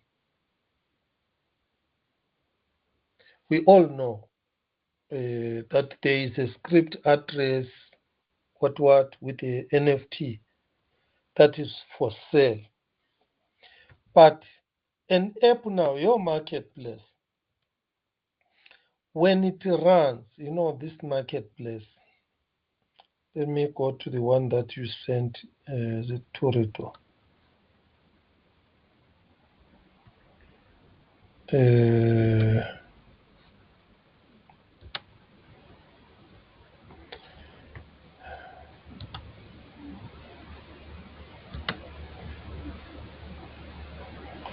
Right, where's the loan?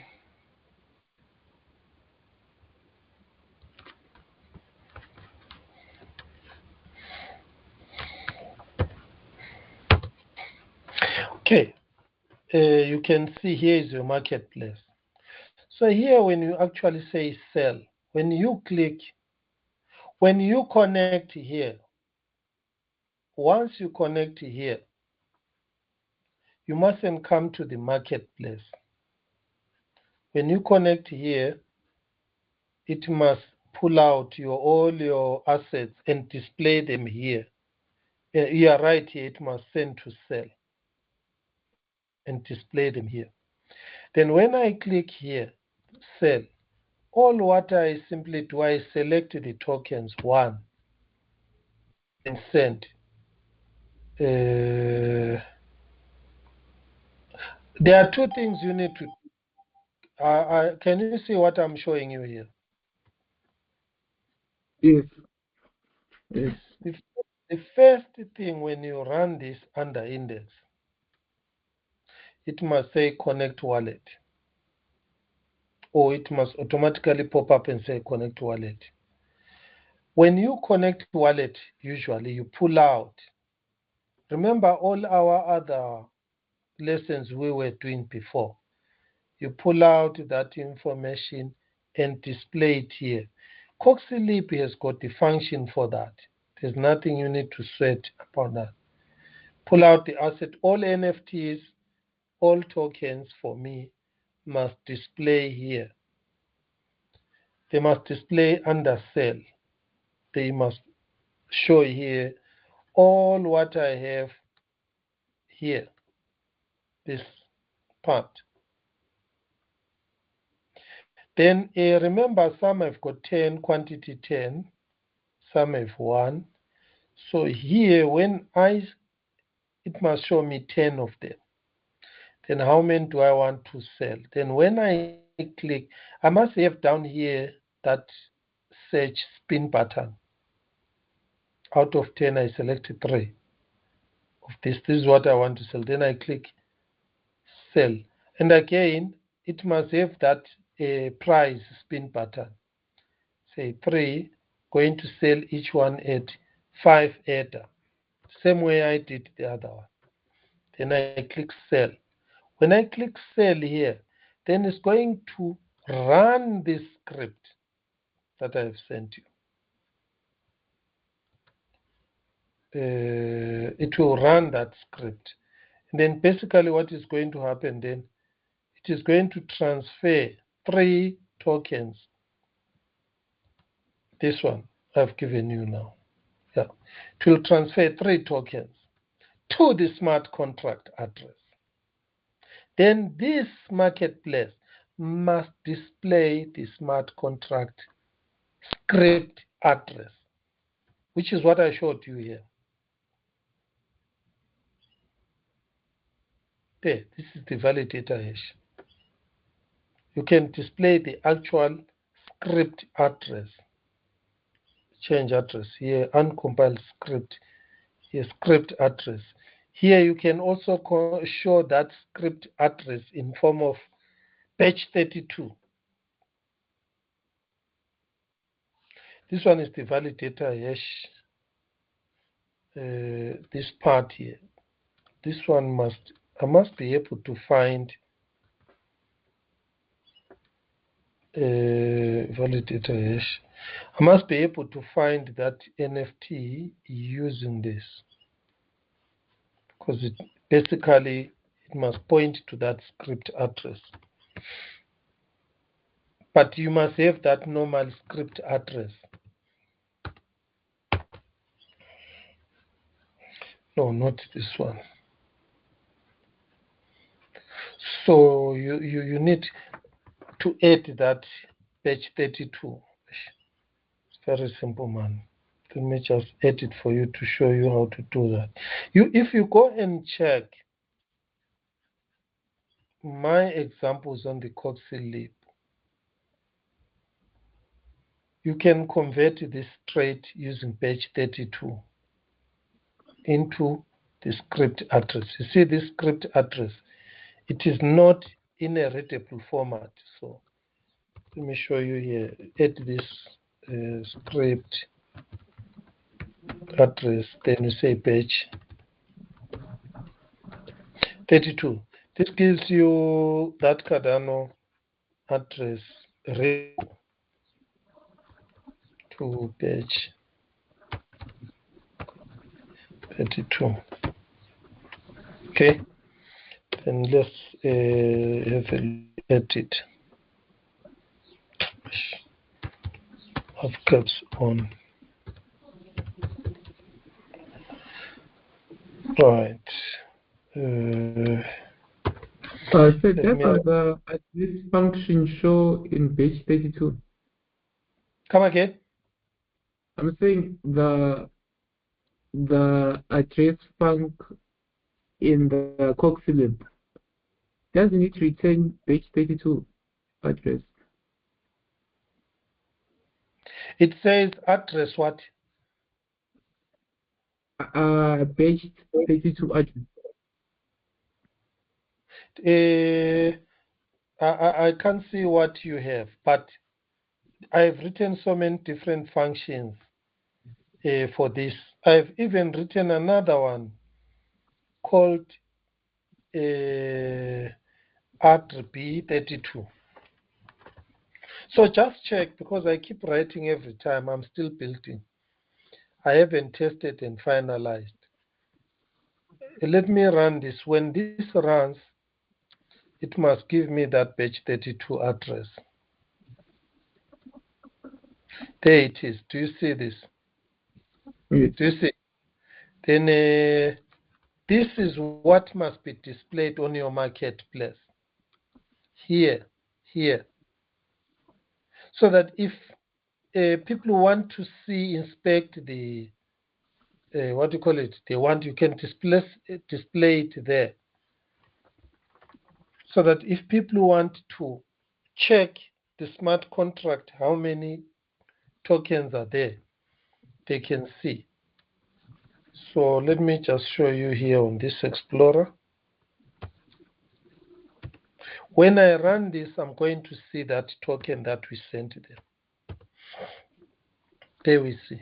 So if we go to asset, there is that NFT. So people must just see it here. Right. Because now when this loads with the script, it is the page 32.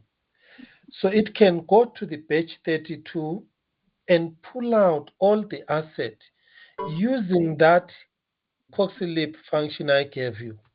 You remember that Coxie Lib function that I created for you? I think there is a meeting I must attend. Today is Friday.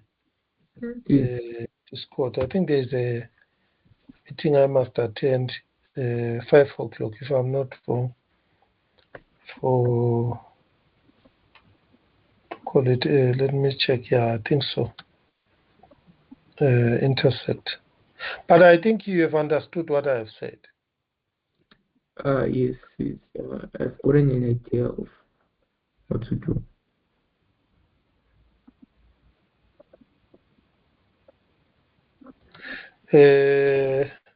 Right, this is what 2 p.m. I had to drop, coming back shortly. Are you all able to join? Right, I have to join a meeting now. This was what time? Hey, 4 p.m. Yeah. What time is it now? 4:22. Right, guys. Thanks a lot. We have, I think, solved a big problem. Okay. Yes. All right, and we did it in one day. So Yeah. thanks a lot. You sent the Coxlib. Yes, I sent yes, the link. Yes. Oh. Right, I'm going to close this recording.